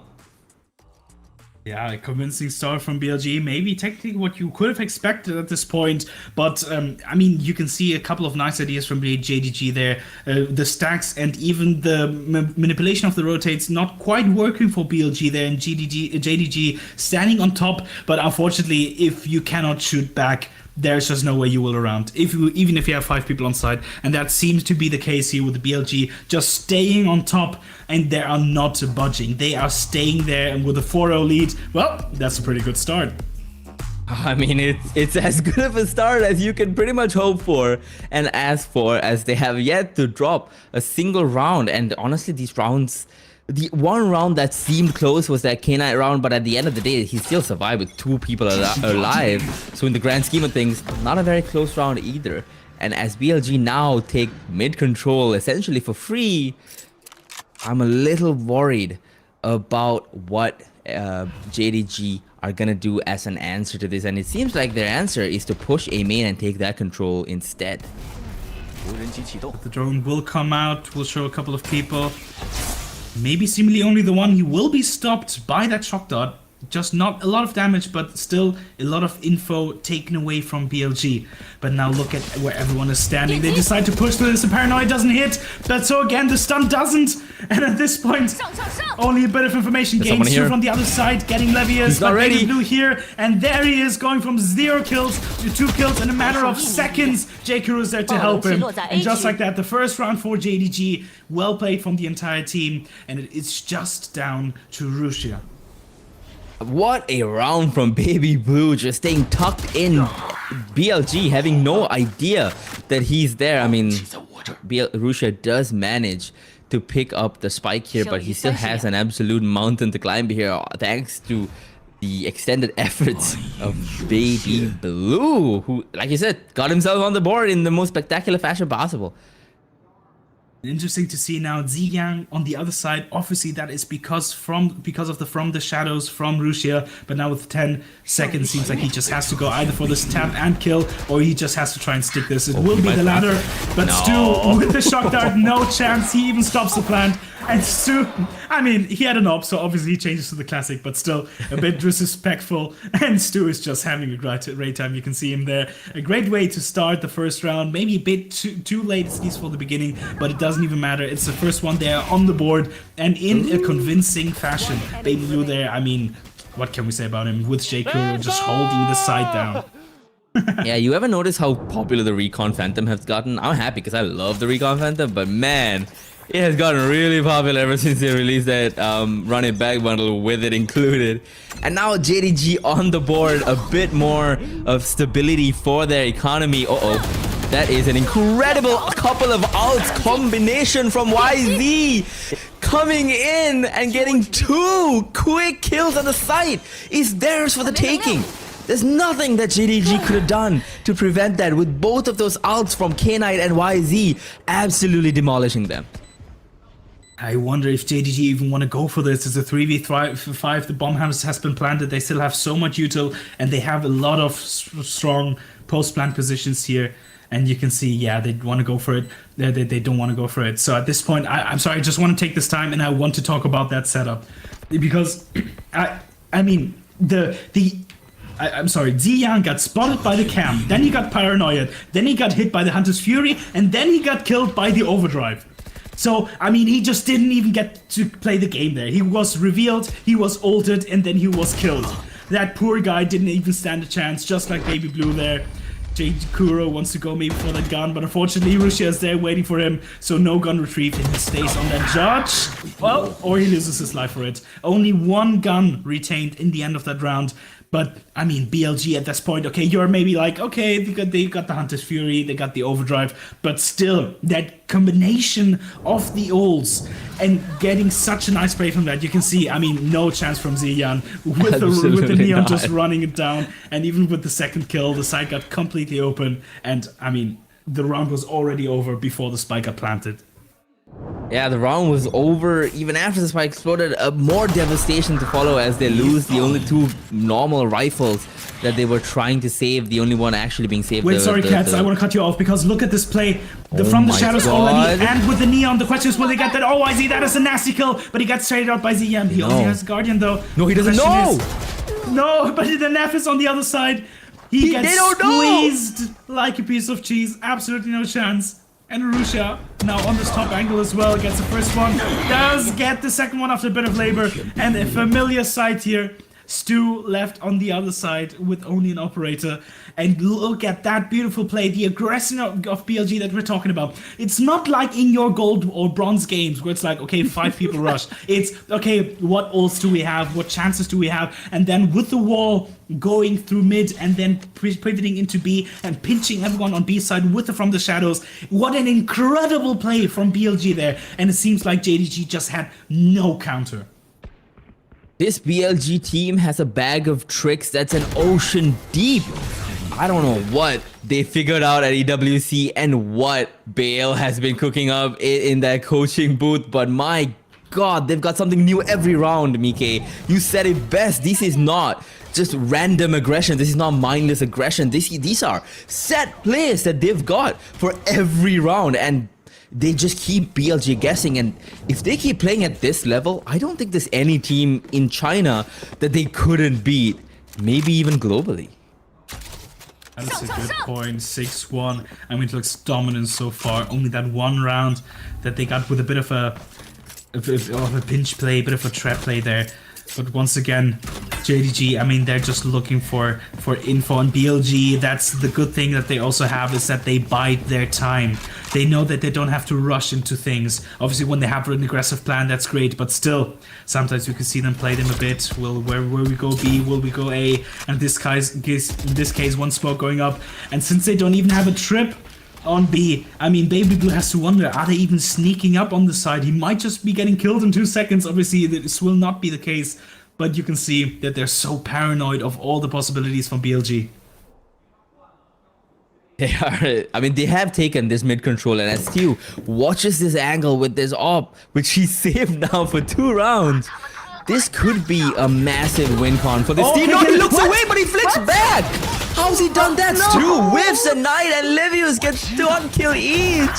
What an incredible round, and just like that, a round that was within grasp for JDG has begun to slip away. Ziyan trying desperately to bring it back under control. It's a 2v3. It is winnable, but they have to get this kill. Ziyan has to get this kill onto Levius, maybe even one more, but it doesn't happen. Levius too sharp, and YZ is just so ready. What a fight in mid! It's a give and take. It's like the yin and yang. You might get a beautiful shot from one player, and then the other player misses the easiest shot of his life. That's not something that you want to see from Stu. Oh, what a shot there, beautiful. But then they immediately get cleaned up. Doesn't even get the chance to take down, to do anything with that molly. And from then on, the consistency of these BLG players in the post plant means that once again, it seems like as soon as the plant goes down, the round is already decided. Yeah, I mean, Stu is going to be kicking himself over that one. A player that is so consistent, so consistently consistent. And a rare, complete whiff on an easy shot after an insane flick by Kekelin. But look at this. Look at Rusha. He's waiting. He knows that they might try to push out because they are so desperate to take this space, and it doesn't matter because it's Nev who gets the first kill. Baby Blue does trade him out, but Rusha is ready for another kill up on that box, and I mean, those first kills just keep going the way of BLG, man. What? I mean, it's Rusha can just... He's a magician. He knows exactly that if he stands on that box, he won't be hit by J. Kuro's paranoia. And I mean, what a play, immediately perfect to counter. Yes, JDG got 1 kill, but once again, look at the damages that it did. They know the Viper's Pit is on B, so they're not gonna go there. And with only J. Kuro stuck with the Sheriff and even revealed with 3 people, I mean, look at what is happening. Ziyan finds a good timing. That's a good part. Now 3v3 still. Gun's disadvantage, and it's a 1-for-1. What is happening? Okay, maybe a bit of recovery for JDG. All of a sudden, Mike, it's a 2v2 and a round that seemed more than winnable for BLG is now looking a little losable. But it all depends on this fight here as they head into CT. How much can KK Lin do? This rookie has been incredible so far. He does a really wide peek, a thumb swing, but doesn't quite make it work as K9 manages to take his head off his shoulders. But Ziyan is ready and he kills YZ. Now it's a 1v1. The wall comes out. He can start defusing this. He gets the first shot. He gets the second shot and he's killed him through the box. And it's a second round for JDG. A much needed second round on the board. Ziyan getting that kill on the Cypher from the Lurk. That opened the entire round. And I almost wish that BLG just pushed the Omen on site. And I mean, with 3 players, you're guaranteed to probably trade him out and then get the spike down. It looks so good from BLG, maybe faltering a bit there in the end. Levy is not quite aware that it could be killed from behind. And even with the gun at disadvantage, JDG getting that kill. Ziyan with 3k at the end of the round. And well, that was not a bad round for JDG, if I may say so myself. I mean, look, if they get themselves to 4, I think they're going to be happy. If they can get themselves to 5, this map becomes winnable without a doubt. But they still have quite a few more rounds to go as they've just given up mid once again, waiting and letting BLG take complete control of that area. They're not really taking A again either, actually. Hunter's Fury coming out from JDG, but maybe a bit too preemptive, especially when it's against someone like YZ. Maybe a little low. Yeah, also that, but still, I feel like YZ on that Neon can basically dodge anything that comes towards his way.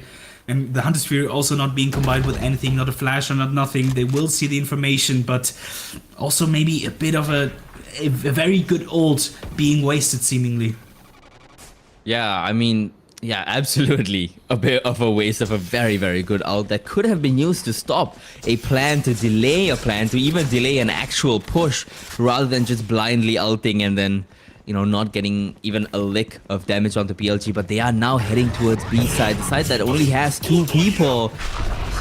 They are just gonna be walking in. KK Lin does not quite land that shot early on and he's just taken out by Neff. Neff is so good at these 1v1 duels, and well, there are 2 more people in market. The site is completely in the hands of BLG. And once again, it seems like Stu's op just has no chance of doing anything, especially with the overdrive from KO coming out. And yeah, even smoked. And this poor guy. But also, to be fair, at what point are you like, well, maybe I shouldn't play op? Because it seems like this definitely isn't the right direction. I would hope it soon, as BLG just get every single kill on site, not losing a single gunfight. I think they took barely any damage at all, as it was a complete disaster of a retake for JDG here. And you're right, I think it's time for Stu to face the music and help his teammates a little bit more using traditional rifles rather than waiting to get some picks early or later with the op, or the opera. Wrong game. I mean, I might be wrong, but I believe Stu has only gotten 1 kill from the op so far, and it was on a lurker in mid. Which, okay, to be fair, yes, but he got that one, but BLG just not allowing them to get a single kill. They're just completely going as a pack together like wolves. Stu's overdrive and not finding anything. And I mean, and what do you sacrifice? Well, the entirety of B site. And once again, the plant will go down. And against this eco with only 1 gun from Ziyan, it will be a 4-on-5-on-5 retake.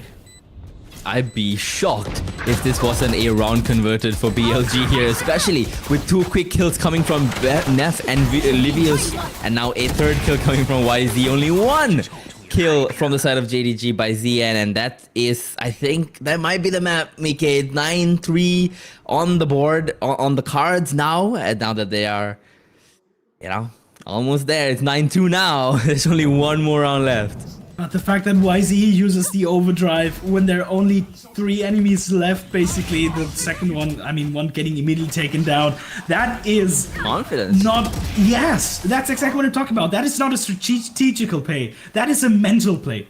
That is me being, that is YZ being like, okay, I know you're playing Neon, but I'm just better.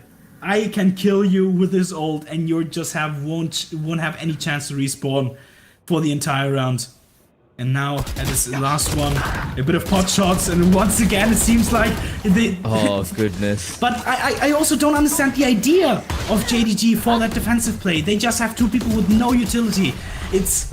I just don't know what to say at this point, because BLG tend to... Seemingly, in a 5v2, surely, this just has to be it. And with the last round, Ziyan doesn't even have the chance to use his ult. And he's pulled it out, and he's gonna send it out blindly, following the example of his teammate Baby Blue. And again, just like his teammate, finding nothing. And you're right, I don't really understand the game plan from JDG here. Another ult coming through, this time from the side of BLG by K-Knight, and Rushia getting a kill onto Ziyan, leaving J-Kuro the only one left. He can't even get one as Neff takes him down, and that is the half at 10-2. And you're absolutely right, Mike. I have no idea what the game plan is here. They pushed main repeatedly with no util. I mean, but also for BLG, doesn't it seem like it's way too easy? Because yes, they had some very, very nice rounds in the middle there, but there were also just a couple of rounds where it's like, okay, we're gonna aggress main. We know there are gonna be at least 1 or 2 people there. We kill them. We know that the others are on the other side of the map, so we take side completely for free. So it's literally a 3-step plan: kill the people in main, plant the side, win. So it doesn't even feel like BLG has to think a lot about what they're doing, because JDG are giving them a lot of free outs for winning that round. Yeah, absolutely. I mean, look no further than the fact that after they did that incredible set play where they pushed up mid all the way into spawn, and then ever since then, they just never did another set play, and they're still 10-2. They didn't need to. The JDG kept giving up side after side and losing all of those early duels and the later duels. And, well, that's all it took for this to end up being 10-2. This seems to be a question about what the audience's favorite corrode play is. The top one being to push mid aggressively, and the second one being to be a cat and get lost in the map. That's seemingly very... I mean, that's a good question. It's not like philosophical of like... It's like one of those questions. It's like, do you know... I mean, I'm single, by the way, for all the beautiful viewers, but like, when your girlfriend tells you like, okay, would you love me if I was a worm? It seems like it's a question on that kind of level. Would you win corrode if you were a cat? Well, at this point, who knows? I mean, I know that they might win corrode if they became a tacti bear, because of all the little tacti bears scattered around the map. But that being said, nevertheless, we're going into the second half with one of the most one-sided halves that we've seen so far, 10-2. This rivals the first map from Wolves that we've seen today versus AG, which also ended in 2-13. So if BLG gets this pistol, it's basically already over. Look, I just want to point out that we saw someone come back from a 10-2 in Pacific, so this is not out of the realm of possibility for JDG. But to make that happen, to make that even remotely possible, this first round needs to be a win, and it's not looking like it, because K-Knight has gotten 2 through the smokes, 1 with a reveal and 1 just blindly, and then Levius getting the 3rd one as well, leaving JDG with just 3 members in a must win pistol round. 1 member. Just 1, make it 0. Make Just it 0. like that. And this is one of many flawless rounds that we've seen from BLG. And you're right, okay, 10-2 is not impossible. And there are certain maps that are attacker or defender sided. But we also have to talk about the fact that in some... What was that kill? How dare you? Wow. But we also have to talk about the fact that, like, it only looked like 3 or 4 rounds were even winnable for JDG, because so many rounds were already decided by the 1 minute mark. And it's not like, okay, maybe JDG got a bit unlucky or whatever, and then they lost a couple of rounds and that made them go to the scoreline. It's that legit that the player caliber is so far being reflected on the scoreboard. Yeah, and at the end of that round, I just noticed that Neff sprayed the PRX spray, which is poetic given that they are kind of their ideological parents, at least when it comes to playstyle. So I love seeing teams, especially cross-region, play homage to each other. And look, they're having fun. They're so confident. They're taking every fight possible and they're winning every fight possible. And I think that confidence is more likely to carry them through to the end of this map than any game plan ever could. And here JDG are about to walk into a 3-person stack. That could be very, very scary. They don't even force here for JDG, just that one Sheriff on Stu that doesn't exude too much confidence, to be honest. And Rusha wanted to go maybe a bit aggressive here, but you can see the difference. At BLG is just, he can just go there, Rusha, and maybe just back off, get the info or whatever.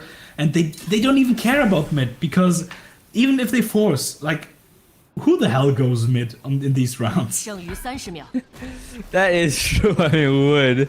But look at JDG now taking a full stack into A. Most of them, 4 of them actually, going through elbow here. They do get stunned up here, but it's Jakura that comes out on top onto Rusha, and Baby Blue getting a kill onto K-Knight as well.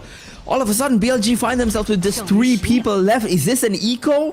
This would be an absolutely impeccable eco for the side of JDG, and Zian gets a kill onto Levius right after he gets one onto Stu. He probably don't want to let that happen.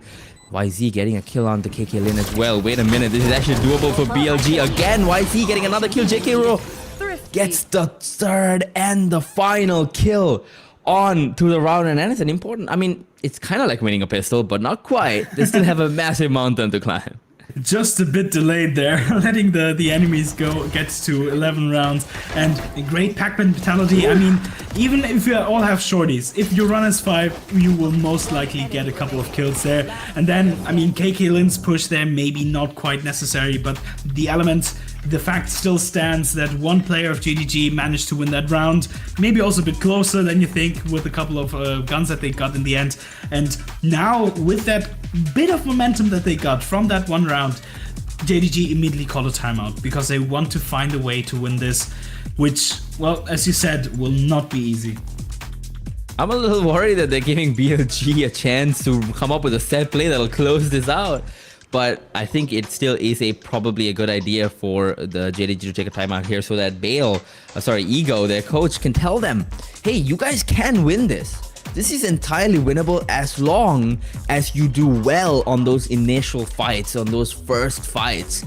That is kind of where all of this is coming down to, because whenever they win those early fights, JDG have won like 75% of the rounds where they win the first duel.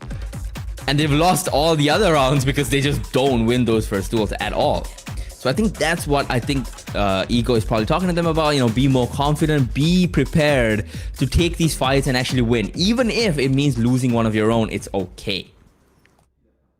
BLG down to only a couple of pistols. The Ghost for Rusia and the Sheriff for YZ, the 2 top fraggers of the team that we've seen, can do so much already. Now JDG, with the guns, with the attack, they have freedom to do whatever they want.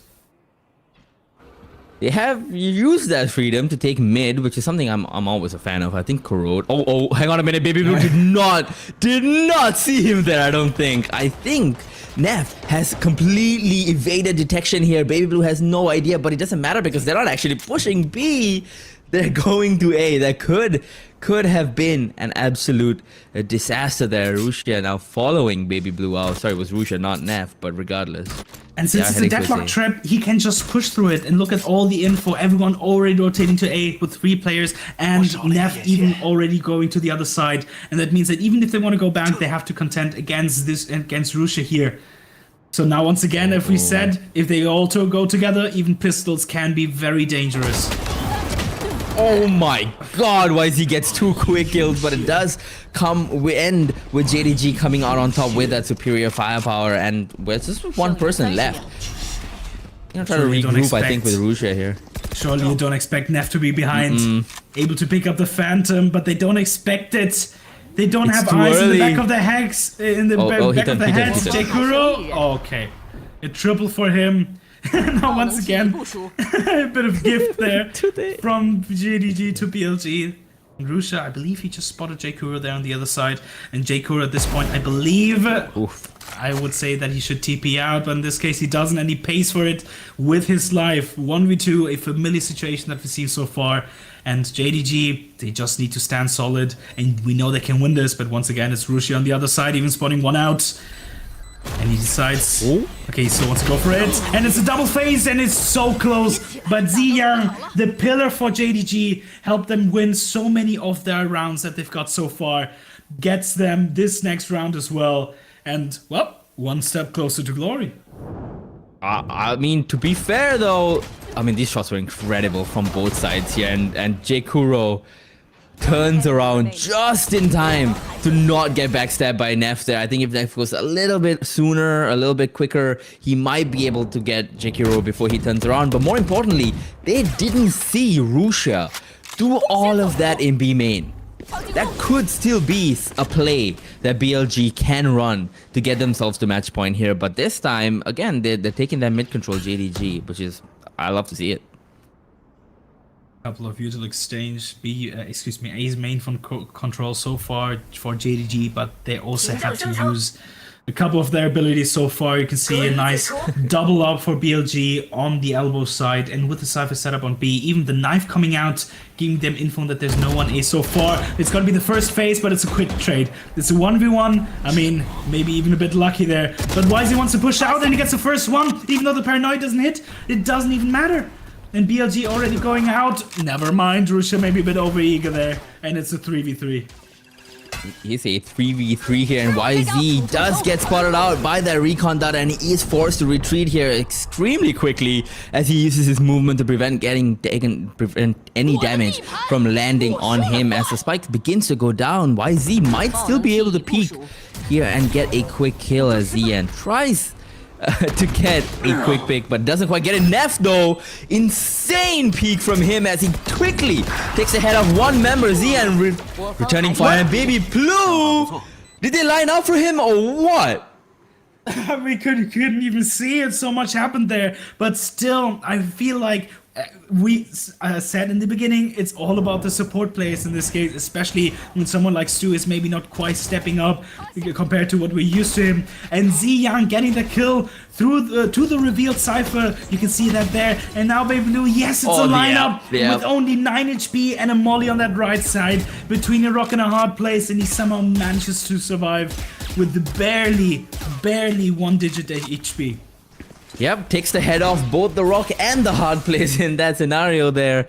And I've just gotten a very important producer's note that KK Lin before that round had reached a pi score of 3.141. Well, we were there, and then KK Lin went and spoiled the party a little bit there, so we don't really get to talk about that all that much. But look, again, this mid space being taken is something that I always love to see on this map, and I think it's something that teams don't do enough, especially in China. And so seeing JDG do this gives me a lot of hope that this comeback is actually maybe not fake. There's shock darts to stop that drone.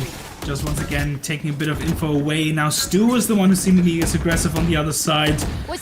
And the question is, will he go through? He spots the first one, but doesn't expect the second one, but it doesn't matter against these guns.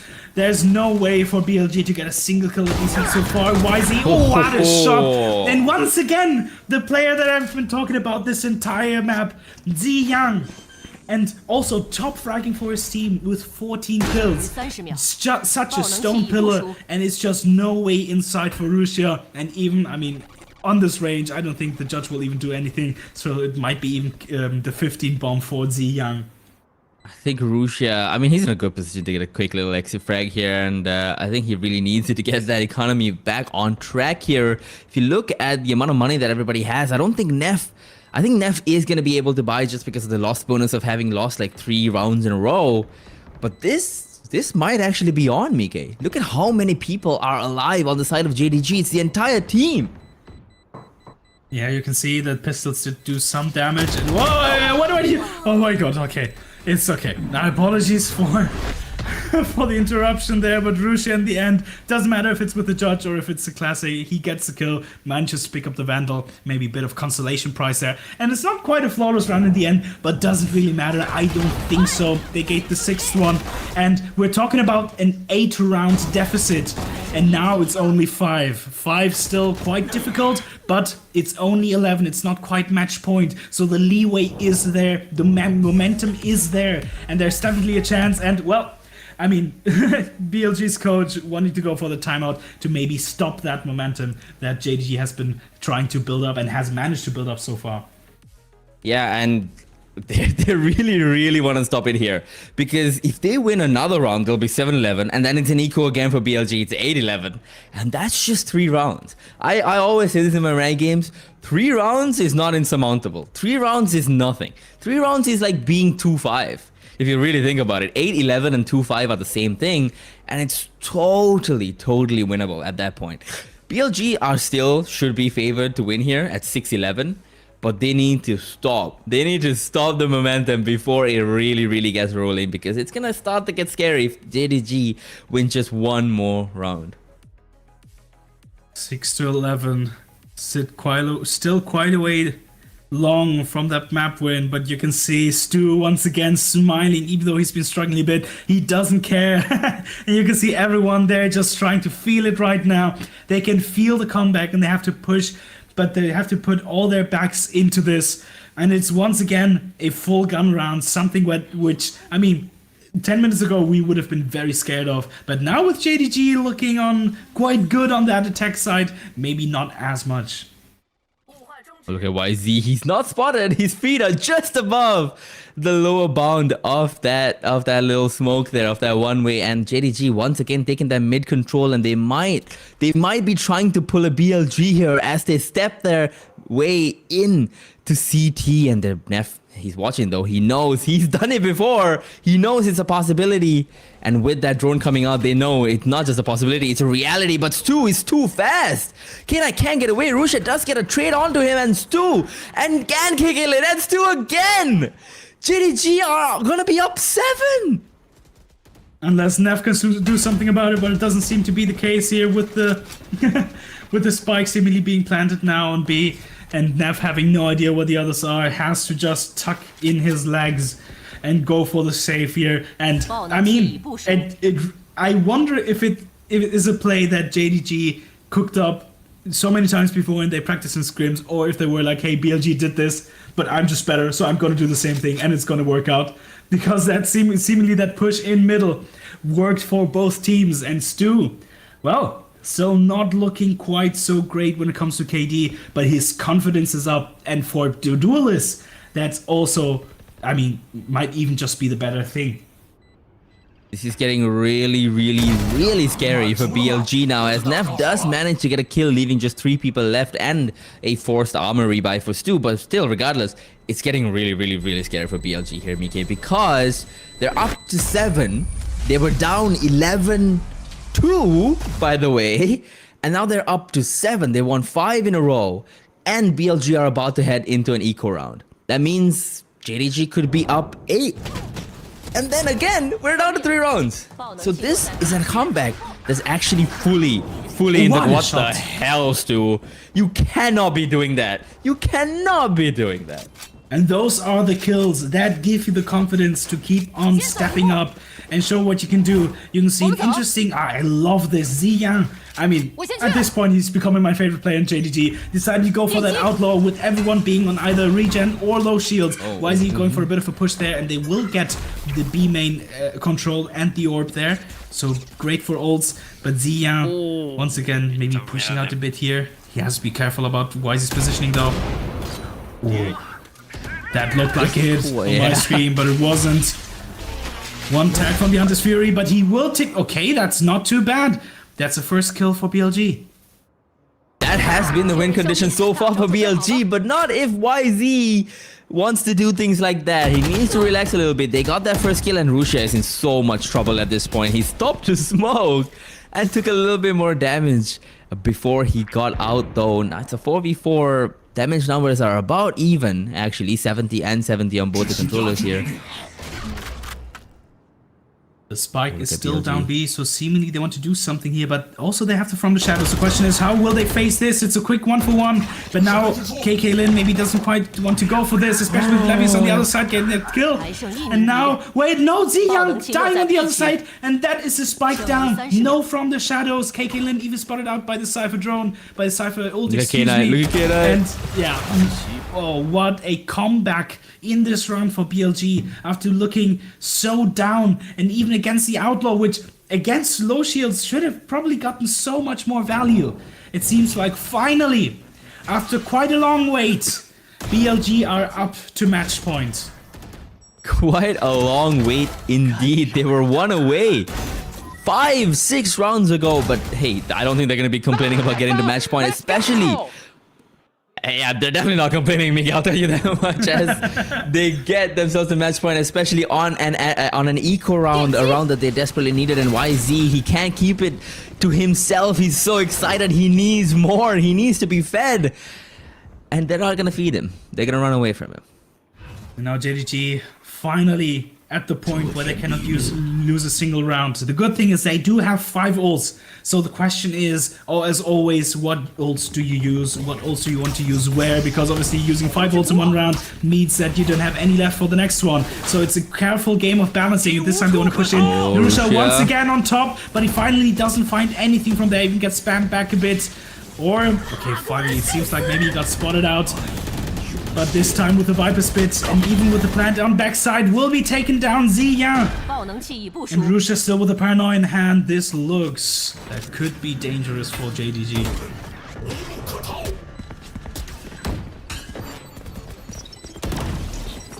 Baby Blue might be in trouble here. He is indeed. YZ coming in and getting the quick kill onto him. There's a great retake happening here. Neff getting a kill, K9 getting a kill, KK Lin and Jakuro getting kills as well. Jakuro gets the second one, but it doesn't matter.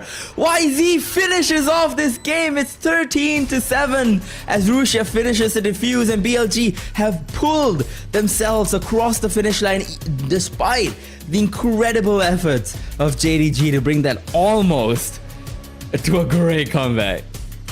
Yeah, as you said, it's unfortunately almost, but well, almost isn't quite enough in this case. 7-12, let's be honest, it's way better than losing 13-2, which was the thing that we were that we thought we would be seeing after that first half. So, not too bad for JDG, showing retaliation. Okay, that's... okay, guys. What are these skills? But we also have to talk about the fact that I was saying that they need to use ults to win this round. They used one out of the 5 ults. So, as much as I love JDG, as much as I love Ziyang, definitely a lot of different macro, micro ults and strat misplays there coming out from JDG's side. Yeah, absolutely. I think you said it early on in the map, and I think they kind of fixed it in the middle for that miniature comeback, but then they went back to their old ways of just not having a solid plan on these retakes, on these space control takes, on these executes as well. Just not using the utility available to them in a cohesive and synergized way. There's a little bit of trouble from the VCT China side that we have no control over, so we'll just let them sort that out. But Mike, we are now going into map 2 after a dominant win again by BLG. This is deja vu from their game against Tyloo, is it not? I believe so, and now, especially with the second map now being Ascent, and I believe this time it was BLG who picked defense, so we might see a different side from BLG, maybe a bit more restrained, or just, fully insane, crazy, pushing everything. But on defense Ascent, how defense-sided it is, if BLG manages to gain some momentum on that side as well, once again, it seems like JDG will have to start maybe on the back foot and maybe a couple of rounds down. Yeah, look, I need JDG to win way more pistol rounds, man. They are 2-0 down on pistol rounds here, and I just need them really badly to win pistol rounds going now into Ascent. Ascent. I need them to win those pistol rounds, and I need them to be a little bit more cohesive with their utility, especially on that attack side. They need to be way more coordinated and have an actual game plan. How are we gonna push these BLG players off these angles? Because we know they're gonna play aggressively. We know that. It's BLG. It's like playing against Paper X and not knowing that. You know that. So how are we gonna counter that? How are we gonna push them off these angles? How are we gonna take this space? What utility can we use to do that? And I think that's what was really missing in that map. But hopefully, look, there's a world where they come back from that one. Yeah, but it's as you said, it's also the fact that JDG maybe respects also the aggression a bit too much. It seems like they used always, for example, in this case on Sunset, they used util to flash YZ on that A main side while they were attacking, and YZ just doesn't care. He is fragging and he dodges the flash or even gets flashed by it, and then he goes back on that angle. So it's the fact that he's like, okay, I don't care, I'm still gonna go there. And as I'm talking about of YZ, he is clearly the MVP on this match on that Neon, showing us how it's done. So for all Neon players out there, this is a VOD that you want to rewatch to know what to do. And well, unfortunately with players like Stu, maybe also what you don't want to do. But with 300 plus ACS and almost 200 damage per round, that is more than 1 kill per round. Incredible play from YZ, ending with 24 kills in 20 rounds. So as I said, more than 1 kill per round. Incredible. Yeah, an incredibly dominant performance, I think, from all of BLG here. 3 players with more than 200 ACS, whereas JDG only had the 1 in the form of Zian. So, I mean, look, we know what JDG is capable of. We know that they're capable of way more than they've shown here today. So we're hoping that, they can build that confidence up a little bit and hit some more shots. Again, those first kills going the way of BLG is not nice. I mean, look at this. 14 first kills on the side of BLG and only 6 on the side of JDG. And again, it matches up with how many rounds they got. When they get those first kills, they win these rounds. Yeah, but I also have to talk about the fact that they have 4 flawless rounds. I mean, BLG 4 rounds where they didn't drop a single kill. There were so many of them. Most of them, I mean, not most of them, but a couple of them were saves from the side of JDG, but still, BLG, it's not like they barely lost the round and just scraped down a 10-2 win, but in the first half, but still, we're talking about the machine that is BLG plowing their way through Sunset. Maybe a bit of mechanical failure in between there, but it doesn't matter. They get it fixed, and now they get it onto this second map with the 1-0 advantage. Yeah, and I mean, look, coming into the next map, Ascent, we're hoping that JDG brings up that confidence a little bit, it brings up that synergy a little bit, but we'll just have to see how that goes. But before that, let's head into a quick little break. Don't forget to share and tell all your friends about our Project Horizon stream here. You guys make all of this possible. We'll be right back with map 2 of JDG versus BLG.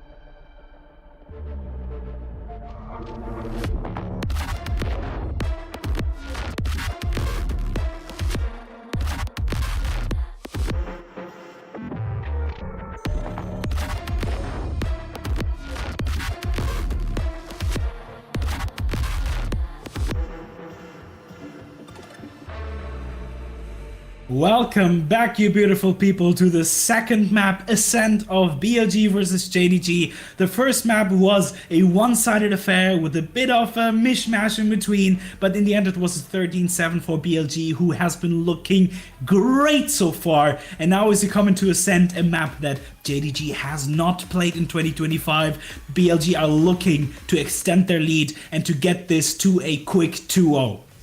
Yeah, absolutely. And not only have they not played it, they've actively banned it till now.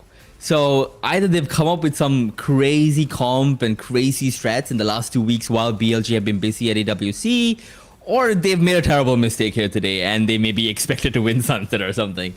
But regardless, excuse me, as we head into Ascent now, I'm just getting really excited, you know, I'm emotional. As we head into Ascent now, we're gonna have to see whether JDG can rally themselves back together and actually put up a good enough fight against BLG to get through this, because remember, BLG have not lost the map in stage 2 yet, and all 3 maps they won have been won really dominantly. It hasn't been close yet. So BLG are looking like the team to beat here in this stage of VCT China. What can JDG do? What kind of comps are you looking at? I mean, there are always 2 chances. If you haven't played a map in such a long time, obviously, I mean, even if JDG has never touched Ascent in their life before, they know that there's a comp that they can play quite well with, which is the default comp with Killjoy, with Sova, with KO, something that we've seen dozens or thousands of times before. But then again, is that enough to beat a team like BLG? I'm not sure. So the other option would be to go for something really crazy. Go for like some Deadlock, Cypher, Neon, Yoru. I don't know. I'm just spitting something at this point. So those are the 2 options where one has a higher chance of working, but a higher chance of also just completely falling flat. Whereas if they pick the default comp, yes, you're pretty sure they're gonna get like at least 7-8 rounds, but any more, I'm not 100% sure. Yeah, I mean, Deadlock, Cypher, Neon, Yoru could be a really fun comp. You know, the 2 Sentinels hold one side and the other 2 duelists just run it down the other. So it could be a pretty fun comp to see, but I actually, you know, honestly, I hate when teams do this thing where they run crazy comps in a hope to kind of edge out a win. But in this scenario, honestly, Mike, I kind of agree with you. I think that's kind of the hope I think that might be one of the only hopes that JDG have, unless they've really mastered the meta Ascent comp. Ascent is one of those maps that I feel like it's kind of a solved map. There is that one meta comp that everybody runs, but also that one meta comp that everybody knows how to play against. And as we look at our agent select, we got a Neon, we got a Yoru, we didn't get a Cypher, we didn't get a Deadlock, and they are on opposite sides. But regardless, these are both somewhat off meta comps. Oh, definitely. Yes, I mean, we're talking about JDG. Obviously, the Omen being just the best controller agent in this game. That's just straight up. You just need him. And Sova as well, with all the lineups that we've seen for the last 5 years, is just a proven thing on this map. And then, obviously, we can see why the people chose what they did. In this case, BLG going for the standard comp, but exchanging the Jet for the Neon.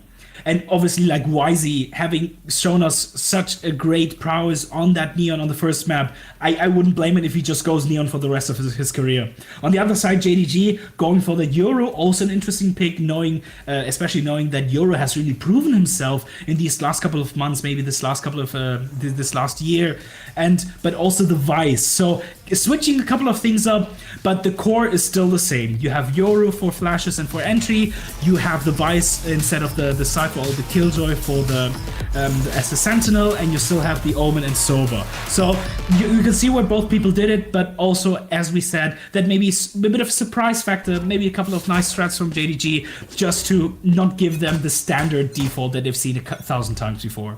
I've just realized that this JDG comp is actually the Fnatic comp, where Alfire goes ridiculous every time they play Ascent. So it's all on Zian here if they want to emulate Fnatic's success on this map, where I think Fnatic is probably the best in the world at right now. They need Zian, who was incredible on Sunset even though they lost, to really pop off. But here we go as Brucia gets their first kill, and as they back up, K-Knight is waiting to get that second kill, and YZ getting a third as well. The only one kill going in the side to the side of JDG here, and it's a pistol round that is looking despondent for the side of JDG once again. BLG seemingly once again on top of things. They somehow expected this mid push. They somehow expected all the crossfires, and now look at JDG back in their own spawn point with the spike dropped in no man's land. At BLG, I mean, they only had one person looking at A. They had the, I believe it was either the turret or the alarm bot and B, and that's it. And now Ziyang, once again, I mean, he would look great on map 1. And he has to be the one that steps up. That's a good first step, but it's still a 2v3. It's still the spike nowhere to be seen. So how do they approach this? The small gap that they can pass through here, and look at Levius. He's ready, he's waiting, but it doesn't matter. He doesn't get the kill. It's Jekuro is the one that actually ends up getting that kill. He is stuck in a terrible place, and he still gets one more. How have they managed to get 2 kills? And you're right. There's absolutely no time. He gets around the corner. There's no time at all. He needs to keep running. Wait a minute. There's still just enough time. It doesn't matter. K9 to clean shots and saves BLG on a pistol round that they had won, and then they had lost, and then they had won again. You're right, flip-flopping back between we're so back and it's Jover. But you can see the setup here on that side. JDG not quite being prepared. You can see the top mid players not ready or not being able to fight for elbow. And K9 being aware that, I mean, 1 second less and he automatically wins the round. But in that case, he needed to go for it. And the players of JDG, obviously, they just needed to hold sprint. They just needed to run there. And unfortunately, K9 with that ghost finding 2 beautiful headshots and securing BLG that round. And another pistol round, the 3rd one so far this match. And YZ holding mid link here. Nobody wants to give him the satisfaction of a Marshall kill, as the rest of JDG, who were at B, now end up going towards A as they stack there and possibly get ready for that execute. But there are 2 people waiting there. It's Rusia and it's Neff. 2 people you do not want to mess with. And as they push up mid, YZ decides to pick a little bit wider and getting that kill. Rusia tucked into wine here. He might get so much. Look at the damage. Decision, though. Yeah, on JDG's side, so many players so low with the K of Molly. And then even the breaking the TP, there's no way. I mean, Rusia is stuck here, but it doesn't even matter because they can fight their way out of this. And Stu left with 30 HP, even might just want to go for a jumping right click. A Hail Mary of sorts. And YZ pushing out, and it's a bit labored there, but then again, who hasn't missed a close range Marshall shot? Man, that gun is a bit awkward from that angle and from that range, especially if you're neon sliding in. But the result still stands. BLG looking great on that 2nd round. And now JDG, well, you faltered, you struggled on that first map. Getting that 3rd round, especially with K9 already being so active. But this is really a round that they need to get. They do not want to be losing a bonus on the 2nd map, just like they did on the 1st map. And they are going to take mid here, an important thing, just like in any map really that has mid, including Sunset, which Ascent kind of mimics a little bit. They need that mid control so that they can explode onto sides in a 2-pronged attack. But there's 2 people here on Catwalk. Rusia, ooh, he's staying hidden. They might not check him. They do check him, and it's 2 that comes out on top of that one with that superior gun. Why is he shooting the clone? Not quite a person. Oh, he gets caught out, and there goes Z, and he gets another kill onto YZ. He gets another one onto K9. It's so fast. He needs to see them for just a moment to get that kill. He is looking like Alfire, and Stu is looking like Kayak. Because what is that shot? I mean, who is Alpha here? I only know Ziyang.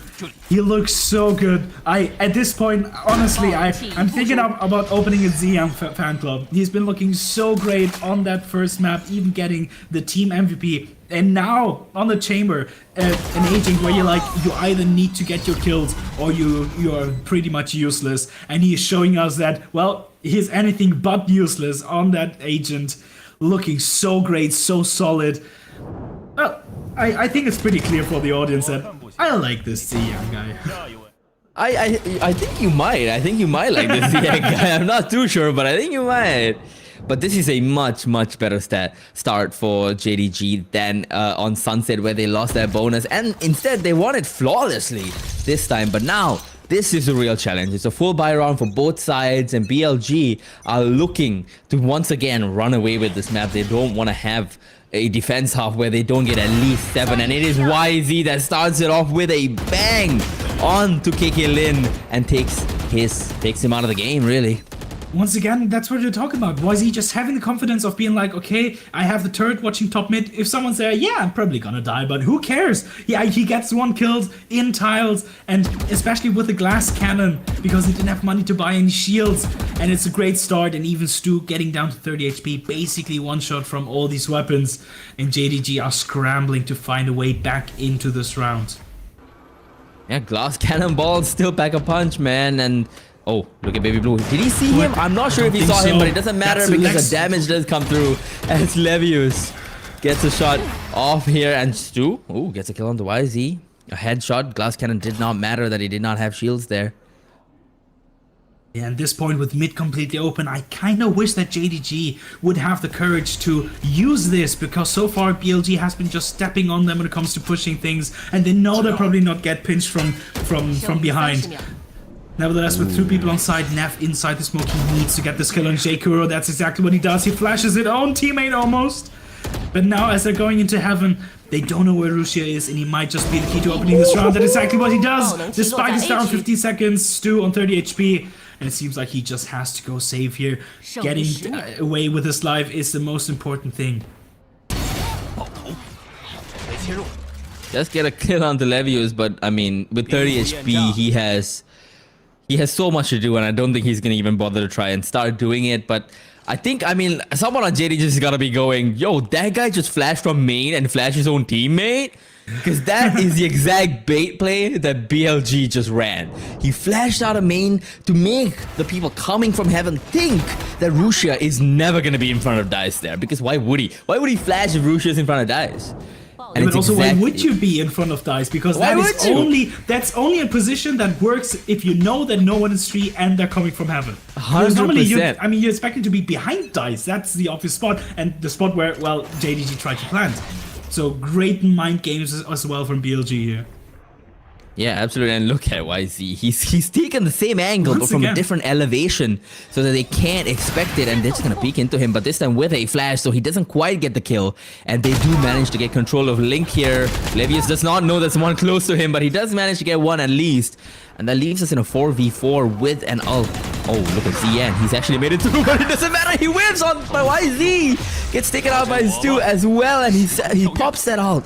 He gets so much information, knows that K9 is the only one here on this side. He's gonna try and come out of it with a flash, but if he misses this up, it's not gonna work well. He comes out into the smoke. There's a nice reveal, and he just gets them with the shorty jumping out. A spam onto J-Kuro leaves him with just 42 HP. But look at Neff's flank. J-Kuro is aware of it, but this is just a thing of timings, and it will be Neff taking him down. It is a 2v2, health almost looking the same, but Stu's aim is sharp as always. And now together with his teammate on backside, he gets the 4K, he gets around for his team, and he's doing a Lysor impression, standing up. Well, after the first map that maybe didn't look quite so well, you've earned it, Stu. You've earned that 4K, and the Yoru is looking great. I mean, this is looking like the game that we've been wanting to see between these two teams, where aggression happens in a controlled manner with utility. And look, I mean, look is so much better utility-wise. Stu isn't just running in trying to get these kills. He's being flashed in. He's being revealed in. He's getting so much information and help from his teammates to get these kills, to secure these rounds. And that's exactly what we've been wanting to see from JDG for the past 2 maps. And at least we're getting in now here on the second one. BLG, the Guardian, a couple of Shards and a Judge, still very deadly. But honestly, at this point, they might just want to go for a couple of ults here. Not necessarily to use them, but to farm them, I mean. But Stu, with now trying to face them against this Judge, this would be very, very dangerous. And YZ holding the other angle. And if he sees a lot of people, he can always pop the overdrive. That's a great clone. They have a lot of info. They know that 2 people are here. And I don't even know if they want to push this. Lucia trying to go forward, but he gets taken out by Stu. YZ gets 1 in return, but that's not enough. The A side is completely open, and the plant should be going down here for free. And with the weaker buy of BLG, this is looking like a 3-for-3 round here. And that's going to be really good for JDG. I mean, it's night and day. It's night and day from how they were playing on Sunset. And you love to see it because this is actually their own map pick. So they actually have cooked some stuff up here during that break while BLG were off competing. This retake, the 3v3, quite tough. I don't even think they're going to try. Yes, it seems like Neff is the most important one that needs to save here. Finally, even breaking, he tripped the wall on B so that JDG know basically that they're gonna be saving, because otherwise, why the hell would you be on the other side of the map? And K-Knight, the one that maybe might go in here, and Levius, the one with the second most priority, in this case, getting one and getting out, that is not too bad, especially because he's now only one of his ult. He is just one off his ult here. Russia has ult, and so does YZ. So I am expecting this next round to be a very aggressive one from BLG. I mean, it could go two ways.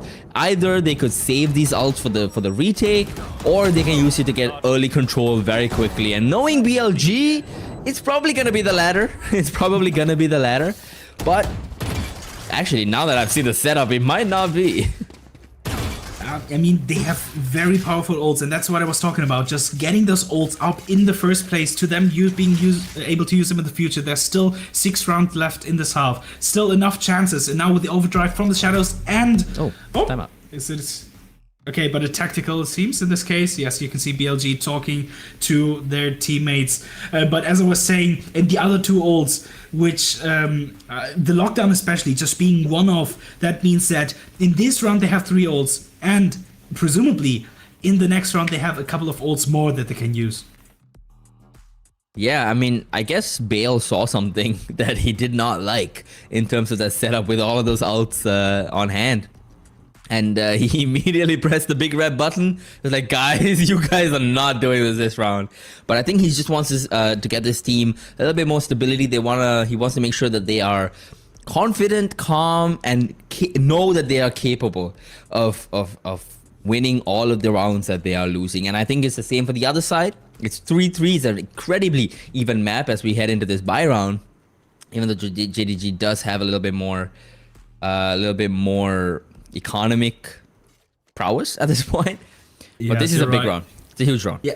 And I wonder if they talked about this ult usage, because we've seen on Sunset how good they are as using these ults to combo together and get the side for free, well, or in this case, well, hopefully defend it.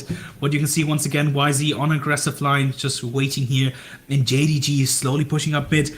It seems like the confidence has slowly built up, going together as a pack, maybe a bit of pot shots here and there, but it doesn't matter. They have full mid control. Baby Blue does take a little bit of chip damage, and with this alarm bot here, they will know BLG whether they actually get through, and it doesn't get broken. It doesn't get broken because it's a little bit lower than he thought. And that is some good information to know that they are actually trying to scale up mid here into market. The drone taken out by KK Lin, but it still gives them the info that they're probably not up B main, excuse me, up mid. And you can see Neff on the other side, it also has the line on Stu. So that is probably where the first contact is going to be. And Neff comes out on top. Stu taken down. And now that they know that the map is open, they're trying to go for something there. Even spots the first one.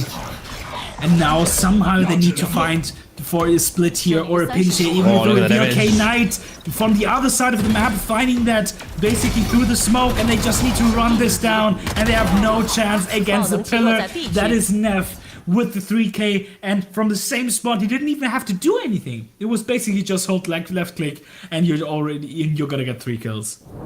Yeah, incredible utility, leaving the remaining members of BLG in market to run out of the molly and into the meat grinder that is Neff here.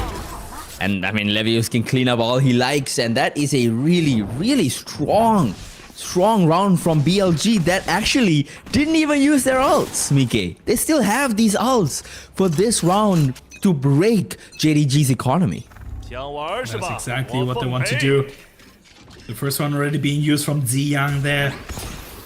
The rendezvous. Oh, YZ. He's gonna peek again. And once again, he's not stopped, but he will be stopped by another up on the other side. YZ taken down, maybe That's what we see. The over-eagerness finally being punished. But Rusha with the beautiful blind, and he gets it. But K-Knight just holding strong once again. The one man that you can trust to hold your side against the operator, against the ult, against the Vandal. It doesn't even matter. And the other two players on the other side, they are scrambling here. And if they get the kill on Levius, this would be great. And that's exactly what they do. 2v2. And now it's looking great. Baby Blue even with the ult, but not quite in a position to use it, especially considering that they have two ults that they need to contend against from BLG. They do have two ult, but it is Neff and K-Knight, two incredible players for this side of BLG, and it's K-Knight that's going to take the first fight. He does pour one out towards the back side here, and as Neff ults and suppresses them, so does K-Knight. He doesn't quite seem to land a single shot of that Hunter's Fury. But look at them, they're playing together, they're pushing up together. There's a little flash, and it doesn't matter as KKLin is the first one to get the kill, and Baby Blue takes down Neff as well, and we're even again. It's 4-4. It's like ping pong at this point, just going back and forth the rounds, and it seems like really this is a map that is on equal footing, and which is surprising compared how defensive aside. Oh no, that was a no scope. Oh, once again these kills where you're like, yeah, there's no way you should get that. There's no way you should be allowed there. And then playing together, the flash may be a bit too late there from Neff. And it will be, as you said, 4-4. What a huge contrast from the first map, where it was 10-2 in the end. You're right, 11-2 even with the first round, with the pistol of the second half. And look at BLG, they're just pushing out. BLG, they want to take that space. They want to get as much of it as possible, but it's Stu that jumps out and kills Neff with that shorty. Rusha does manage to get a trade back onto Stu here, and the side is still within the control of BLG. A little bit of damage done right at the end there by that Hunter's Fury as K-Knight sends out that drone to try and figure out where they may be. He doesn't realize he's on the molly, so the drone cancelled. 4-4 and 4v4, live mirroring itself. In JDG, you can see the players, one player already rotating back to B, but it seems like they want to stay on this A side and maybe go for a bit of a split. The question is, K-Knight, will he go back there or will he stay? The smoke being used to clear something, and now from the shadows even to clear side. The question is, what can they do before that? Because K-Knight might just have the perfect timing if he decides to go through, and that's exactly what he does. He gets the first one, but no! It's a bit whiffy there. K-Knight wavering a bit too much, and YZ now has to do anything that he can, and that's quite good, but Ziyang is left stuck in a corner with the lockdown, and Levius, after a bit of a fight there, after a bit of troubles from both sides, finding this fifth round for the side of BLG. A heart attack for K-Knight there as he comes out of tree and whips onto three people, but the rest of his team expending all of the util, a few ults as well, to secure their round and put themselves once again one round ahead. And I mean, Rusha was incredible this round. I believe he got 2 as well. Great. What can you say about that? That overdrive really saved them. Yeah. And Yuki, I can see, definitely a bit unlucky there and unlucky timing, but YZ, once again, familiar sight with that operator. But that being said, Ziyang is so ready. He decides to peek, but just a bit too late. He doesn't have his Hunter's Fury anymore. Excuse me, the Headhunter. But there's 4 people. I mean, YZ, I love you, but against 4 people, there's just no chance. Neff says, well, let me try it out. And he definitely tries it and gets 2 there, which is great, but still maybe not quite enough. Rusha peeking out, and he gets a kill, and now it's a 2v2. Jakuro with the stinger on long range. Oh, that's maybe a bit too eager there. You might just want to drop off. I mean, I would definitely back off here, but Jakuro, he doesn't want to. He doesn't want to leave his team hanging. And the question is, Rusha should... Oh no. Oh, spotted. Not quite aware Spotted enough. Just before the smoke drops there. Nothing he could have done. Mistimed by a fraction of a second, leaving KK alone on side. He's afraid still to plant because of the pressure that Rusha has exerted. He has slipped the net here though. He might be able to backstab K-Knight here. K-Knight seemingly aware though. that he might want to cross onto this A side. And now with the op, the question, the difficulty of the op is when you try to peek into someone and just, okay, no one saw that. Didn't even hit a single bullet. I don't even know how that's possible. But now with 15 seconds, he will get the plant down. And K-Knight, I don't even know if he wants to push, but the plant isn't down. That could have been awful for KK-Lin. KK-Lin dodges the reveal, the recon dart just as well, so they don't actually know where he was and where he's repositioned to now. They do jump down together and they're gonna start defusing together, using the smoke as cover, knowing that he probably does have that op on hand. But it's gonna be down to K-Knight. He needs to get this kill when he peeks here, and he does actually get it done. First time they're actually up 2 rounds. And that is the point where you're like, well, KK-Lin maybe should have stuck with the Phantom and not picked up the op. An unlucky spot there, but also great awareness from BLG to be like, bro. Well, as long as he doesn't have an Odin, it's going to be difficult for him to spam there. And that mistiming from J-Kuro really cost him the round, I believe. But as you said, 2 rounds ahead. Now finally, 6-4, only 2 rounds left on this defense side, which I would have expected to go a bit more one-sided, not only considering the caliber of players, but also considering the map and the half that we are in. And JDG, seemingly for the last 2 rounds, they just wanted, it seems like they're just confident that they can win on defense, and they want to cook a couple of strats for these last 2 rounds on attack. Yeah, I mean, look, if I'm JDG, I'm pretty happy if I get 5. I'm okay if I get 4, but I'd be pretty happy if I get 5. Ascent is a pretty attacker-sided map, and I think getting 5 on attack side with this comp especially, I think is a perfectly fine one. It's a perfectly fine half, and I think that's probably what they're going to be talking about here, using their first time out in the first half here to try and get themselves to 5, maybe 6 if they're feeling good. Who knows? The question is always is how is the economy looking? How are the ults looking? Because now in the last 2 rounds, there is no chance they can do something like in Sunset on the other map where you just don't use ults. In this case, they're basically forced to use them. We can see the Steel Garden here being able to be used from JDG. On the other side, it's only from the shadows. No other ults being quite close enough. And YZ once again familiar with his op, now with his entire team helping him on the other on the flip side. I love that he holds these angles. I don't love it when he stops holding them and just pushes them for no reason. But he might be able to get one here if J-Kuro feels a little frisky and gets ahead of himself. He doesn't quite do so though, because he's repositioned once again to hold B main, where Zian could get a little frisky, but nope, no such luck for him again. Couple of pot shots. To and fro. Levy is down to 45 HP. Not quite enough to get the kill, but still good damage. The clone even amid putting down question marks, and it seems like now with J-Kuro rotating to the other side, they want to go for this. But YZ is there. A great peek. Doesn't even hit the shot, and he's down to 60 HP. A great way to bait out the op shot and to stop him from peeking that again.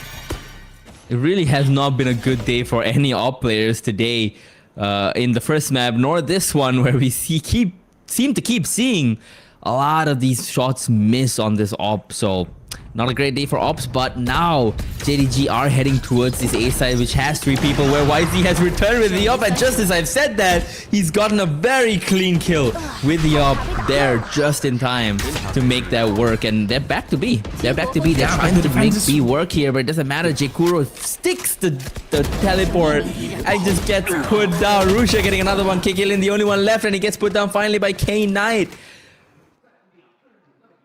BLG just so ready. You could even see the defensive from the shadows being used to go to Boathouse on B side, just in case they were preparing for that B take. But I mean, sometimes with these players, you're just, well, we might have a great strat, but if we go YZ go kill, or in this case K-Knight go kill, it doesn't even matter. Almost a team ace, it seems like. Everyone getting a kill on the side of BLG, and it is a 7-4, and now it's the last chance for JDG to try to get 1 round before they are on the defensive side. again, I mean, look, 4 is respectable, but I think JDG will only really be happy with 5 here, and Neff is pushing up with this one way. He doesn't know there's 4 people on the other side of this. How could he know? He might just get spotted out. He does get spotted out, but it's Rusia who's managed to get 2. No, 3. No, 4! With a shorty. The last kill coming through, and it's KKLin, the only one left for the side of JDG, having to do everything on the last round of this half. How's he managed that? He has the Steel Garden. If he gets that kill, maybe he gets a chance to use it. The Hunter's Fury is 1 off and no overdrive. So if he truly catches both with that Steel Garden, he would only have to go against pistols. With 50 seconds, he gets the spike. And now he has to decide, YZ still with the op. So many angles to choose from. It seems like he just has to guess one. And so far, the one he's guessing is completely correct, but not the timing. YZ seemingly didn't see KKLin. I don't know if it's also the other way around. And now, with that timing, okay, finally they know where he is with that sound cue. He decides to go for the tap, but that is only letting the enemy regroup. Try and break the door here, and there goes that Steel Garden. None of them have any weapons to play with, but the spike did just go down. Yeah, they can just wait it out. It just went down. You can see both of them, I believe, have shorties, and they're waiting for a push here, but they're not waiting for a push in heaven. This might just be a perfect push from KKLin. They might expect him to be, but no, he stepped once, and I believe K-Knight heard it. He's ready for the push, and it's not even planted for him anymore. He is stunned, and he has no chance. The spike is being stuck, and that is so unfortunate from KKLin just because of that one step on grass. They manage to lose that round. BLG go up 8-4. And after being, I mean, it was 4-4 at some point, and now 4 rounds in a row on defense, something that we were expecting, but look at this. I mean, come on, man. And BLG, Rusia, once again, the one who abolishes the aggressiveness, the aggression, and the boldness of BLG. The fact that he gets 4 there, and the 4th one, even with the shorty, he knows the last one is probably like 1 HP, so the shorty is more than enough as we get into halftime with a 4-8 scoreline. I do have to say though, I mean, yeah, he made a little mistake and he made a step, but this KKLin being a rookie player has really, really impressed me as our audience members begin to emulate these stickers. KKLin has really, really impressed me so far. He is so sharp. Flicks after flicks after flicks, and incredible ideas in these mid-round situations, especially in these clutch situations. So smart. Shout out to all the Chinese fans in the audience. We always love it when they show up, and I also love these kind of cams that they use. And they're there to see their favorite teams play. You can see, at first I believed, I thought they were like mostly BLG signs, but I've seen a couple of JDG signs here and there, especially a lot of love for Stu. So that's also nice to see that the audience seemingly rooting for both sides. Even though BLG, well, with the first map and this one now, seems like they might just have the advantage, even though they are on the attack side. I just caught YZ looking at me, but as we go on, I mean, BLG 8-4, it is a really, really good defense half. I mean, 7-5 to me seems kind of even on this map when you're 7 on defense, but 8-4 is definitely on the side of BLG having really won that half. Now, JDG can definitely bring themselves back into this, but to do so, they really, really, really, really need this pistol. I said it last map, I'll say it again. They really need this pistol. And so far they haven't won a single one, so this would be a great start for JDG. And as we begin this second half with a pistol round, BLG are stacked towards B, but immediately heads towards A. Not really sure what tipped them off to do so, but they are heading into the right side here with just 2 people, one of them in trees and one of them all the way up in heaven. All they have to really do is smoke them off, flash themselves in, and they'll have sight. Especially with the only 2 players, KKLin has full util. You can see even the thorns coming out there. Okay, at least that's being destroyed. We can see the paranoia, but JKR needed to find that round really. Now they have technically side control with the one on side there, but Jiyan needs to find that kill, and when he doesn't, with only 3 players on JDG's side, this seems like a story that we're all too familiar with. It seems like this pistol is gonna go BLG's way. What a nice Look flash. at them, they're so confident, and it's K Knight that just keeps pushing and pushing and pushing, and Stu does get a kill, but he's down to just 60 HP. You've seen him win these before, but well, against a team like wait a BLG, minute. maybe not quite. He managed to get the reload off in a 1v3. Oh, the timing is definitely on his side, but not the shots, unfortunately. He is down to just 30 HP, but he has a lot to do, and it's K Knight with 3 kills. I mean, this guy has been so consistent, and he's always good for those. But I mean, for Stu, quite a good consolation prize. He is now on 4 ult points out of 9 for the Dimensional Drift. So definitely something that, I mean, it's better than not getting any kills. The fact that he couple there and then even died for the extra ult orb. And even made it close, so maybe BLG also like worrying a bit about what Stu can do. So also with the mental game that we're talking about. Nevertheless, the point still stands. JDG don't win a single pistol. Oh my god, K9's 15 and 4. This guy is absolutely frying in the server today. And I mean, they're looking to him to keep doing so as he's pushed all the way up mid just before market. And he's gonna try and sneak his way probably through that area there to get a little bit more space. Instead, he actually comes back to bolster Levius in the B main position here. Once again, the drone being destroyed for K Knight and a bit of chip damage with that shock dart. But unfortunately, considering the guns, I don't know if that's going to be enough damage to even make a dent here. KK Lin close up with the shorty and with the help of Ziyang's headhunter on the other side. So there might just be a bit of trap play here, depending on what BLG decide to do. Okay, KK Lin, he's just gotten the first kill on Darusha. One shot is all it takes, and Stu gets another one. He might even be able to get multiple. He just only gets one though, as YZ uses his aggression to push forward. He gets one onto Baby Blue as well, somehow anticipating the peak there. And they know they're probably A. They can just run all the way to B and they'll be fine. Levius does get killed by Zian here. And it's a 2v5. It is still perfectly winnable for JDG.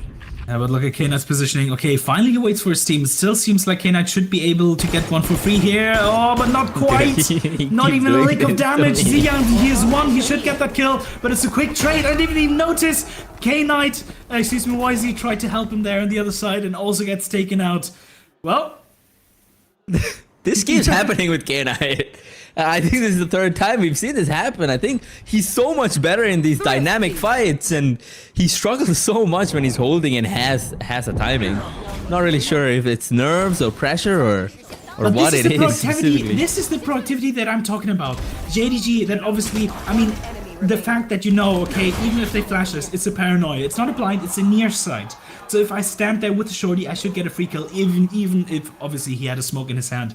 But I mean, once again, even though they haven't won a pistol, this is the 2nd eco round in the 2nd round that they've won for JDG. I don't know if that's better, because obviously you want them to win pistol, but this is basically the 2nd best thing, as we see BLG struggling to get a buy here, and yeah, struggling to get a kill here for YZ as well.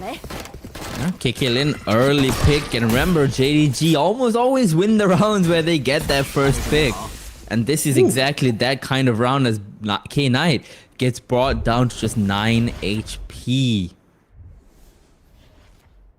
Stu is holding that with the Outlaw. As we can see, only one player, that being Neff on Light Shield, so it's everything is fully one-shot. The drone does go through the Owl drone from Baby Blue, and it does spot out Levios, and that might actually convince JDG to stick around at B, even though BLG and the Spike have gone towards A. But look at Zian, he's so ready for this fight. It's a really wide swing. He gets the headshot and teleports away just in time to not die. But K-Knight, I mean, it doesn't matter if he's 1 HP. He can still somehow manage to get that kill with the frenzy of all weapons. And with one player falling, KK Lin on that side, that means that the B side is technically open for the taking if it wasn't for these two players that are still waiting here. They're coming back towards B here, and now you can see on the minimap Jekuro also making his way to BCT, and they are just walking into an absolute trap of Baby Blue and Stu. Sure, Neff gets one, but Neff has to get way more than one. He has to get the second one too, but he's down to 7 seconds on the clock. 4 seconds now, he has to stick this, and there's just nothing he can do. Yeah, I mean, definitely good damage there from BLG with only 2 players surviving, and I believe 1 player even only having a bulldog. And so the outlaw that especially I was concerned about, because when you have a couple of players even forcing a couple of guns there, then it means that probably they have light shields. So the outlaw looked dangerous for just a bit. But now, okay, so they, wow, interesting. JDG going for the outlaw and the op, or seemingly not. I'm not quite 100% sure what's happening here. I mean, they've just gone for the outlaw, and the rest of them have bought here. And the outlaw has just reached 800 total kills in VCT China since its release, which is not a lot, but about as much as you can expect from this gun, I think, because it just doesn't get played very often, except if you're YZ, apparently. Baby Blue getting the first kill, and Levy is training it out. And look at K-Knight. Look at this guy, the rat, making his way up market slowly. 4-4, K-Knight in quite a aggressive position. If Stu decides to peek into this, this should be a free kill, but it seems he wants to just wait on the other side. Yeah, but with an outlaw, should also be an easy flick. Unfortunately, K-Knight, one of the 2 people here with heavy shields. The outlaw does not manage to get that shot, and K-Knight activates. He's behind them. He's a sleeper agent. The code word has just come through, and he's taken out Stu. But KK on side has managed to kill 2 more people, but it's K-Knight just keeps killing them one after the other. It's a 2v2. One of them's market, one of them CT. It's Jekuro, it's Zian. 2 incredible players for both sides, and Jekuro's pushed all the way into main, and K-Knight is taken down. Now it's all down to Neff. He has so much to do, has so many people to kill. He needs to isolate these fights. Are they gonna give it to him? Are they gonna just wait together and play together? The flash does not quite hit them. The paranoia misses. He gets the first one. He doesn't quite get the second one. It's Jekuro that comes out on top, trading his teammate and getting his team that round. Well, the player who got the 20 bomb just now against a player who has been struggling quite a bit so far, but in this case, Jekuro finally had there. It looked dicey in the middle, especially with that push from K-Knight. The awareness is just so good, but KK Lin with that double kill basically securing him the round, and then Jekuro killing Z Young as well. Woo! JDG once again. It seems like after a bit of trouble in between there, they are slowly building up their economy, the ults, and the rounds. It's 9-7. I mean, this is close. This is genuinely really close. 2 rounds is nothing in the grand scheme of things, and if JDG keep up this momentum, they're not going to be 2 rounds away anymore, as YZ pushes up and takes so much space in mid, but it doesn't really matter with that paranoia coming in and pushing them all the way back out. He only has that classic, but you mustn't forget he has the overdrive, which he decides to pop. He decides to break the thorns there, but still seems like this will get no value with only 1 person on site who will TP away, barely Ziyan. But nevertheless, that's an ult completely wasted if it wasn't for that kill from Levius on the other side, even getting the dink onto 1 more. But Stu will clean that up, and it's a 3v4. Unfortunately, the spike got planted, and JDG just have basically no info on the enemies.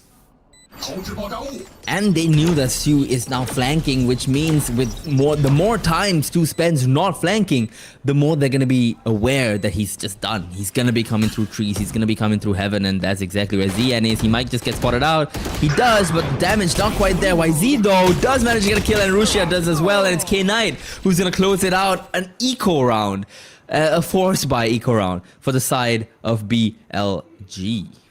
The first round that they've won, which wasn't the pistol round on this attacker side. So you can see, even though BLG is a team that we praise for their intricate attacker rounds, it still doesn't change the fact that Ascent is very much defender-sided. That being said, great play by YZ. Just the fact that he had the overdrive gave them so much space. And, I mean, he was basically the only one with only a classic. The other ones still had guns, so even if he runs in, he either gets a kill or he dies or he still gets the space. But nevertheless, I believe there's no way that the team doesn't manage to capitalize off of it by either trading him or getting the spike down, and that's exactly what happened. And Stu on the other side of the map, on the flank, has to content himself with only getting one. And as we said, BLG getting to double digit after a bit of trouble in the beginning. They're still up there. They are still up there. 3 rounds still. That's my catchphrase. 3 rounds is not insurmountable, Mike. And it is definitely still doable for JDG here. Unfortunately, though, they have to win this next round, because I believe if they don't, they're going to be in for an eco. And then the 7-11 scoreline that we've seen on the other map so far, but you're completely right. I mean, what is 3 rounds compared to the 9 rounds that they were down on the first map? From the 11-2, I believe they managed to get, was it 13-7, right? That's right, yeah. So, I mean, if they managed to get 5 rounds in a row, in that case, why not 5 rounds in a row right now? And then they'd be on match point, so who knows? But you're right, they are now on an eco with only 2 Buckies. The Buckies, well, maybe a bit dangerous on defense, but still not quite the caliber of gun that you would like to see. No, not at all. I mean, they're gonna have to play these angles close, and they are taking some space, which is good at A main here, which should give them a lot of information about where they might be hitting. And BLG are hitting the side that has all of these people. Zian, the only one with a gun, manages to get a kill early on, and as Kikilin is pushed off that angle, BLG decide, hey, there's so many people at A. We don't want to deal with this. Let's just go to B, guys. And B is empty. At least so far, and now it seems like, I mean, Stu picks up a Phantom, a Vandal, but with 2 Buckies, this retake is gonna be tough. Tough is underselling how difficult this retake is going to be. They have no real way to get in here, and with an ult, a Hunter's Fury from K-Knight as well, doing a bit of chip damage. Look at YZ positioned all the way in. They're gonna bait for him. They don't know, but he's getting a little ahead of himself. He is taken out by Z and the hero Vandal buyer, and Stu getting another kill as well onto lane. Levius can only get 1. He's just whiffing. Stu getting the kill onto him, and Neff is all alone. He has to do so much. There's 3 people coming through stairs. He gets a second one. He's 2 more people. He gets a third one with an incredible headshot. They're down to just half HP. He has his gun out. He has his ghost out. He gets the headshot. What an incredible run from Neff, the import from Singapore. An impossible round made possible. Neff, what a guy, has been on this team for many a time, for many a years, and still somehow manages to win that. The fact that he had only 1 bullet and then perfectly got that to a headshot, and then takes out his pistol and takes out Ziyang, who didn't even have the headhunter because he got knifed before. So just the intricacies of this play, you can see immediately, gun out, knife out, kill him, and then the 4th kill on Neff. And I mean, just look at him. He's telling them to sit down. It's 11-4, and just like that, we get into the next round. Why is he already got a kill? That's not how you want the round to start if you're JDG. No, not at all. And these first kills are so important for JDG and BLG, and whoever gets them, it seems like save an incredible clutch like the one we just saw, wins these rounds, as BLG is pushed off of B here with that smoke, causing them delay, and the Aldron coming in and spotting them out again. They're just gonna start running towards mid here. Yeah, you can see the bit of a recare there with Stu and Zia even, so they know there are 2 people out there. Now the question is, oh, that is a great flash there, just making sure he has to TP back, so no PTP for 25 seconds for Zia. And it seems like at this point, with the 2-2 split, BLG are just going to group up, and no matter where they go, surely with the amount of numbers that they have, they're just going to be able to overrun the defense. They are gonna try to, but they have slowed down quite a bit uncharacteristic for this team, as YZ just sitting outside catwalk instead of running into it, but they are faking B. They're making so much noise at B, and as Zian gets that kill, they might not expect it, but it doesn't matter because there's still 2 people here, and it's 2 who gets 2, and Jakuro who gets 1 as well. K9, the only one left, he has to do so much. He has to get 3 kills and plant the spike, and Jakuro might just take his opportunity to peek, and it does not matter as Jakuro is the one that comes out from behind. I mean, on one hand, I love the strat of faking with the KJ ult, but it's BLG we're talking about. It's not Fnatic. I feel like BLG maybe quite doesn't have the composure to be like, okay, the Killjoy ult on its own will maybe not do it. Maybe we need a knife or maybe a bit of a lineup from Neff there, but and then stepping on A side. So I like the idea, not quite executed as well, which lets JDG get once again in only a 3-round deficit. 3 rounds is not insurmountable. it's definitely within the cards for JDG here, but I mean, I'll say it again. It's these rounds that they have to win if they want to actually close that 3-round gap instead of just keeping it at 3 rounds, because keeping it at 3 rounds means you lose 13-10. They need to close that gap further and further, and it's these rounds between ecos that they need to win so that they don't have to eco again, so that BLG have to eco next time. And as BLG now head towards A again, it seems like a bit of a fake, or at least a space take here, because the spike is still towards market. Mid push here from BLG, and now from the shadows into Bohos. I don't know if he will be able to stick it. He will be, but Baby Blue immediately take him out. And then together, the question is now Baby Blue stuck on this side, even mollied out. But they still have to push this somehow, and he still has a very deadly Phantom on the side. The flash coming out, he dodges it and gets one. That is great, but K-Knight trying to equalize it.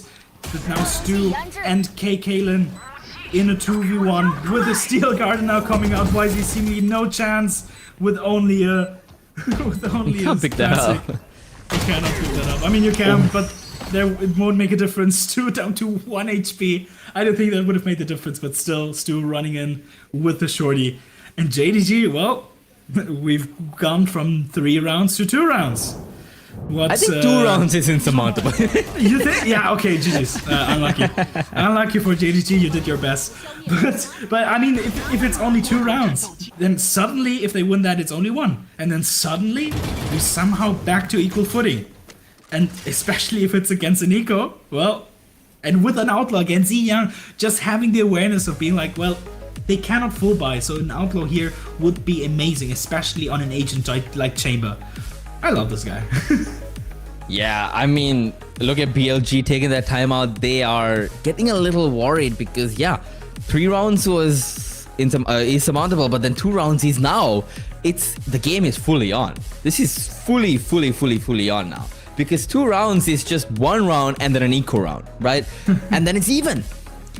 This, I think, might go to overtime if BLG don't win this next round. This next round is going to be the most important round for BLG, in the same way that I thought the last round was the most important round for JDG. I mean, and the upcoming rounds to even out.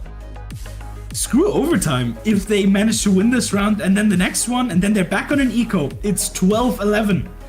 And then suddenly the sides have flipped, and it seems like JDG will be the ones to get that map. So don't quite count them out on overtime. They might just even do it without that. But before they do that, they still have a couple of rounds in front of them. A couple of which will most likely be ecos if they manage to win that. But it's BLG, especially with the overdrive being up. It's not quite finished. No, it is not. And this time BLG are looking to, again, take mid space, but then head towards A pretty much off the bat. No B pressure at all. Okay. Zian whips on the owl drone, and once again the overdrive. The overdrive comes through. YZ, he is flash fully paranoid, and Zian getting that kill with that outlaw. Oh my god, Stu gets 2 and Baby Blue cleans out with an ult. The round ended in the blink of an eye, and it's JDG that came out on top. Yeah, it seems like this would be a similar round. This was similar round to what we saw in Sunset, but now with the teams flipped, and it seems like there was absolutely no chance, no point at any at any point in that round where BLG had the upper hand, where BLG were able to do anything, that paranoia perfectly timing, having them wait for the overdrive to go back up, and then the outlaw killing, well, exactly the people that were that only had light shields. I mean, what a round, and now he's back on the up. Such an important round for the side of BLG, and it's Stu that gets the first kill, the second kill. He might be even on for a third, but it's K-Knight who puts a stop to his tyranny, and he has to do so much more to even just equalize this. Because again, you said it best, if JDG win this round, BLG are on eco, and JDG could be up to 12. This is such a vital round for BLG to win. JDG has to stand in the present so far. The wall is baited out and the alarm bot being used just to make sure they don't re-clear this B side. That being said, it seems like it will just be a B split from mid here as well, something that we've seen a couple of times so far. But Ziyan now putting his teleport in boathouse, and with how this guy has been playing, he might just be a thorn in their side.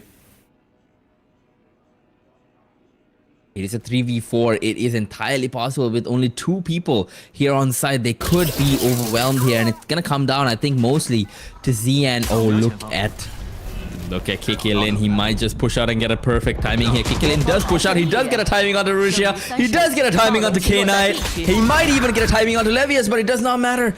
Levius able to catch him there, and Ziyan that closes it out. It's 11-11. BLG have to save.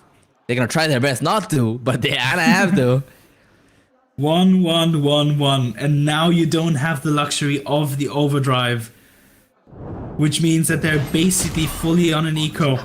And now, I mean, if you're talking about the last 2 rounds before overtime, or at least the maximum last 2 rounds of overtime, it's always a question of, do you want to force buy now and then still have a scrap buy for the next round, or do you want to go full on eco? It seems like in this case it will be a bit of middle doing BLG doing a bit of a G2 cosplay, just going for full on stingers.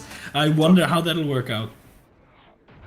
They're gonna hope it works out really well for them, as Stu makes his way into this wine position, and and BLG themselves make their way into catwalk. Rusia the only one trying to push main here, and it's gonna come down to this fight, I think, between Rusia and Stu, as the rest of BLG execute through grass here, through trees here, and Ziyan holding his angle with the outlaw. He doesn't quite manage to get a shot. He switches to the headhunter and repositions as he reloads, and K-Knight kills Stu in main. YZ slides in, pushes him off that angle and into heaven, and they've just taken sight. This might be their best opportunity to get themselves to match point. Unfortunately, the one round where I feel like Ziyan needs to get the kills, because everyone is on either low HP or low shields. But the slow push won't do anything, and K-Knight taking down the master player so far, and even blocking out the other 2 players from coming in a 2v5, especially with the Phantom picked up by Rusia, and even trying to help his teammates pick up the other guns.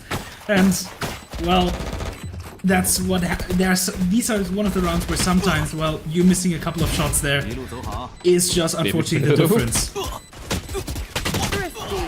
Oh, Baby Blue, how much can you do? Not a lot, as it turns out, because he is taken down, and that is BLG finally getting themselves to match point. JDG do go on these little runs, as it seems to be the case in the last map and this map, but at the end of the day, it's BLG, and it's, I mean, you gotta give credit to the head coach, because every time after timeout, BLG come back looking like a whole new team, Mike, a whole new team.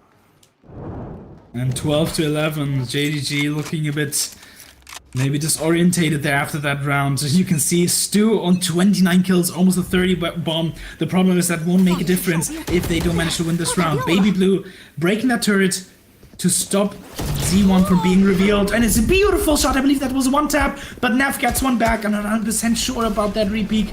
That being said, Ziyan now with the rest of the team, but he is stuck, he is stopped, but Stu is there with the 30th kill, the 31st kill even, and it's a 3v2. They're not even on site, and they don't have any info on the other players.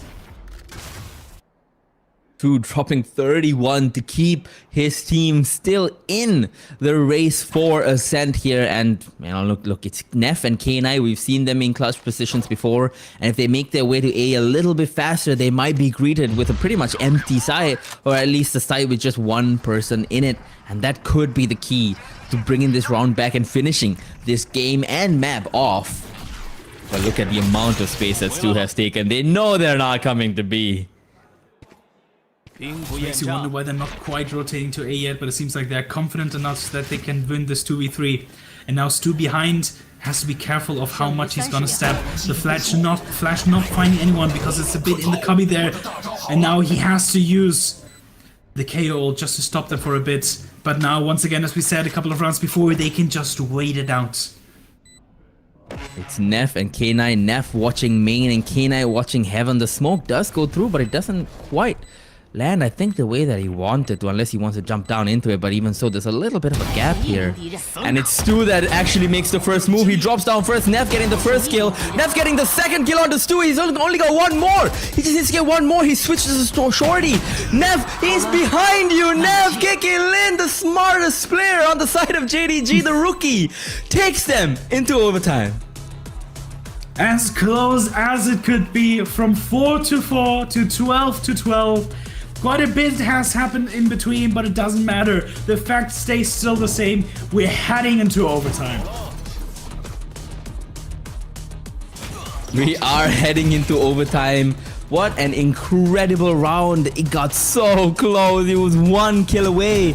And Neff turning around exactly when KK Lin jumps the corner and barely makes it through.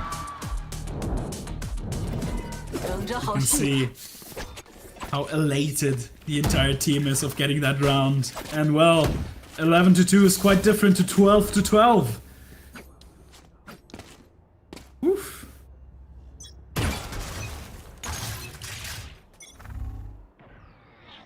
This is an incredibly close game. JDG back on this attack half now. Oh my god, he does a little bit of damage onto Rusha. Doesn't quite commit to it. And now, there you go. Now he commits, gets the headshot. Jekuro taking out Rusha, putting them up by one member already. And Jekuro going for more. 2, 3 on the board. Levius and K9 taken out. JDG might make this work. It doesn't matter if they're gonna push out. Neff manages to get 2 somehow. KK Lin is there for the third one, and it's Stu that closes it out. A 33rd kill on the board for him, and they are at match point. For the first time in the entire series, JDG are at match point. But you can see that BLG are not stopped. They didn't stop to fighting at any point, even if it was when it was a 2v5. They say still push out, and Nev almost getting free in that position. That could have changed the round, definitely. You can see that. And but all the other players, the teammates being there to help them, which helps them get the round. And as you said, first match point for JDG so far, and BLG immediately pushing the red button, being like, hold up, hold up, we need some time to think about this. They really should be coming up with something crazy on this timeout, because I mean, look, BLG timeouts so far have been impeccable. They've always come out of it looking so much better, looking like they actually have a plan to follow, and those plans generally tend to work. So I'm hoping that this is also a plan that will work and bring us into double overtime. You ready for double overtime, Mike? I'm ready for anything. Like, give me back like BBL versus Foot. Or what was it, like 27, 25? At this point, I'm down for everything. We have seen the good sides, we have seen the bad sides from both of these teams. But now the question is, BLG are the ones that only have one chance. Are they going to use it, or are they going to let it slip? And we're gonna go to the third map, which is gonna be Icebox. And very important questions that both of these teams have to think about. In this case, JDG are gonna do their darndest to make sure they finish this map right now. But they're gonna have to, because if they don't, that's the end of the road for them. But they are at match point, so it does look like they're in a prime position to finish this off and take us into Icebox, as Zian takes care of that turret and takes a little bit more space mid. He gets a little bit of information and then gets out of there. Doesn't want to take any fights. Doesn't want to give up any first kills for no reason, knowing that it is an important win con. And same for Stu. Doesn't want to give up these first kills for no reason. Oh, careful with the drone, baby blue. You might just be slid upon, and that's exactly what happens. It's a free kill, and the side is completely open. Never mind, Stu manages to... Oh, no, it was a clone. So they're still behind that smoke, trying to use another smoke to maybe threaten that they're gonna go inside. But look at this double flank, this double look on the other side. Levius and Russia together. They might just be the key of winning this round. They have so much space in A. They have, I mean, JDG have no control at all. The first kill comes through, and they might only think that there's one person, because why would there be two? But it doesn't matter. They're going to pull back. BLG are going to stay calm. They're going to try and keep this round as technically clean as possible. But look at J.Kuro. The timing is impeccable. He might get a kill onto the spike holder. He does. The spike is still able to be picked up, and it's a 3v3. Right after everything that happens, 3 players remaining on each side, no ults for any of the teammates. So it's a retake that we've seen a couple of times before. Russia trying to go, okay, I thought he would go aggressive, but no, he just decides to go on this elevated position, something that he's been doing for so many rounds. I mean, he just likes to be on top. Stu now, he has to wait for this nano swarm, and the rest of the teams, they have to break this door if they want to do anything. But the spike is ticking, and it's slowly ticking, and Russia gets the first one, doesn't let him escape, and this could be the stop of the first overtime. Russia once again also just knowing when he needs to play safe, and J.Kuro in the double phase, no chance. It's 13-13. We're back. We are indeed back. A perfectly played round, especially from Russia, getting up into that upper position on top of Generator, and then getting a kill right before he TPs onto ZN. And then Levius as well, perfectly timed peek. And then it's just a 2v1 that they play to perfection. We're going back again. JDG now again on the attack half, but before that they're gonna take a timeout because they want to cook some stuff up too, guys. Come on, it's not fair that only BLG get to do it. This will be the last of the timeouts we'll see for this entire series, no matter if it goes 2 more rounds or 20 more rounds. BLG already obviously having spent it when it was 13-12. Quite a big difference there between those two things. But you're right, JDG. 2 rounds to try to do their best, to try to get us to Icebox, to that 3rd map. But with BLG playing but I mean, you could also see the nerves for Baby Blue. The fact that he decides to drone from so close, knowing that there's a Neon who can actually dash. And even if it wasn't the Neon, the fact that someone can just cross the wall and then kill you. For me, that is just a thing of nerves. And Baby Blue maybe not quite, obviously compared to someone like Neff, who doesn't quite have the experience there. And well, in that case, it unfortunately cost him the round. I mean, regardless, I think JDG are going to be coming into this round, especially with a lot of confidence, knowing, I mean, they brought this back to not just 1 OT, but 2 OTs. So they do and should have the confidence that they can keep this going and bring themselves back onto match point. So Young going for this aggressive peek, but J.Kuro immediately gets taken down by Rusha. A bit of an omen diff there from Rusha, who's just hit his 20 bomb together with 2 other players of his team while Stu is struggling. Well, he's on 33 kills. Do something with his team. They're trying to go through up mid, but Levius is gonna be the first obstacle. Oh, I don't know if he'll clear him. I don't think he cleared him, but it doesn't matter. Levius whiffs, and so does YZ. KK gets 2 kills. The first one, a 90-degree flick, and then the second one, a 90-degree flick back. I mean, KK Lin should just stop looking at his enemies. He should always be looking behind and then go for a 90-degree flick because he hits all of those. And you're right, just like that, because of KK Lin's 3K, it's a 4v2. But now they don't have any idea where Rusha is, and KK Lin is on a crazy position. So if KK Lin gets a kill here, that would be great. But if he dies, that would be awful. That's exactly what happens. So from a 4v2, we get to a 3v2.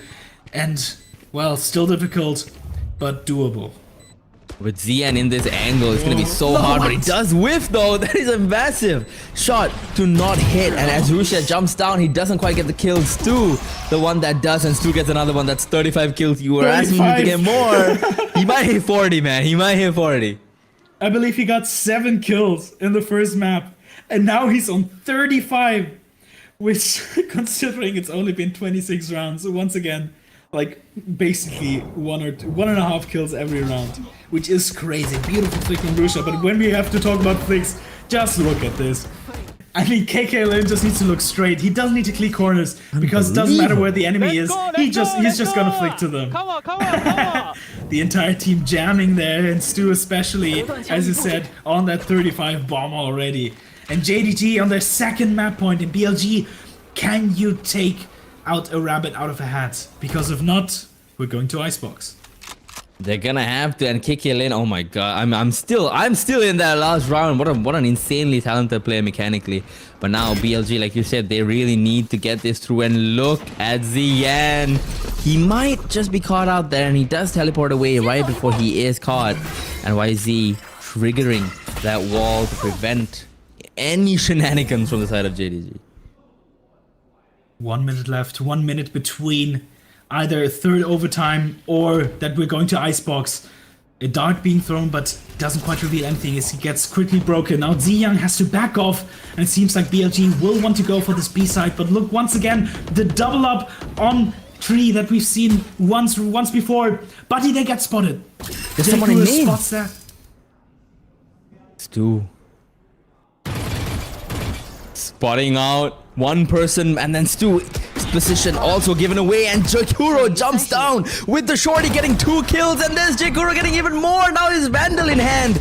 Stu coming out, doesn't quite get a kill. It's Rusia, it's Jakuro, it's Rusia, it's KKLN, and it's Rusia again down to a 2v1, and he has to teleport all the way to B.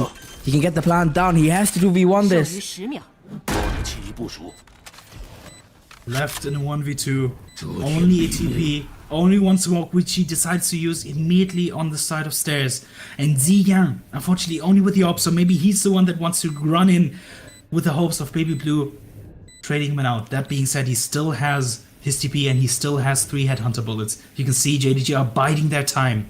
They don't have to pressure this. They pretty much know that he has to be on site. The shock dart, the recon dart being used to clear out basically all of side, so they should know that he's backside. But Rusia has been on point, and that's the first one being taken down, but Ziyang helping JDG get to 15, and with that 2 rounds difference, unless barely JDG get their first map win against BLG. This is for all the Sliggy fans, for the entire Slug Club. Thanks to you, JDG gotten their first map win. And we indeed, after a lot of trouble, after a lot of chaos, we are going to Icebox. We are indeed going to Icebox. What an incredible game from both of these teams, and what an incredible resurgence from the side of JDG after a terrible performance on map 1, and now they're fully back. A comeback, an OT, and an incredible one tap to finish it off from Z, and in a round where Rusia looked like he might actually still make it work. Both sides had really good ideas as well. And you know what? I'm here for map 3. I'm here for Icebox. Let's see some aim duels. The map of aim duels. Let's see some crazy aim duels here. Yeah, especially if it's because it's one of those maps where maybe team comms isn't the most important thing. And I mean, once again, I expect people like Stu, like YZ, to no matter on what agent they are, to just dominate. YZ probably gonna stay on the Nova, on the Neon on Sova. On the Neon, if I could guess. But you're right. But both of these teams having so many highlights. And, well, it was... there was a lot of turbulence. But JDG do get us, finally, to a map 3. Yep, and look, let's talk about performances too, with 35 kills. What an incredible performance. You said it, he had a bit of a stinker in map 1, but then he showed up so much in this map that if you combine it, it looks like he had 2 really good maps. That's how much he showed up on this map. Yeah. We gotta listen to some team comms.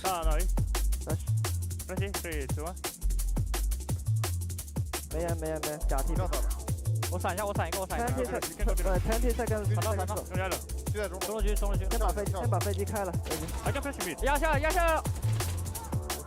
还有一个。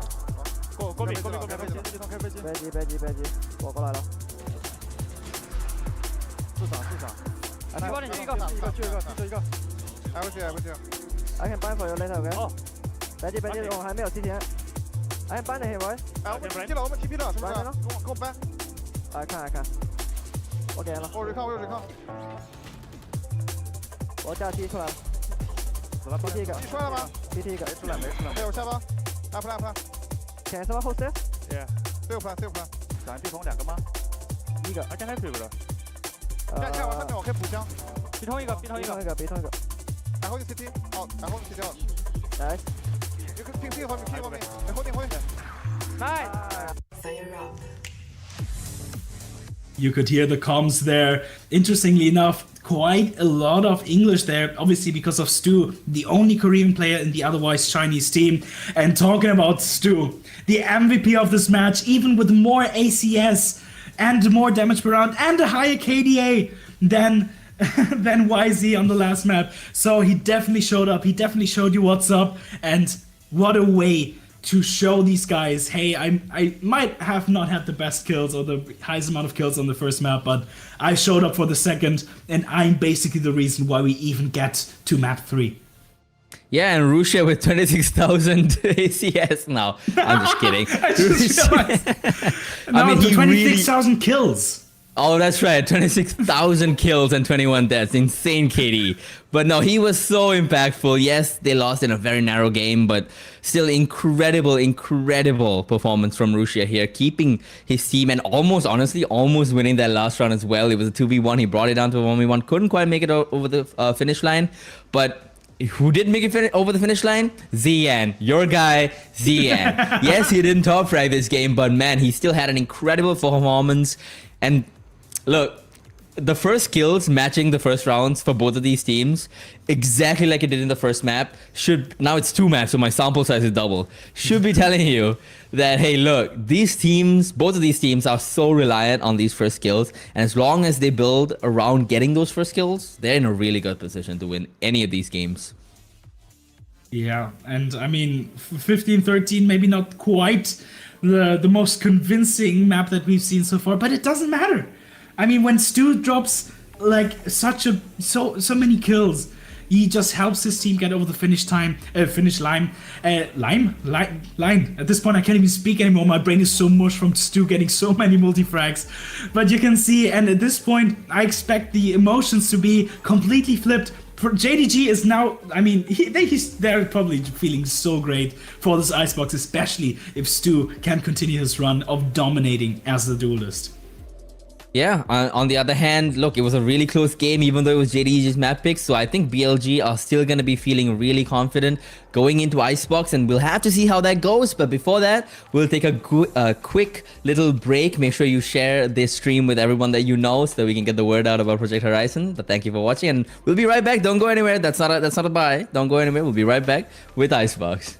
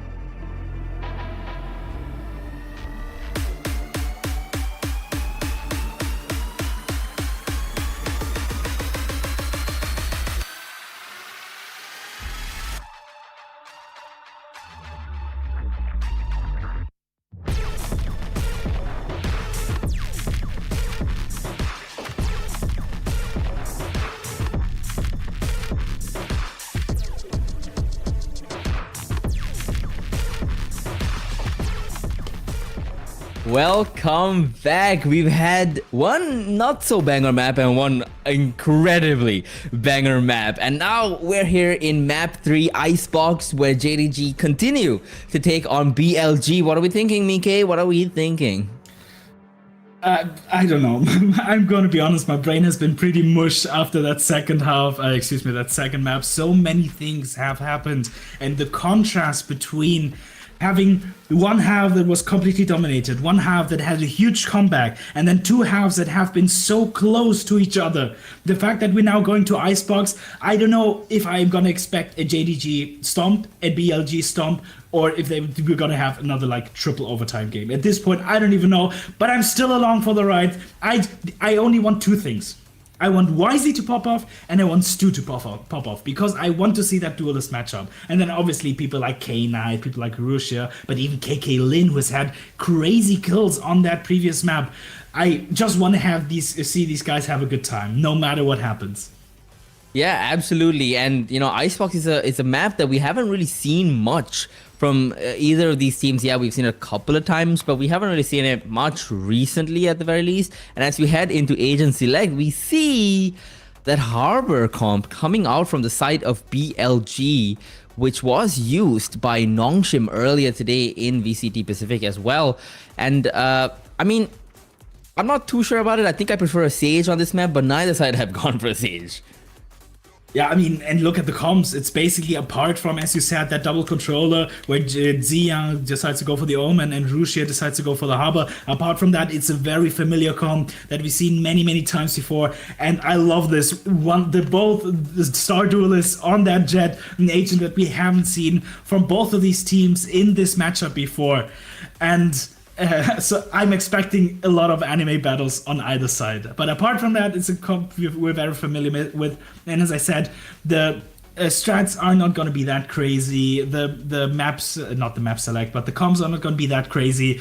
And so at this point, I'm just expecting a lot of team fights, a lot of heavy team fights. And that's the question, who is going to win? Because on both sides, you have great players.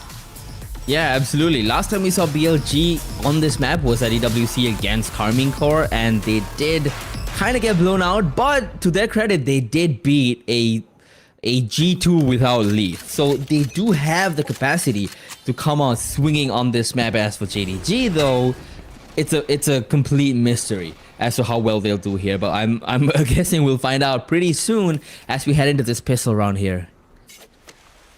Bit of a slower one, but still JDG seemingly picking up the aggression from BLG when he pushed through this B side. Now Levius is aware, but the problem is he aware for 3 people? He isn't even aware from 1. And Stu already dashing out, and you can see the pincer maneuver is already ready. And BLG, what can you do? Maybe a couple of pot shots there, but with Neff now falling down, you probably have to push this. And that's exactly what he does. He wants to get space and he wants to get a kill now that he's down in numbers. He doesn't have the ability to just stay on site when he knows that they're being pincered by a full team of JDG. And as J-Kuro has already made his way through, Stu takes the fight, but he doesn't quite make it into before night. And Baby Blue gets 2 instead. Rushia, the only one left, manages to get 1, but he's surrounded, absolutely surrounded. He gets 1 onto Baby Blue, and it's Ziyan. And the impossible has happened. JDG win a pistol round. Okay, GG, it's over. JDG win 13-0. I mean, with what they could do, not losing a single round so far, not winning, excuse me, a single pistol round so far, the fact that they've now started with 1, that's gonna be, I mean, they've got to be feeling great. Yeah, now that we've got the Slug Cup watching, someone needs to pull out Epic Pen and write 4-1 on the top of the screen here to show that, you know, JDG have won 1 pistol, but BLG have won 4, and this is the 1 pistol that might matter the most because this is a decider map. And now BLG, they're looking to take mid here with the weaker buy. Harbor wall being used to block that off, but I believe the turret still has line of sight. I'm not 100% sure though. That being said, they still want to go to a Rushia, going for half shields and a Guardian. Yes, he was the team MVP last game, but still, that seems very ambitious, especially considering YZ only has a classic. Oh, a little spot from the top of Generator there, off top of 410, as KK Lin also spots out Neff, and they do get the spike down, and it is a pretty nice plan if they want to hold this, especially if Rusha is going to be able to get a kill onto KK Lin early on and get into these nice little post-plan positions. There's no flank this time either. A dash on the side. They do have the backup side, but they have a lot more to take before they can actually start defusing. YZ jumping through. Does a lot of chip damage, but then gets taken down. Levius gets one before being taken down by J-Kuro. Now there's 2 more people left. 3 more people on both sides, and it's J-Kuro and Baby Blue getting kills each, leaving K-Knight alone. He gets the first one. Hang on a minute. He might just be able to get this done if he can actually get the kill onto the diffuser. He's spinning for his life. And he gets one shot, but that's all he can get. If he got that, there wouldn't have been enough time. So they would have won that. It is so close. And, well, I'm damned for criticizing the Guardian. Clearly it has worked. Clearly it brought them to a point where they almost won that. Crazy from Rusha and from the entire BLG team to almost get that. But also, well, I mean, it's a typical classic. Unfortunately, so unlucky to not get that last shot off. Yeah, I mean, he did get that headshot, but then the spin to win, that high sense moment coming through for the side of JDG to secure that anti-eco. It would have been a devastating anti-eco lose, but I think they're going to be okay with what they got at the end of the day. And now BLG on this buy round need to win this. They cannot be bonused, because that would be devastating for BLG. Well, I mean, the mirror of what happened on map 1, but this time for the other team. You can see BLG this time. Levy is so ready for this push that he isn't even in B main. He is just fully in his spawn, just waiting for this. The turret will be broken from mid, so they won't give up the information from B so far. But Levy is, he spots the first one. He gets first one, but does he expect the second one? I'm sure he knows that Ziyang is there, but he only has a Sheriff. Finally gets spotted out. And with too many players, he has to look at so many spots, and Stu getting 1 kill. BLG is looking solid so far, even though they've lost one. YZ. He is ready, but Stu's Outlaw takes him down. 1v3, unfortunately, he still needs to reload this, so he decides to go for the Ghost instead. I mean, he still has a lot to do, but it was a nice shot onto a floating YZ. Unfortunately, I think he will opt to just save this Outlaw. It is still a pretty good gun, but Rusha will not allow that kind of disrespect. 2-1. BLG losing 2 people, losing 2 guns, but still looking quite solid. In BLG, you can see how they adapt to the plan. The fact that JDG push out, but then also props to JDG to adapt on the adaptation basically, and then with Stu and sorry, who was it on the other side in the Omen fighting? Ziyang. Exactly, those 2 fighting on the other side and then getting that kill. I mean, it's better than nothing. And now Stu. I mean, on the first map, it was YZ who decided to go for the Neon and Naked Up. In this case, it is going to be Stu, but obviously with that, or him being on Jet, it's a quite familiar sight. Yeah, and I mean, he gets that alt point as well for free as BLG now start to begin pushing towards B. What a nice little dash. Did not need an outdrop to get on top of yellow. Baby Blue does spot out Rusha here. Sorry, Neff here. But the spike does go down and they have a full retake that needs to be done with everybody still alive on both sides. YC sitting in the smoke. He does see the tap. He moves out. He gets the kill on the KK Lin. YZ, he cannot keep still. He needs to keep pushing and he gets taken out by J-Kuro. Neff on top of main here. He has to get more than 1 here, I think. Or at least Levius needs to, because J-Kuro just takes him down. Neff getting the first kill. The spike does get tapped a little bit, but he knows they're not on it. He gets the kill through the smoke. It doesn't matter. He does get taken out by J-Kuro, and now K-Knight coming through. Spotted out by Rusha. No time. Stu saving that up. And it's a familiar sight. Stu once again in a retake position where with the op, it's just so tough to get anything done there. And you can see. But definitely it was very, very close. I honestly thought it would be impossible. And then they somehow managed to get it back. But then with the Hunter's Fury and with the sneak up through the harbor wall. I mean, great play from BLG of stopping the bleeding and getting the second round.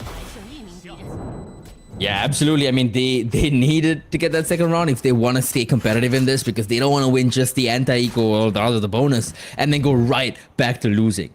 And now they're just gonna rush A.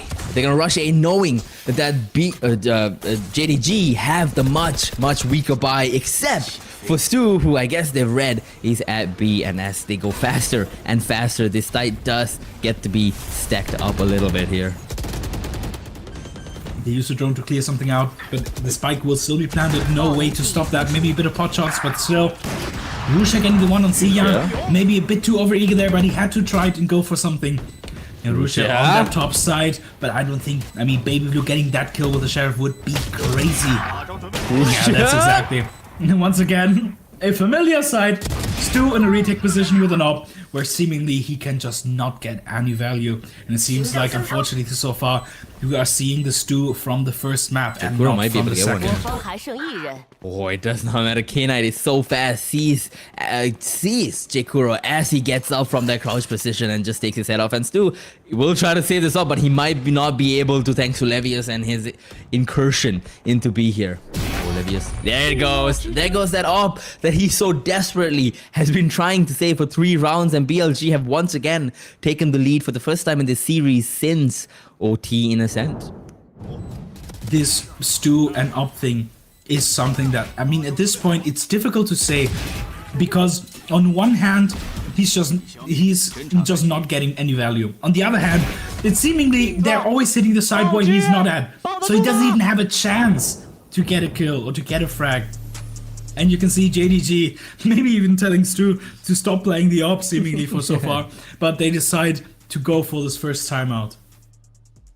Yeah, I mean, if I was Ego, I'm probably telling Stu that he's so much better on those rifles, because we saw him absolutely demolish on those rifles on Ascent. He got 35 kills, for goodness sakes. So stop trying to force this up, in my opinion, and then just go back to what you've been doing so well. 10 seconds left for the coaches of both teams to give the last comments, to give the last ideas, maybe a couple of strats or correction points. But you're right, BLG are now on 3-2, but we're still early in the life of this map. Still a lot can happen. And we have seen a lot of sides from both of these teams, both their aggression, but also their compulsiveness, but also knowing when to maybe back off or when to just hold flank, which so far for BLG has worked pretty well. It has worked pretty well, and they are up to 3 now. And look, it's another buy round. This is the round that JDG need to stabilize this, because if they don't here, we're gonna get a repeat of Sunset, where even though JDG somehow won the pistol, unlike Sunset, it's not gonna matter. But I mean, that's a great start from Ziad though to get that first kill, and as Stu jumps and gets a kill out the nav. I was gonna say try to, but no, he succeeded completely. And that leaves BLG with just 3 members still alive. And JDG can just bide their time. They know they need to stick together. They finally hear the tap, but they cannot stick quite yet. That being said, the win condition for BLG is gonna be this K-Knight flank. So that is the reason they don't quite want to go for this plan so far. But that being said, the longer that they wait, the more likely that someone's gonna be watching flank. In this case, it seems to be Ziyang, who is ready for this push. But he does. K-Knight! Are you kidding me? You get that kill! How? And that allows now BLG to go back into A. J-Kuro is here, but if he gets taken down, it should be a free plant, but it's not. Levius, basically a one-shot from all of these guns. J-Kuro just waiting for his team, and they want to double swing. That's exactly what he does, and it's a quick trade, so not too bad that J-Kuro falls there. And now with the last one, you know that he's on A, and in 1v3, K-Knight has done so many crazy things, but maybe this is one of them, not quite. 3-3. Back to equal footing, back to something that we're quite familiar from last map. Yeah, we keep going back and forth with these two teams. I mean, we were doing it since the second half of last map, and we seem to be continuing to do it now. Yeah, a little bit of damage got done here, but I think BLG really wanted to win this and really solidify that lead. But 3-3 is something that JDG is going to be happy with. I mean, I mean, both of these duelists are struggling a little bit, but both of these controllers are going insane. Stu going once again for an aggressive push, but he will get spotted out, tagged even by the drone. But Ziyang is also on an aggressive angle. It is 140 dink. Baby Blue will be able to get that again. Stu, once again, you should be getting that kill. And with all the players revealed, it seems like they have to just back off. They are lucky to even be alive. But Ziyang is like, no, screw this. I'm gonna go through that and I'm going to kill you. And now with only 2 people being left by BLG, the first one even being spotted, and the tap from the other person, they know exactly where they are. Stu once again not quite hitting the shots, but with all the other players there, maybe except for J Kuro with the judge, this should be looking like a solid round for JDG. Does seem that way, with the plant not still unable to be put down here, and I think the rest of this round is just going to be a save. What do you think, Mickey, that BLG need to do to get themselves back in this game the way that they were in Sunset?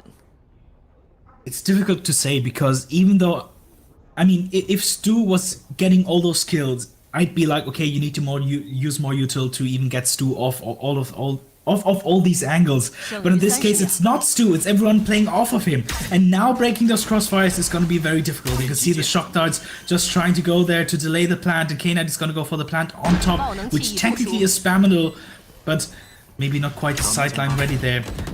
This first one is going to be spotted, but then 3 again from JDG. The fourth one, they know exactly where they are. The problem is they still need to kill them. And now Stu finally, after 3 missed shots, he gets in, and now K-Knight probably has a free kill onto K-Kalen here, but no, Stu, in the end, I mean, he still gets a 3k, he still wins the round, and JDG are now on top.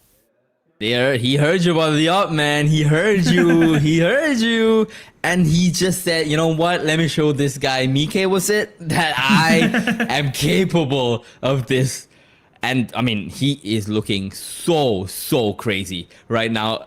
It's like he's revitalized. I don't know what they talked about in that timeout. Maybe they changed the way that he plays his op and how his teammates communicate with him in a way to support him. But he looks like a completely different Jet player. He just got 4K, boosting him all the way up to the top of his team's leaderboard. Well, and this is the point where maybe you shouldn't quite be listening to me when I tell you to not play op again, because if you do stuff like that, well, you play op any damn time you like. BLG going for this timeout here, and the timeouts being used also very early. Obviously, the timeouts depend on how the rounds are looking, but I mean, I believe this is the first time that we've seen both timeouts from both teams being used so close to the beginning of the match after only 7 rounds.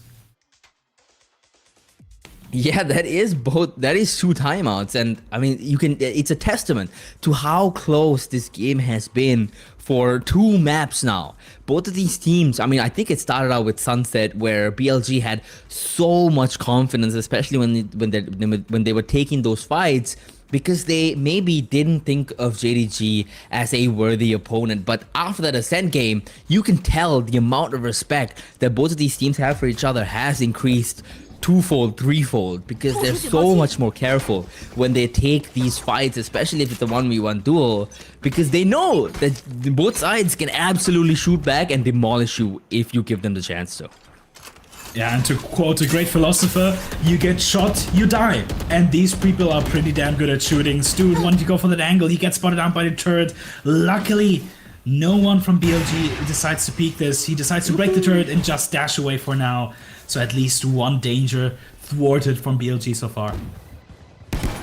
She does seem to have some sort of a game plan here, installing Neff up into Tube, or at least trying to, but Stu just waits there, knowing that someone could be pushing up, and he was rewarded with a perfect little kill. And now BLG down to just 4 people and somewhat weaker guns, just 1 Bulldog in hand and a little bit of low HP on the side of Russia here.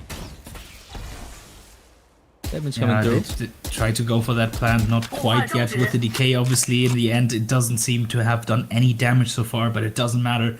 The time is wasted, and you can see the only thing they can do is just wait. They have no info on on the other side of the map, so they need to force their way through B. They're gonna try this with the harbor wall. Paranoia misses, so they might just want to go for this plan. But the Hunter's Furies get taken down by K-Knight. Has wall hacks apparently. But Baby Blue, can he do anything with the Sun's Fury? It's only going to be one tag onto Russia, and it's going to be the counter Hunter's Fury, and Stu quite not getting the kill. And finally, I believe, after a minute or so of waiting, the plant is going to get down. And Levius is ready here, but he doesn't have quite the patience to wait here. And with 2 players waiting, it seems like Levius, I think the best thing he can do is just literally wait. And Kalen peeks into him and takes him down. 4v3, Russia still quite low HP, and JDG seems to have the advantage here. But they're The sticking. spike does start to get diffused, and K-Knight, another crazy headshot to get rid of the diffuser. Rusha getting another one as well. Stu returning fire, but look at YZ, he's behind them, and he cleans them up. Thank goodness for YZ, because the last player, his last teammate just died there, and if he was the only one left, that could have been really, really precarious. But YZ having the foresight, I'm not quite sure if how he managed to get around there, if he got sneaked up. Yeah, it seemed to be that he got through mid, and the key then to winning these rounds, this last round, and getting those 2 last kills, you can see just barely as his last teammate dies. And once again, familiar sight, it's 4v4. Something that we've seen on on Ascent. And suddenly, after seeing 2 maps, it seems like maybe they're more equal on footing than we thought. I mean, that was such an important round for BLG to win, because losing that would have put them in a in a eco. But look at Stu taking the most incredible peak, but they're not quite making it work as the lockdown comes in and comes to the end here, and he doesn't does he get back? Just barely. But the plan is going down, and the Viper Spit there. You can see JDG wants to go for the flank, but now that the Viper Spit is there, they're like, no, screw this. We need to fight together through this main. They leave Kalen alone on this flank, and against K-Knight, maybe a difficult one. He gets spotted, but the danger is still there. Now the question is the other people of JDG, like Ziyang. He needs to get this kill. The first one through the smoke, through the Viper Spit is already great, but they need more. K-Knight doing a really good job of keeping Kekelin in check until he gets distracted by that kill by Zian. Zian, this guy's so good, but the question is about the time. Do they have time? Wait, I actually don't think so. They might not. I don't think so. What happened? JDG doesn't know how to count. 1 second off. That is... I mean, they killed everyone but the Viper, which meant the Viper then delayed them getting the plant, getting the defuse, excuse me, but still, you feel like surely at some point in the plan, at some point in the retake, there is 1 second that you have that you could save, right? Everyone else died. It was only the Viper left, and you still lose that. That is a heartbreaker for JDG.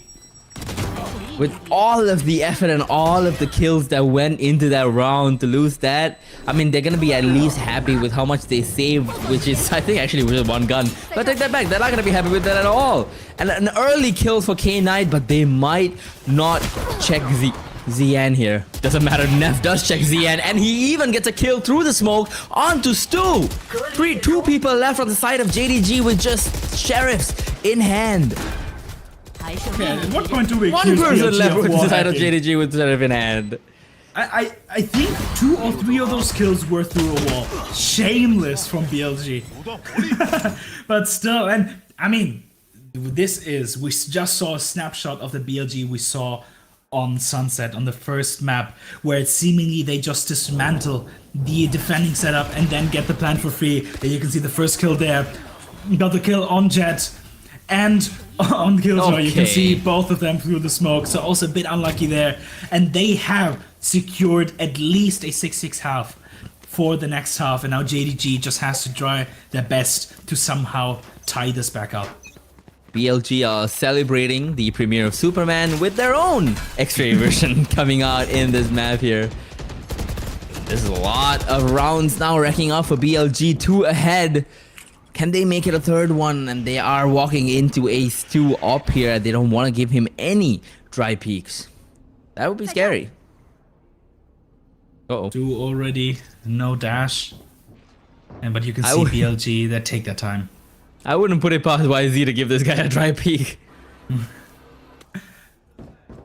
Yeah, that's the crazy thing about VCTCN. You might do the dumbest thing ever, but it might just work. He might, but I mean, honestly, BLG have been playing so much more patient and so much more control lately that they look like a different team. I mean, we still see flashes of their insanity very often, but much more than before at least. B main control, maybe a bit given up, but still the pressure is there. You can see they're not quite ready to push that. Now Stu will finally, maybe falling asleep on the wheel there. He gets spotted out, and with his teammate on side dying, he's the only one left. No dash, no nothing. Maybe he wants to pop the nice in this case, and KK, this guy is just so ready for anything that Ness wants to do. That being said, it's still a 3v4 retake with one player on just 21 HP. I mean, there's a lot that they have to do. KK Lin down to just one hit, but so is K9, who is gonna be using that Hunter's Fury to get rid of that lockdown and prevent any in that JDG may have into this round. And JDG are just gonna go for that save again. There's only 2 people left. They have an op. They gotta save that op. It's the story of JDG this round. I mean, this map. Well, it's Jane time. Just saving that sniper. Hopefully, Stu. If he gets a kill, that would be great. If he loses that gun, that would not quite be as ideal. You can see they're trying to go for this, but they also don't want to give away their position. Stu, now careful with his jump down. Okay, it seems like 2 ships passing in the night. They will not quite see each other. And just like that, 7-4. Just like that, 7-4. If they get themselves to 8-4, we're gonna see a bit of a deja vu from Ascent, and I hope that deja vu follows through the whole way and we get ourselves into double overtime here on Icebox as well. But before that, BLG do need to get themselves to 8, and JDG are hoping, praying that they're gonna be able to get themselves to 5 so that this remains very, very competitive.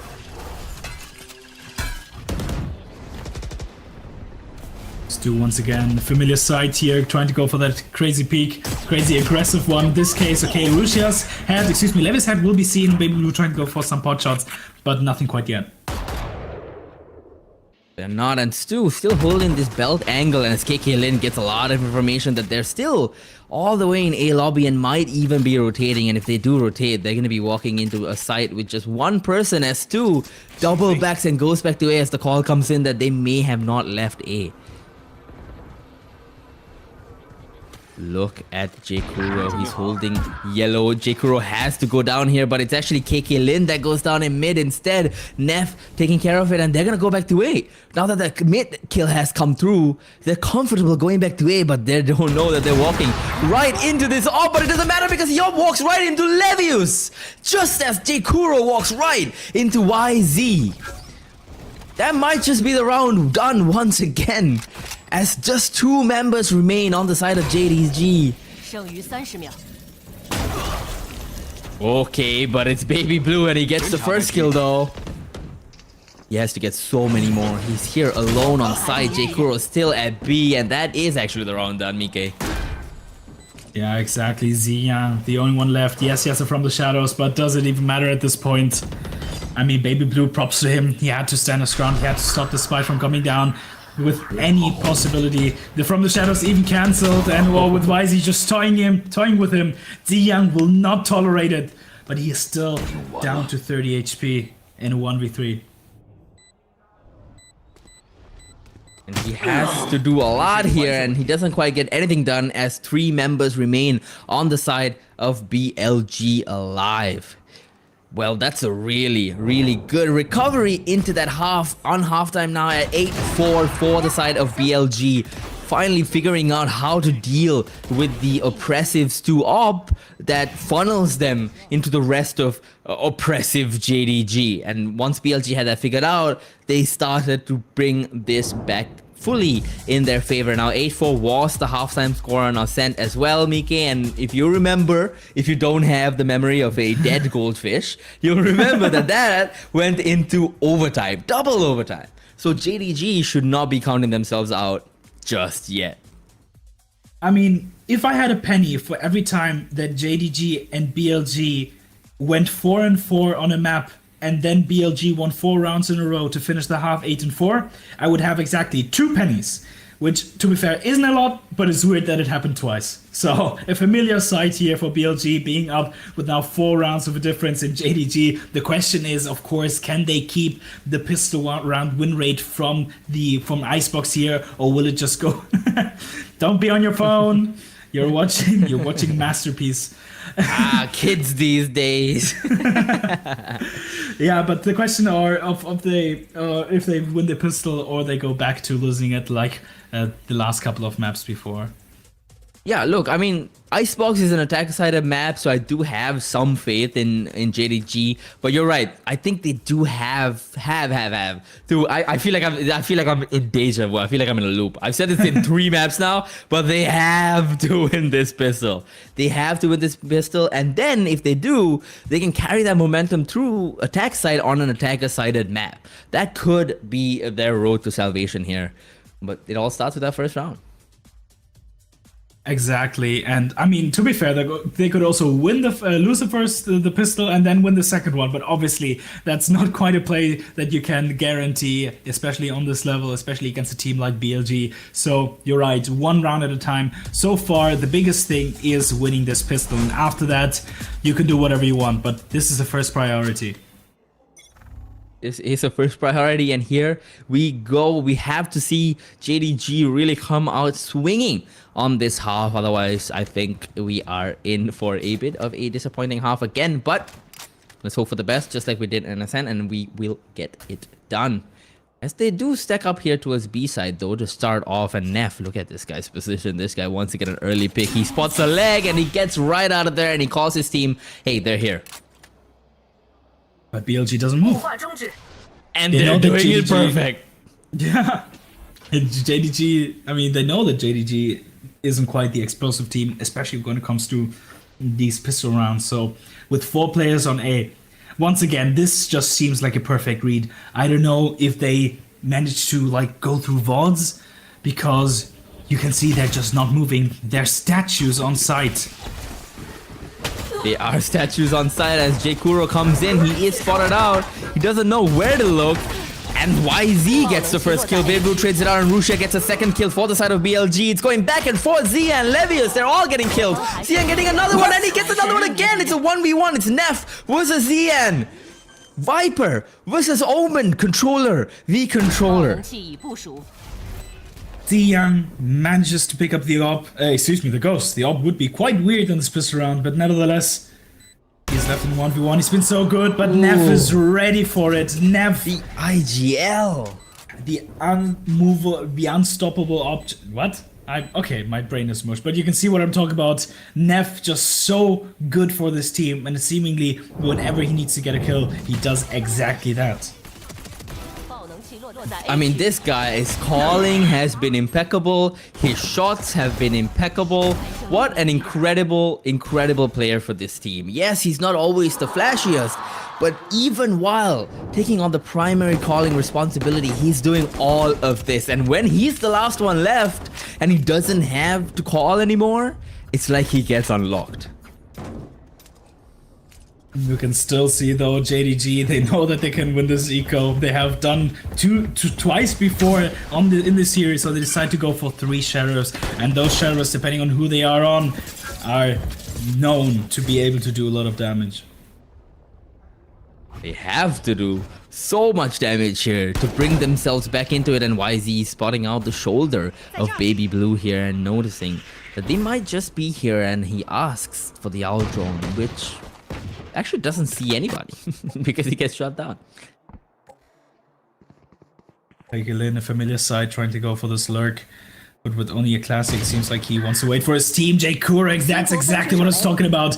Taking down the IGL for BLG, and that is also the Viper wall down. Not that it's really was going to be a problem. That being said, he's still here. He is still dangerous. And the plant will go down. Stu is betrayed by the turret, given away his position, and KK Lin taken out by Rusha, but Stu is here to take him back right around the corner. Jekuro, another kill. Kenai, the only one able to get a kill for the side of BLG, and it's a 3v2. But the guns actually not really favoring BLG anymore. It's kind of even. You're right, a stinger picked up by Jekuro. And Stu, well, not anymore. Taken down. Baby Blue doesn't quite expect that angle, and it's just left to J-Kuro, who gets almost one, but not quite. And, well, it was a good eco, but still not quite enough, unfortunately. And that will mean that they are now down 4-10. They are, in fact, down. They could not get that conversion of that eco through. It's going to be tough here. 6 rounds, it's a bit insurmountable. I'm not going to lie to you, Mika. It's a little bit insurmountable. But it's certainly not out of the realm of possibility for JDG, who we've seen, even on a map, they were losing 11-2, pull through 5 rounds in a row, going back to Sunset there. So it is possible, especially if they use this timeout well and come up with an actual strategy that can counter the way that BLG hold these sites. This is the last timeout in regulation time for JDG. This has to count. They can only slip up 3 times. Otherwise, the round, the match, the series will be over, and BLG will be coming home with another win. And JDG, especially considering they later have to go, later in the next couple of weeks, they have to go against teams like EDG, for example. Once again, just like with Wolves, it seems like if they don't win this one, they're already set up to have a tough time ahead. They are indeed looking to bring this back. I think they're quite desperate at this point to bring this back. I mean, this is a team, look, it is an underdog. It is a David versus Goliath story. One of these teams is an underdog. The other team is the heavy favorite. And the heavy favorite's winning, but I don't think anybody expected the underdog to get as close to winning as JDG have so far. They just need to get a little closer. This is a good trajectory for them as a team, and I'm loving what I'm seeing. They just need to get themselves together, just like they did on the second half of Ascent. Still trying to go for this aggressive B. You can see the buy isn't looking too great for BLG, but the Viper, this Molly takes him out, and YG has another one, and J-Kuro is able to get one, but it's still the numbers advantage being on the side of BLG in your bonus round. That is not good. That is not ideal for JDG.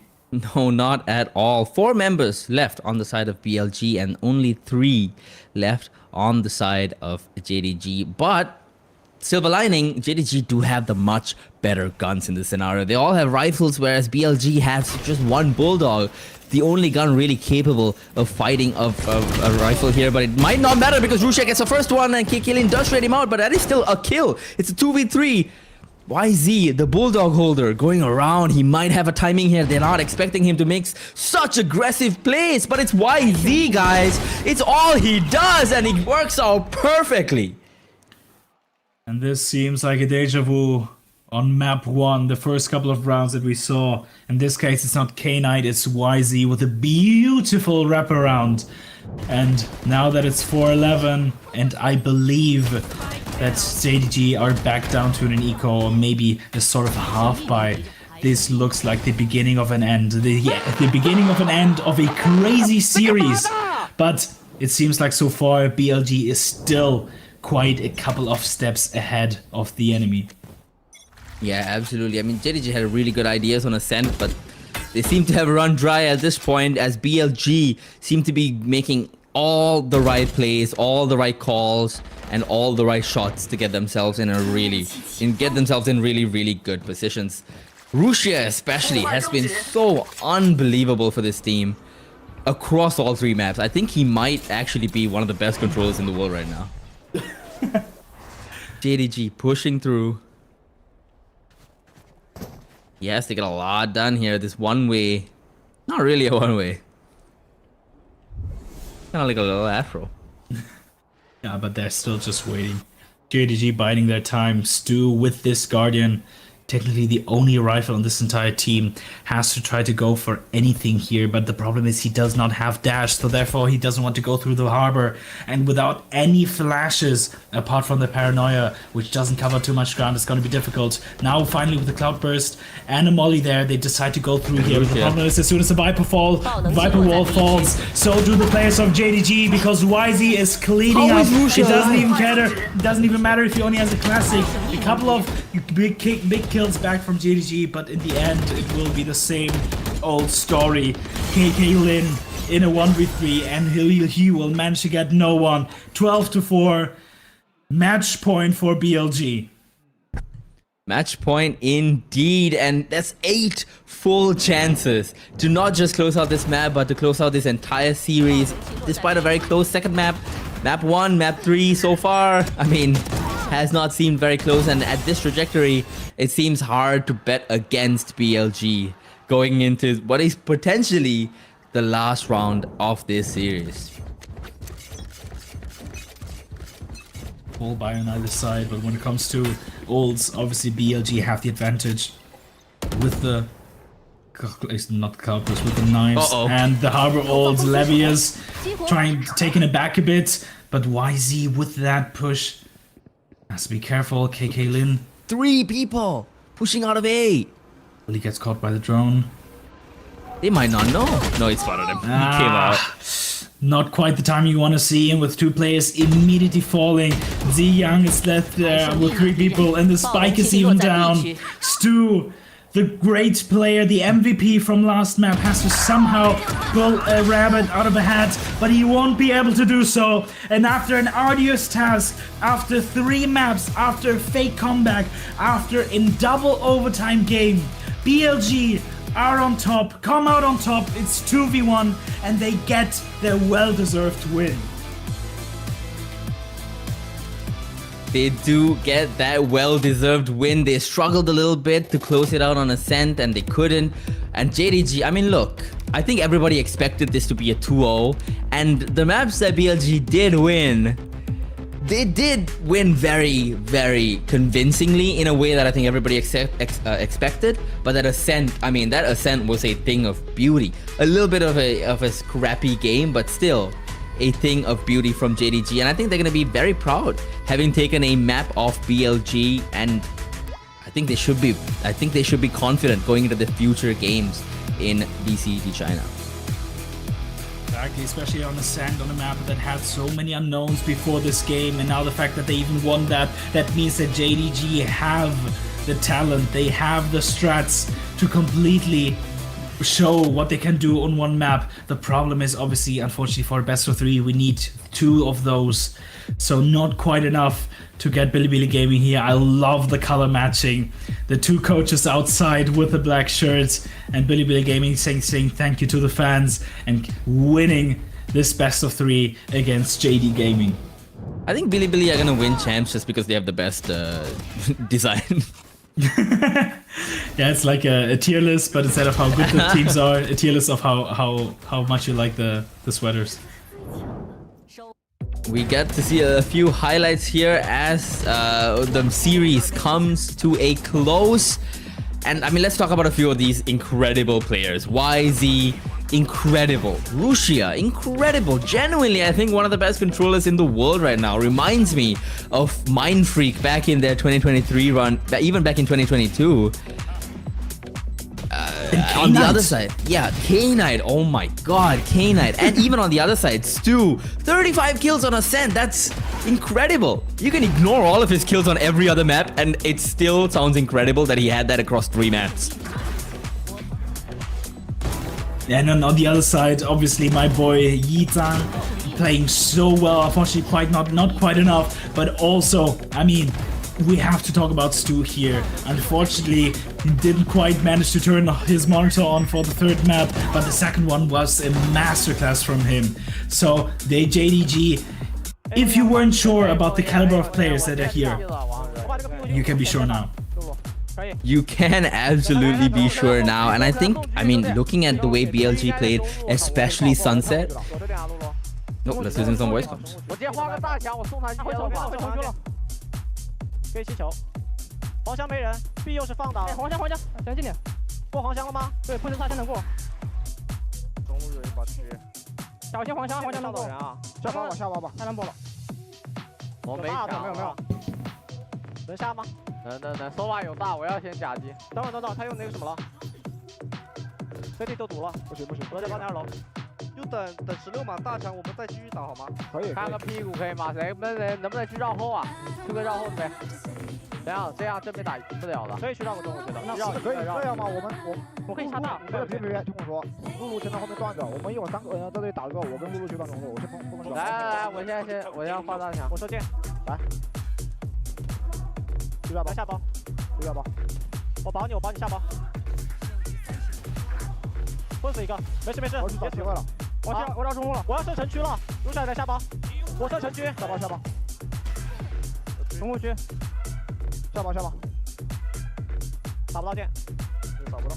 我抄下了，还有凯州大的，没事，露露慢慢打。我自己要。我10秒有大墙，我12秒有大墙。看见我了，他要你去打好吗？我俩剩2个，来亲我。还没有亲露露了。100，好像可以过，我5秒有大墙，马上有大墙。没事，我在绕，我还在绕。我要画大墙了。画完墙出来架好吗？来，我直接拉出去架。我射箭，出来架。他可以过。没事，我定射电箭。我在屁股。开不了。躲一下。没事，回家。左边小开。别急。两个底点上。王者。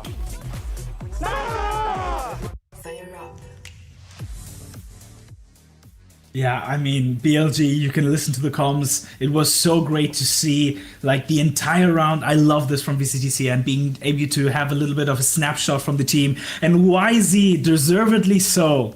Once again, the MVP for this match at 200 for this map, with almost 270 ACS. And once again, pretty much, I mean, in this case, more than 2 kills per death. This is crazy. Yeah, absolutely. But I mean, it wasn't a solo effort. Actually, you can see K-Knight and Neff both getting more than 200 ACS, and K-Knight going 14 and 8 as well here. These stats really show that BLG's whole game plan is not just about building up YZ anymore. That is what it was before. That is what it was all of last year. That's what it was when they beat BLG. But it's not anymore. You've got shooters on this team who can all play off each other in a way that's cohesive, that's structured, and way more calm than they ever were before. And that actually gives me a lot of confidence that BLG might actually be a good pick for a dark horse underdog pick for winning this stage. Once again, you can see obviously when it's a stat like 13-4, you can see that the stats reflect that but this time only 1 flawless round. So definitely, even though the scoreline was worse, I feel like it was still even better from JDG than the first map, because obviously you had a huge comeback there, but with like, I believe it was like 4 flawless rounds for BLG. So JDG has the potential to do some damage, but it's still clear that BLG is on top. Yeah, it's a full-fledged return to form for the regional powerhouse that is BLG, but that essentially was the game. 13-7 on Ascent, 15-13 for JDG on Ascent. 13-7 on Sunset, 15-13 for JDG on Ascent, and then unfortunately a bit of a blowout with 13-4, I believe, on Icebox here. That was the game. Mike, you have any closing remarks for me here? I mean, we'll have to fill a bit of time until we get to the interview that obviously the wonderful Bedos is going to translate. But I mean, what is there else to say? We've been talking about this game for 2 hours, and now the interview. 站走身边的是王浩哲选手，先和大家打个招呼。Hello， 大家好，我是来自 BLG 的王浩哲。欢迎王浩哲。那其实对于你们来说，想要进入到巴黎冠军赛的话，压力还是比较大的，因为 the pressure for you to get to champions is still pretty hard. And your group is like still relatively competitive. And like, how do you like handle that pressure?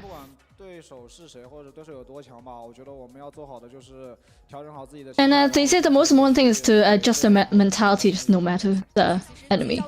才是最佳关键的。那其实包括图二的话，对面他们选择到的阵容感觉也没有那么的陌生，甚至还有一点熟悉。那你一开始看到那套阵容的时候是什么样的 ？And what did you? What was your reaction after seeing the comps that JDG played on Ascent? 出乎意料吧，但是很快我们就在场中有做调整，但是很可惜我们的调整。And they tried to adjust on the fly, but didn't really work well.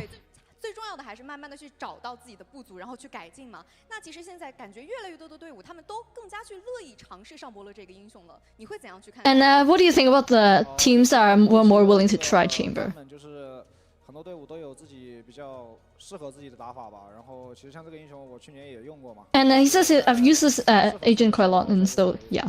对，现在的版本更加的多样一些。And there are still many like different viable comps. 我们队伍呢打双先锋，就是为了给我们的大哥王浩哲打得更加舒服一些。